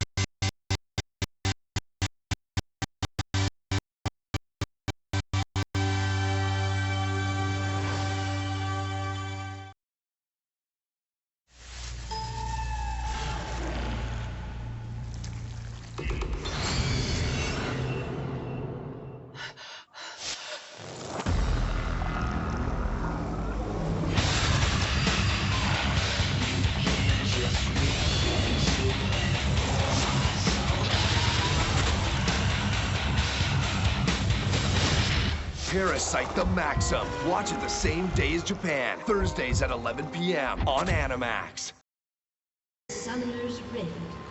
Welcome to the Summer's Rift! You're watching the Pro Gaming Series 2015 Spring Season fight between J2 Esports Betrayal versus Imperium Pro Team. For the blue side, we have J2 Esports Betrayal on the top lane. It's Betrayal Ruin on a Jarvan. In the jungle, Link on a Pantheon. For the mid lane, it's Zone on a TF. And for the bottom duo, we have Sync on a Sivir and Hack on support. And Hack is getting focused on actually by two members of IPT here. Death sentence not connecting. Flashes in si Light and kill given to Zensho with a phosphorus bomb. Hack overly extending his range into the river. Wow! And of course, para Nice sa positioning there. para sa roster rundown naman ng Imperium Pro Team. Oh, sorry. I was looking at the... Alright, so for Imperium Pro Team, we have Imperium Hate in the top lane as here. Sorry, Poisanity will be our jungle Rek'Sai. There's Light in the mid lane, Ezreal, Zensho, and Hero will be our bot lane duo, which is the Corki and Thresh support. Now, going back sa engage na yun sa bottom lane, ano kayang iniisip ni Hack no? I mean, taking that position. I'm really not sure. He already knew that Hero was there, so parang ano lang siya eh. You have to know that when someone is willingly showing themselves into the map, na meron silang backup at the side agad. Oo, tsaka yun nga, early flash sana dapat yung ginawa ni ni Hero, gano'n. Yeah. Pero parang nag-flash siya, less than 200 life na lang. Yeah, and nasa bar na. sandwich na siya ni Zensho and Hero. So, he was taking a lot of damage already kahit man nag-flash talaga siya. So, he should have just died already and not have wasted his flash. So, magamit niya pa yun if ever he needed to. Okay. Yun, no? Squishiness talaga ng Betrayal. That sentence connecting on to Hack. Pero they're focusing Sync as he tries to land some chakram shots dito kay Zensho. Yes. But I'd say right now, he is playing super defensive because he was forced to use his flash early on. Pag nahook siya, tons of damage coming out of Zensho, instant dead agad siya because he is a very squishy Zyro support. And mad props actually, or good job dito kay Sync.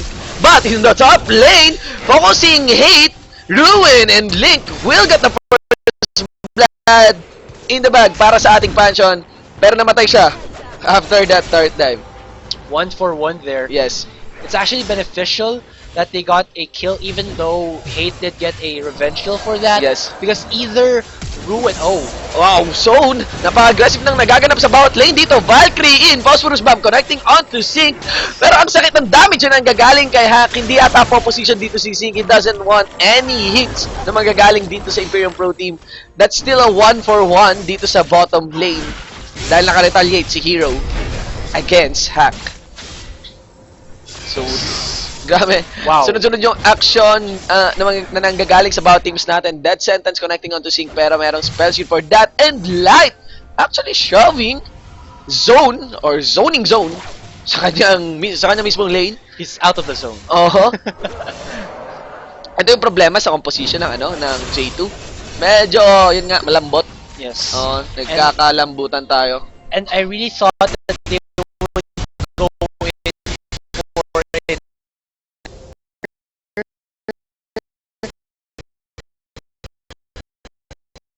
Like ruin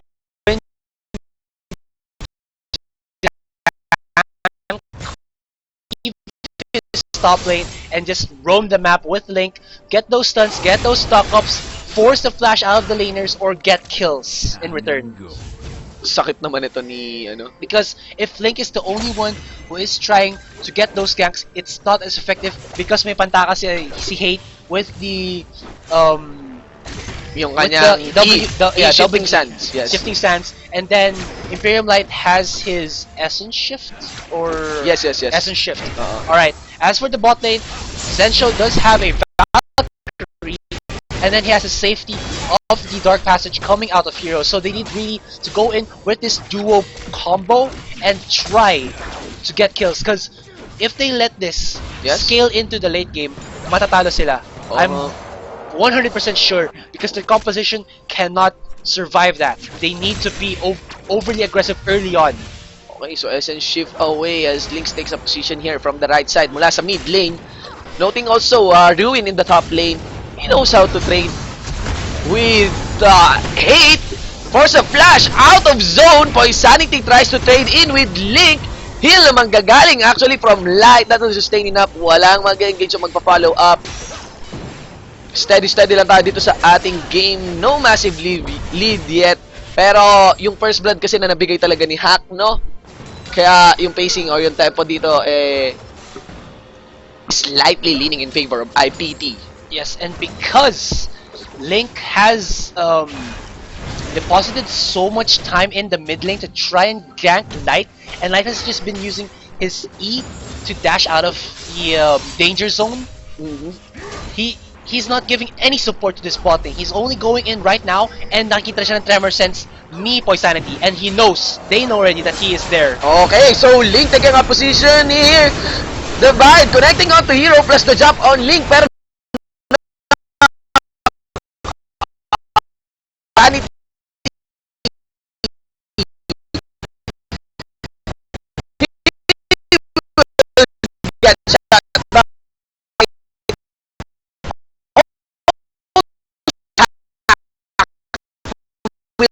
go down.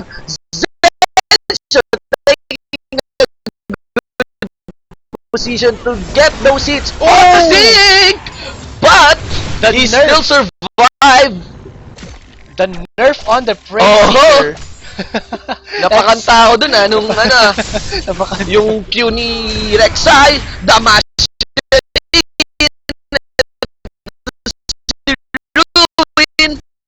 really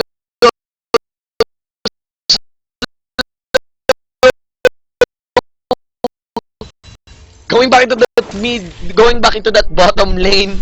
Yun nga, ramdam ang Rek'Sai nerf dito kay Poisanity. One more damage output from that. Parang kahit 10 more damage na mamatay na siya nun eh. Isang patch na lang yung sana kailangang iurong. Yeah, but still, the counter jungling presence of Poisanity was felt there.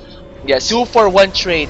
Again, the Zyra pick isn't as effective as they wanted it to be because they weren't able to use it. Okay, blue card. Si Zone, mukhang wala siyang any insurance on this one. As Hero takes a gank. That's connecting. Wow. Kill given to Poisanity. Mad Life hooks. Okay, so Hero now helping out with roam habang iniwan niya si Zensho dito sa bottom lane. And Zensho has his Valkyrie or sort of insurance para mag-survive dito. So talagang uso ngayon sa patch natin, no, sa advent ng Summoner's Rift natin, ng mga roaming supports. Yeah. But Wow! Still, really aggressive here. Dark Passage in Poisanity getting snowballed out of hand actually into this game. And Imperium Zensho also getting that kill. 5-kill lead in favor of IPT.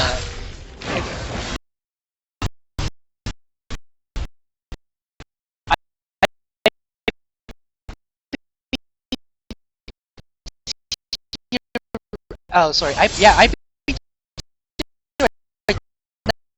just using that Rek'Sai tunnel to full advantage. Kung winordan nyo yung Tribrush entrance, papasok ako through the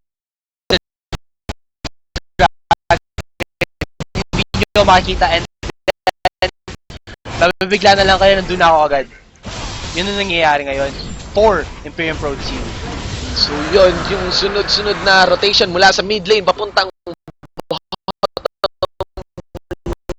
lane, shutting down key members of J2 Esports will give IPT the Dragon. Yes, also, I don't know if this is the inexperience of J2 Betrayal, if they're like a new, kasi ano sila eh, new challenge, new pro team sila ngayon. Yes, and I think this is giving them a little bit of a hindrance because, like I said before, I thought their composition was built for early aggression. And wait, just a minute. Alright, so there we go. An easy pick for them. But they should have been doing this early on. Like I've said, they had already the early game engage with the flag and drag combo of Jarvan, with the stun and execution damage coming out of the level 3 Pantheon. And then, may CC naman sila in all the lanes. They have the root from the Zyra. Totoo. They have the stun in the mid lane. They should have just been doing this early on to at least have gotten an early foothold. Because Imperium Pro Team, I didn't expect for them to be overly aggressive, pero yung damage output nila already is spiking. Kailangan kailangan may better utilization ng composition. Ang J2 Esports Betrayal, pero tons of damage ang nagagaling kay Zensho dito. Flashes in, nagkakapalitan ng banat dito sa side brush natin. Nakarating na po si Ruin. Hig flashes in EQ combo, but a massive play by Hero stops in on his tracks. Tingnan natin kung may makukuha ang kill. Mukhang wala. May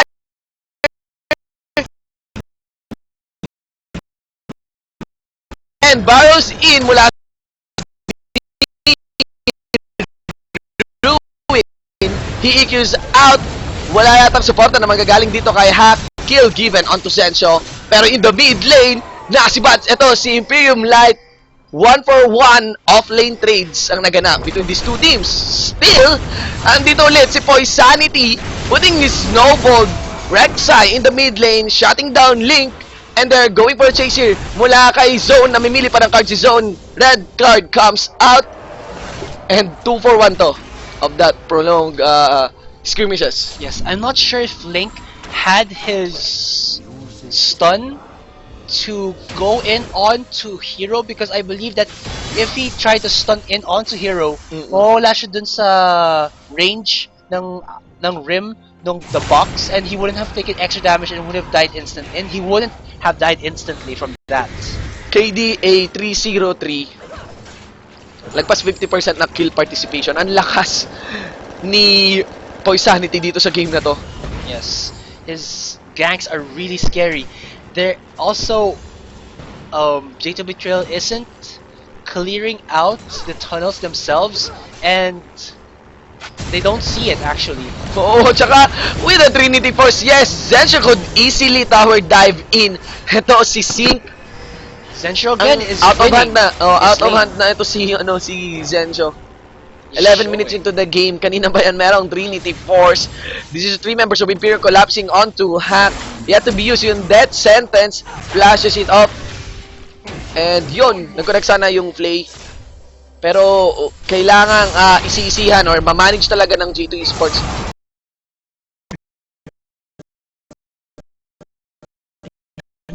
ng Imperium Pro Team.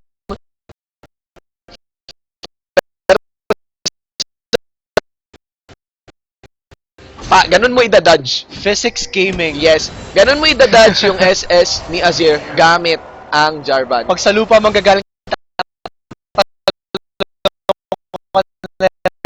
sa ere. Yes. Former top 1 solo queue player, J2 Esports Ruin, Avaricia for ayan, famously known as Avaricia, showing his mechanical skills into this game. Gold card connected onto Poisanity. Zone. Okay, so actually ang ganda ng SS noon. Was in the zone. Oo. Zone in the zone. Tingnan positioning against Poisanity, getting that pick 7-11 now. It's 7-11. actually it's actually anybody's game looking into this pace ng game. Pero Still not over yet. Oo. Of But- course, ang may obvious lead ay Imperium Pro Team. Yes. Okay? Because as you can see right now, Zensho already finishing his Trinity Force. Light getting his Mana Mune. He's going to stack that into the Muramana. Probably he's going to finish that around the 20-minute mark, 21-minute mark, mga around that time. He's going to have a very huge damage spike pag nangyari yun. But Zone already has a Morellonomicon, and a Twisted Fate with one core item is damage heavy already. Yes, Also in the top lane, Ruin is 1v1ing Hate and winning. medyo malaki yung problema na ibibigay ni Hero sa members ng J2. Dead Sectons connecting onto Hack. They are now focusing J2. Tumalon si Link to get that easy kill onto Light. Pero ito na si Poisanity from the side. Knock up. 3-for-1 exchange in favor of IPT. Talbog! Ang talbog. Lipad dun si Link. Okay, so eto na. This is IPT now taking a siege here sa mid lane. Ang gusto agad nila tapusin ang laro. Cataclysm connecting onto Zensho. Mukhang tinank niya yung Torre doon for a minute, and yes, he got shot down, but Poisanity gives a retaliation kill against Ruin. Zensho actually tried to Valkyrie away, but that beautiful timing for the Cataclysm stops him mid-air. Oh, so nandun lang pala si Zensho at nakidate kay Ruin sa kanyang Cataclysm. Malapit nang mag-Valentine's kaya naghanap na si Ruin ng kadate. Actually, parang binabatasan, ginagalingan nga talaga ni Ruin itong game na to if ever may nanunood. Dahil Malapit medyo ng Valentine's, naghahanap ayaw na- yata mag-solo queue ni Ruin sa Feb 14. Ganun. Gusto niya mag-ado. So, tingnan natin. This is the second dragon now in the bag for Imperium Pro Team. Pero pumapwesto actually si Link. Will he get any steal? Successful steal for this one? I'm not seeing it actually. Okay, with sentence Link in the mid lane para mag-defend. GS Aserai 9-15 in favor of IPT with 4K gold lead. Ano yung pwedeng magawa ng dito? Ng J2? Medyo nabingi ako sa SS ni Rek'Sai, pero Rek'Sai. sabihin ko na yung Breakdown, yeah, may pwede breakdown. magawa.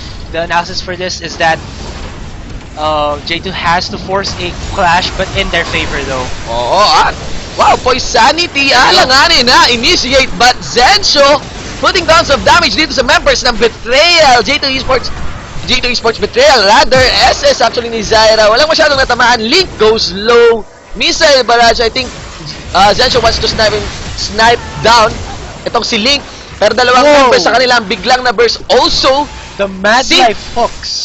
connecting that hook onto Sync, that is Hero, 3-for-1 exchange in favor again of IPT. I think mas sinosolidify pa yung lead dito ng IPT against J2 with a death sentence. Sinahustle talaga ni Hero. Etong members ng J2 Esports Betrayal, flashes in si Light, puts that Q onto the TF. Eto na si Link, puts the box. Hindi pwede makatakas dito si Hero actually, pero Light was able to burst down. Wow, Link! At sunod-sunod pa rin yung palitan na nagaganap dito. Na-punish yung J2 sa hindi nila pag-uwi. Alright, here it is. Poisanity overextended in the clash. He got all of the burst damage from J2 Betrayal, but the gold advantage of Imperial Pro Team just showed right now as Ruin gets bursted down into the ground. And then Zone overextended there, was in the face of Hero. He's saying, I don't respect you, and now I'm going to run away from you. Here comes Link trying to burst down Zensho, but Zensho with that timely flash does bait him in into the Sand Soldiers of Hate. Forces the flash out, but this is where it comes. Raven Ward. Where this is good. That double man play bursts down, hack into pieces, and then I can't see this, it's out of screen, but the Mad Life hook was able to snipe Sync out of there. Okay, so going back to the game, EQ in para kay Hero. Now, it's Ruin running for his life. Death Sentence connecting, plus yung mga soldiers na pinadala pa ni Hate. That is Ruin getting shut down. 4 members collapsing onto him. And actually dito sa top lane ng J2 Esports Betrayal, nasa bottom lane naman si Sync. But I don't think, yes, eto na nga. Zensho knows he has the lead. Even with the on the hunt activated, pwede siyang ma-snipe ni Zensho.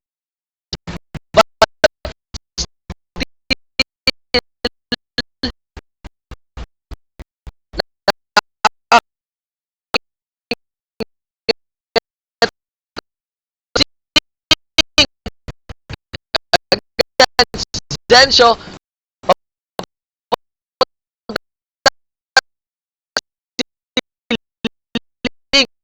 there's also a true shot barrage on his direction. Whoa!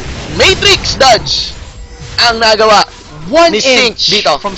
from dying. Oh, He saves himself by an inch. parang tadhana lang, parang may nakaanuhan ka lang sa MRT, no? Naka Yan naman shoulder to shoulder. Yan naman tayo Doon sa true shot barrage eh.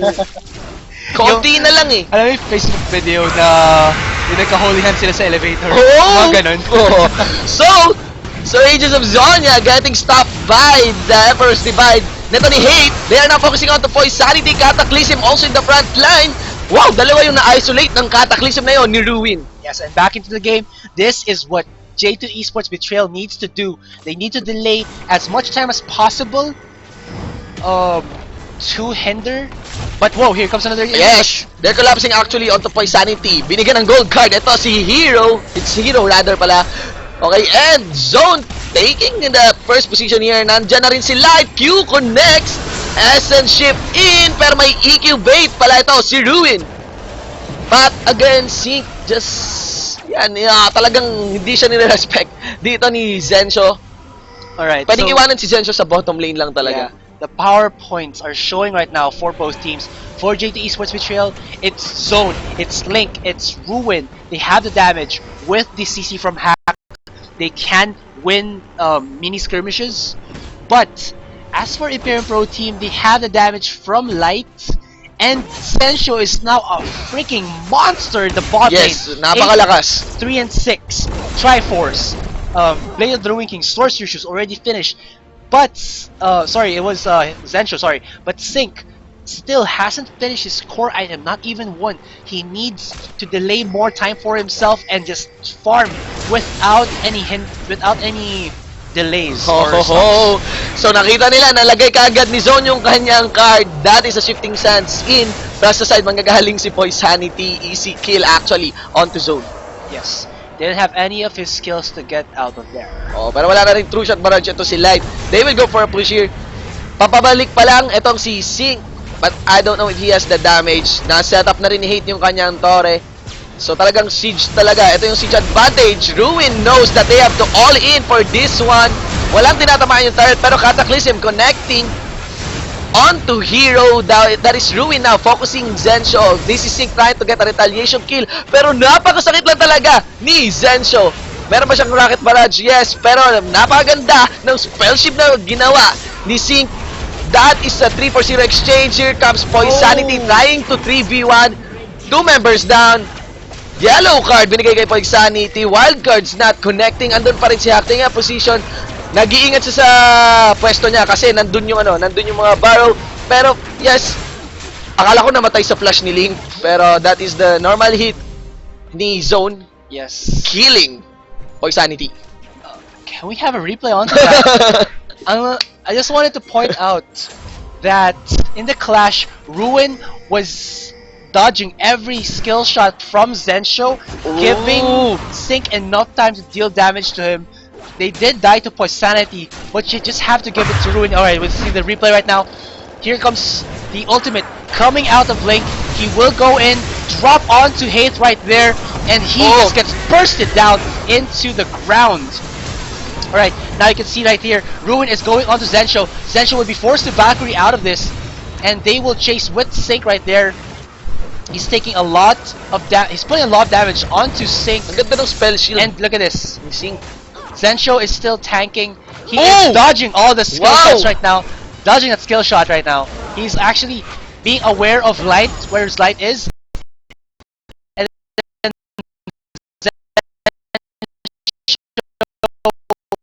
is just in no man's land. He will die. But and also here comes Sync. Oh, Zone getting the kill onto. Ooh, actually it was Ruin. Sorry. Flashes in. Ruin sinundot ng Dragon Strike.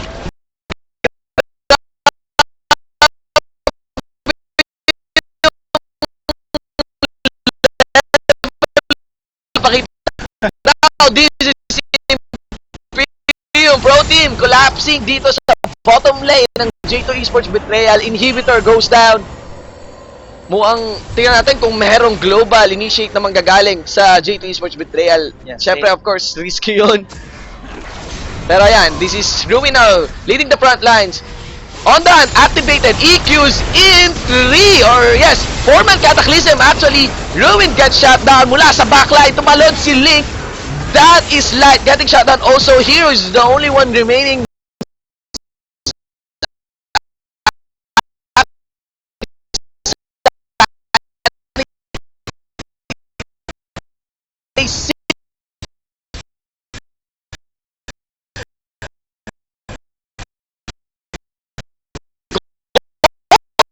Binigay kayo po isa.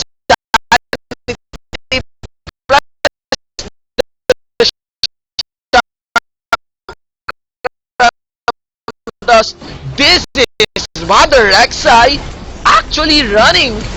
Successfully running. Pero yung flash in at tumatras pa rin si Zone na ano siya dito, na daddy move siya mula sa Season 4 Championships. Akala niya napatay niya na si Zone. Movement speed, kailangan ni J2 Zone dito. And yes, that is Poisanity completing the marathon. Here comes the engage. Ruin goes in.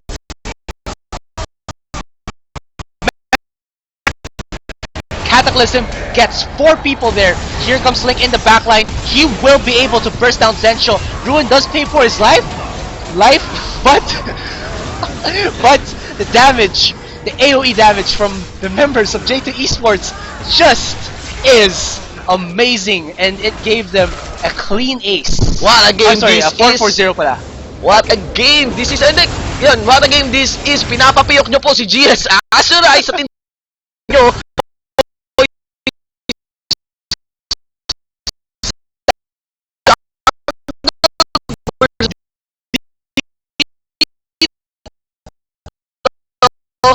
Oh! Not connecting onto Link. That sentence kill by Hero. I thought I was going to get away like Poisanity, but sadly no. Swanity points no for that death sentence. Swanity points. That sentence kill na ginawa ni Hero. You don't need burst when you have swag. Actually, kasi pwede talagang makilang yun ni Light. Parang sure kill na yung kay Light, pero talagang kinuha na lang yata ni Hero. Yes. Ganon. They need Link to respawn already, because without him, they don't have any means of getting into the back.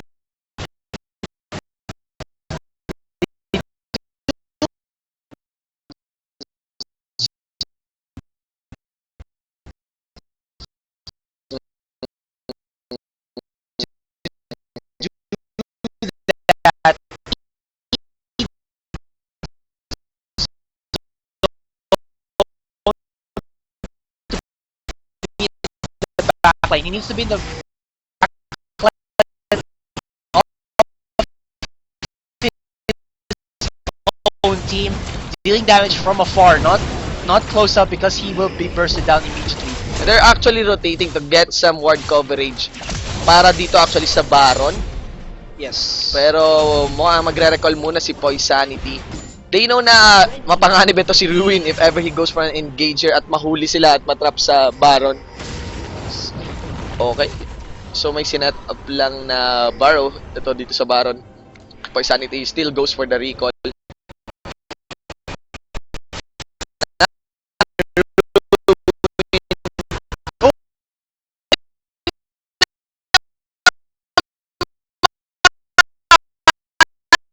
Spike po, ito si Poisanity.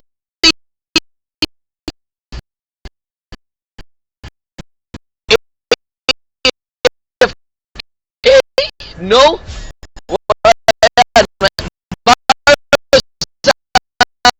And yeah, I think wala namang kukuha ng Baron dito. Medyo alanganin pa. Yeah, he was safe there. He's really tanky right now. He has a Warmogs and that Hex Drinker almost into the Maw of Malmortius. So he's really respecting the damage of Zone right now. Take note, ang tagal ng binuff up actually ng Warmogs. So really interesting, and maybe Keima or Ruin rather who has some good logic on picking this Warmog sa kanyang Jarvan. Yes, very true. Also, nahalata ko lang, pag nag-over the tunnel pala kayo, if you want to destroy Rek'Sai's tunnel, parang sumasayaw kayo, no? Oh? Okay, ano yun? Gimme-gimme. Gimme-gimme sa sa turret ni Rek'Sai. Yeah. And of course, that evil combo, yung Teemo tsaka Rek'Sai nga, di ba? Oh, yeah. So, Imperium Pro Team, Zone activated this SS. May manggagaling kang engage mula sa J2. Mukhang wala, and ginamit ni Zone yung SS to go. Scout out mo. Also uses ultimate. But sa bottom lane naman ng J2 Esports, if they go pa ng engager at alam yata yon ng IPT, sinacheck na yung base nila, 2-man Cataclysm. Okay, may tumakas mula sa members ng IPT, pero Zencho now gets shot down. Emperor's Divide, nanggaling kay Hate, he's able to, actually na-kill siya ni Link. 4 members of J2 Esports are down. It's an ace now with Light and Poisanity alive in this one. That looked like such a good team fight for J2 Esports. Yes. They already trapped in Hate and Zensho, but they forgot Light was still alive. Yes. Or they didn't they weren't able to focus him down, and he just shredded every of their HP. Plus Baron buff yun. Pinanish, actually sa clash na yun, pinanish yung J2 Esports dahil sa composition nila na all-in. Yes. Ganon. Flashes in pa si Link doon para lang talaga mapatay si Hate. Yeah. And na-calculate ni Haith kung saan babagsak si Link, and he timed his Emperor's Divide perfectly. Yes. Na pagkabagsak ni Link, itutulak agad siya. And Link was forced to flash out rather than pagkapasok niya with his Grand Skyfall, burst down Haith, flash into Light, try to stun him, try to burst him down, and delay his damage onto his other teammates, pero hindi nangyari yun. It was, again, a beautiful play coming out of Hate there. Interestingly, mula sa mga set of dunk squad, so yung talo ni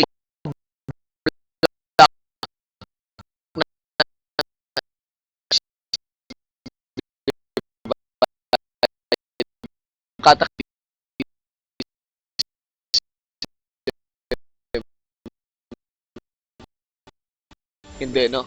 Yeah.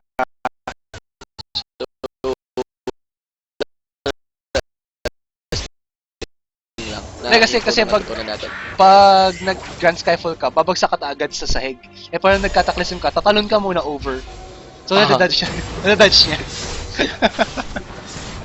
The physics. Ganda pala ng ano. Napansin ko lang sa skinny Panchon, kamukha yung Rumble Royale logo. No? As in yellow ang tingkad ng kulay. So, IPT trying again to push this mid lane. Yes. Hindi actually sila naging successful eh. Yung mid lane siege na to, dito yung clash kanina na nanalo yung J2, di ba? Yes. Pero now with top and bottom lane na butas sa kanilang base, tingnan natin kung mananalo pa ulit sila.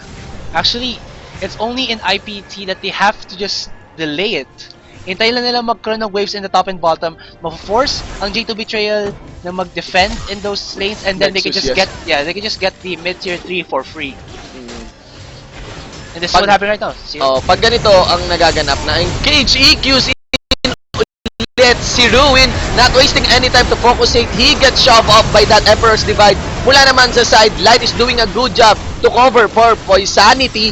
Pero dalawang members actually of IPT gets chunked down. Sync is actually getting snowballed into this game as he was able to kill Poisanity. Pinapasok na ng mga creeps itong base ng J2 Esports Betrayal, and Light was able to assassinate actually Link. It was such a good engage for J2 Esports. Oo. But Light is already a beast right now. Trinity Force, Last Whisper, not even a Mura Mana as of yet. But still he deals a lot of damage, and that damage is just proving a little bit too much for J2 Esports to handle. They could already handle without pag wala sana si Light, they could already handle that. Kasi ang ganda na na-engage nila. Yes. And tatlo na lang yung lead ng IPT against J2. But there's also a 6,000 almost a 6,000 5,000 gold advantage So for Imperium Pro team.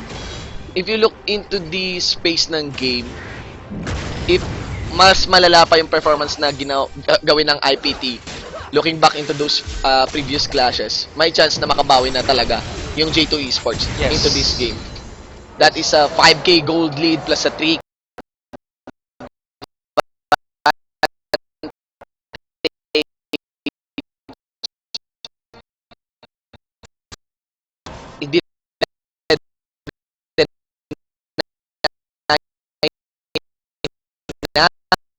hard go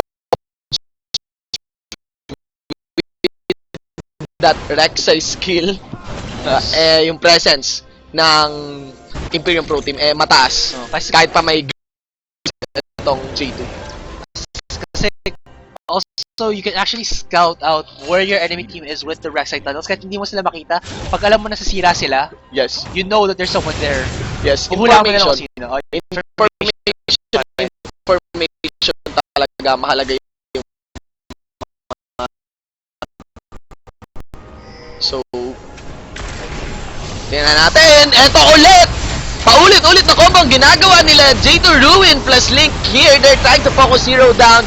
Poisanity trying to get into the back line, pero napigilan siya ng gold card. It's actually yung mga cards pala ni TF ang nagpapascale ng J2 Esports dito sa mga clash na to. Tingnan natin kung mahuli si Light dito. They are now going at the safety of their base. Papasok mula sa top and mula sa bottom lane itong mga super minions. This also IPT taking a siege sa mid lane.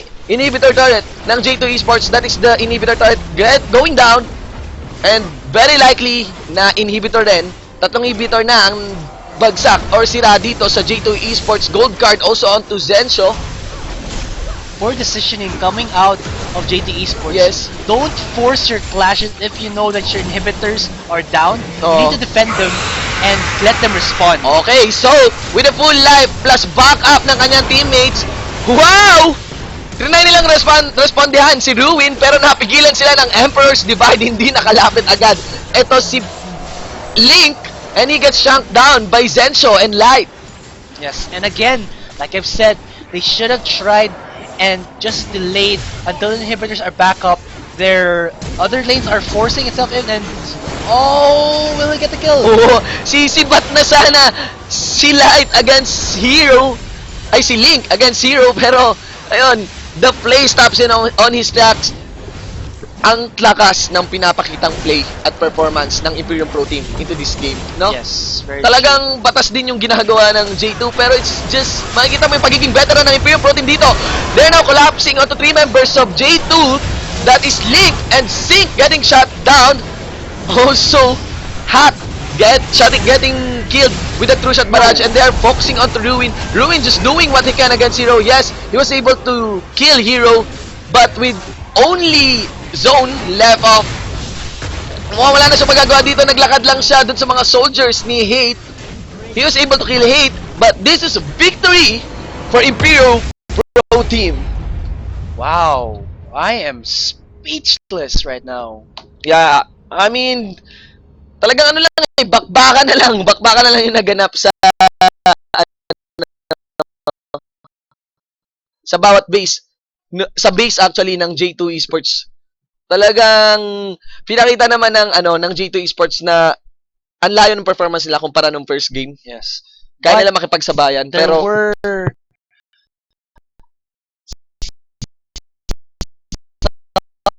or a lot of, let's say, very bad plays coming out of J2. They didn't know how to transition because other experienced veteran teams know that when you're down but still have a chance to get back, you first have to try and get your inhibitors to respawn and then try to do something after that, or force your enemy team to go into your base and then get a good clash coming from there, because you can go back to your well and heal up and then try to go back in, and they didn't do that. Alright, so we can see right now, here is the score. The highest killer that we have right now is Zensho with a 12, 8, and 15, followed up by Betrayal Zone with a 10, 5, and 13. His Twisted Fate has been everywhere in the map, and again, It's undeniable. Ang next step up actually para sa side ng J2 Esports would be Zone nga talaga. With a good KDA nga ng 10, 5, 13. yeah, but I have to Pero, give it to Ruin. Ruin, Ruin. and Link. Yung For combination nila. opening up those combos. But still, ang pagiging veterans ay nag-reflect dito, and IPT gets the victor against J2 Esports. Yun nga, Zensho. The victory. Yes. Alright. Zensho and Light going massive into this game. Sanity. On the right side in that early game. That victory will shoot up Imperium Pro Team now with 8 points along with Pacific Esports. So they're like the third Yes. placers now with the Pacific Esports, like you've said.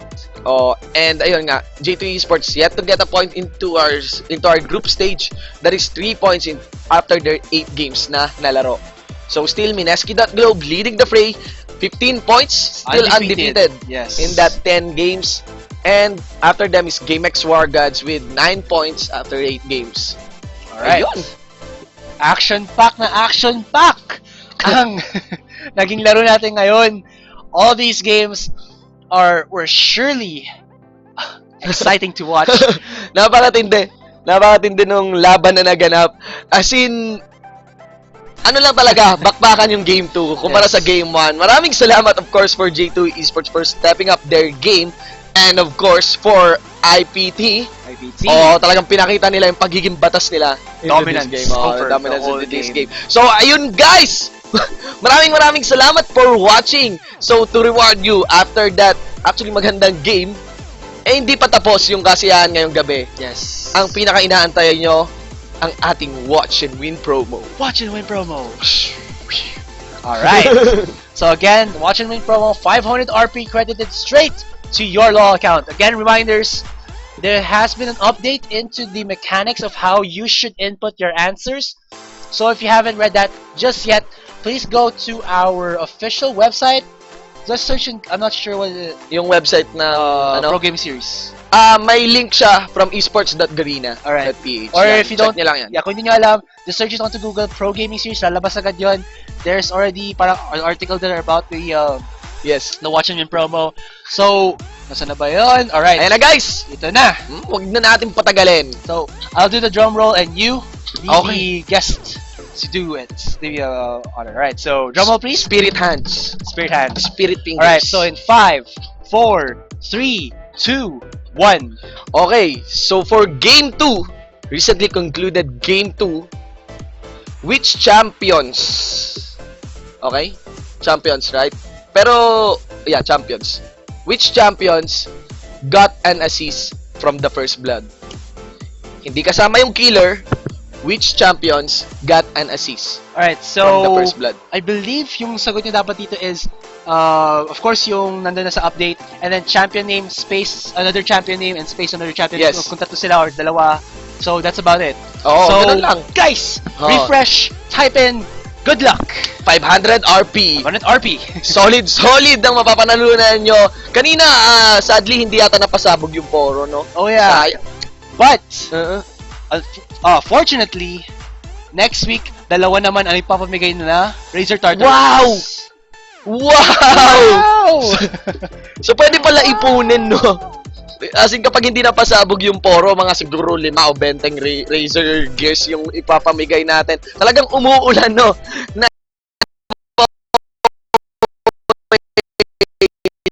at matinding esports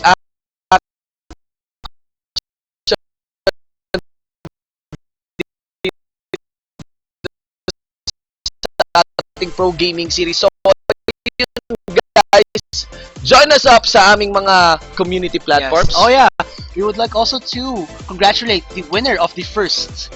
Yes. I believe his Reynald. name is Reynald. Yes, Congratulations, Reynald, on winning our first ever Rifters Go Aram Live. Also, we would like to thank Trippy Customs for giving us Yes. our very amazing Pro Gaming Series jackets. Yeah. Nag-workout ako kaya para nag-pulse yung Yes. nila. Check out their site, facebook.com/trippycustoms.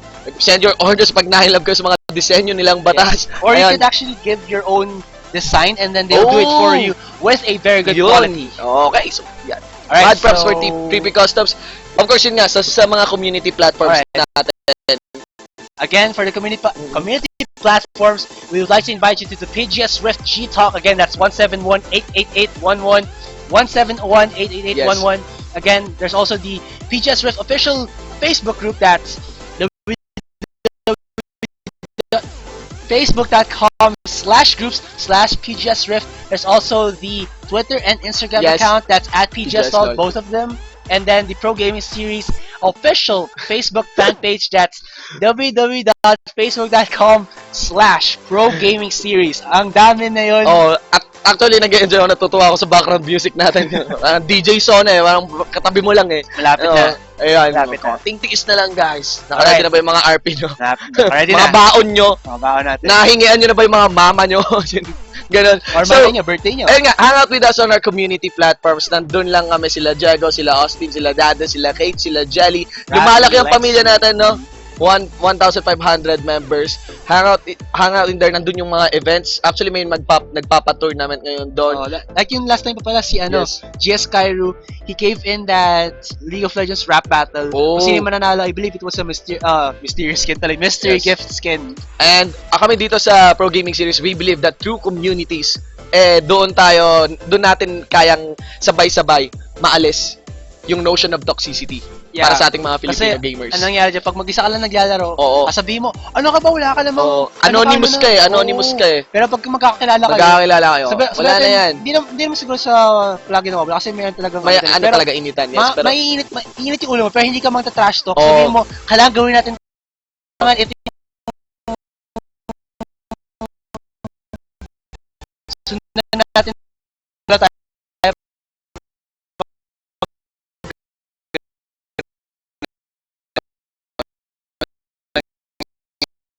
so massive siya.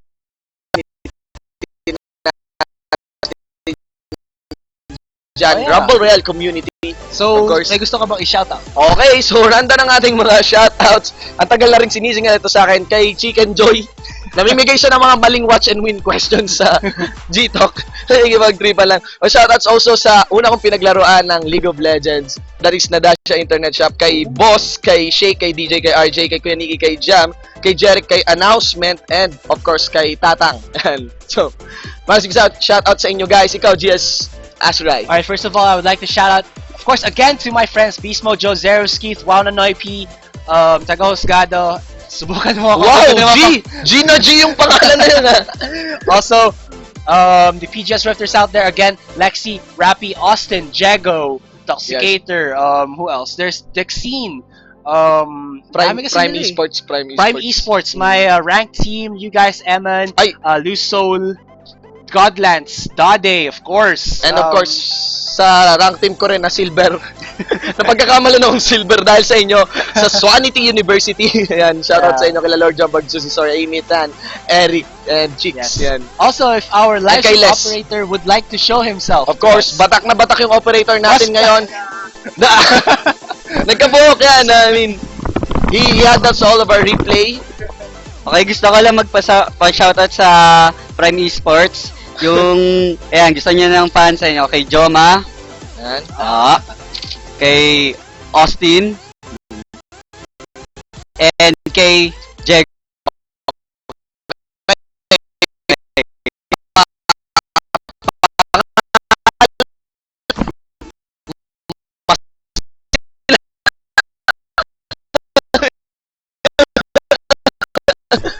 Guys, so of course, massive shout out sa lahat ng summoners natin. Yes, thank you very much. Kasi, again, silang plaka na kami. Kung wala kayo dito, wala kami dito. Wala! Wala talaga! Ayan. So maraming salamat sa inyo, summoners. Ang tabay sa mga LOL content, sa mga, yun nga, mga upcoming sales. Also, tomorrow, there is again the LOL Collegiate League. And So, todo pa rin yung esports. kung meron kayong school na sasali bukas or may school na sinusundan, Yes. please watch. So, That's 4 p.m. to 8 p.m. 4 matches. Magkakaibang teams yun per match. And lots of exciting games there. Kasi Yes, ang dami nilang oo. off-meta picks talaga na nakaka-astig panoorin. It's esports. LOL Collegiate League. Yes. It's a thing. Yes. Spirit fingers. And that's about all the time we Okay. have. So yun guys, maraming salamat. I am GS Shinbu. That is a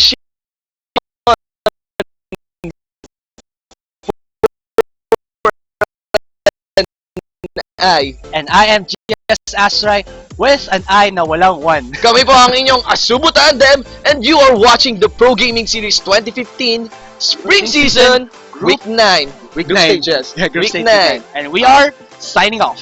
Bye guys.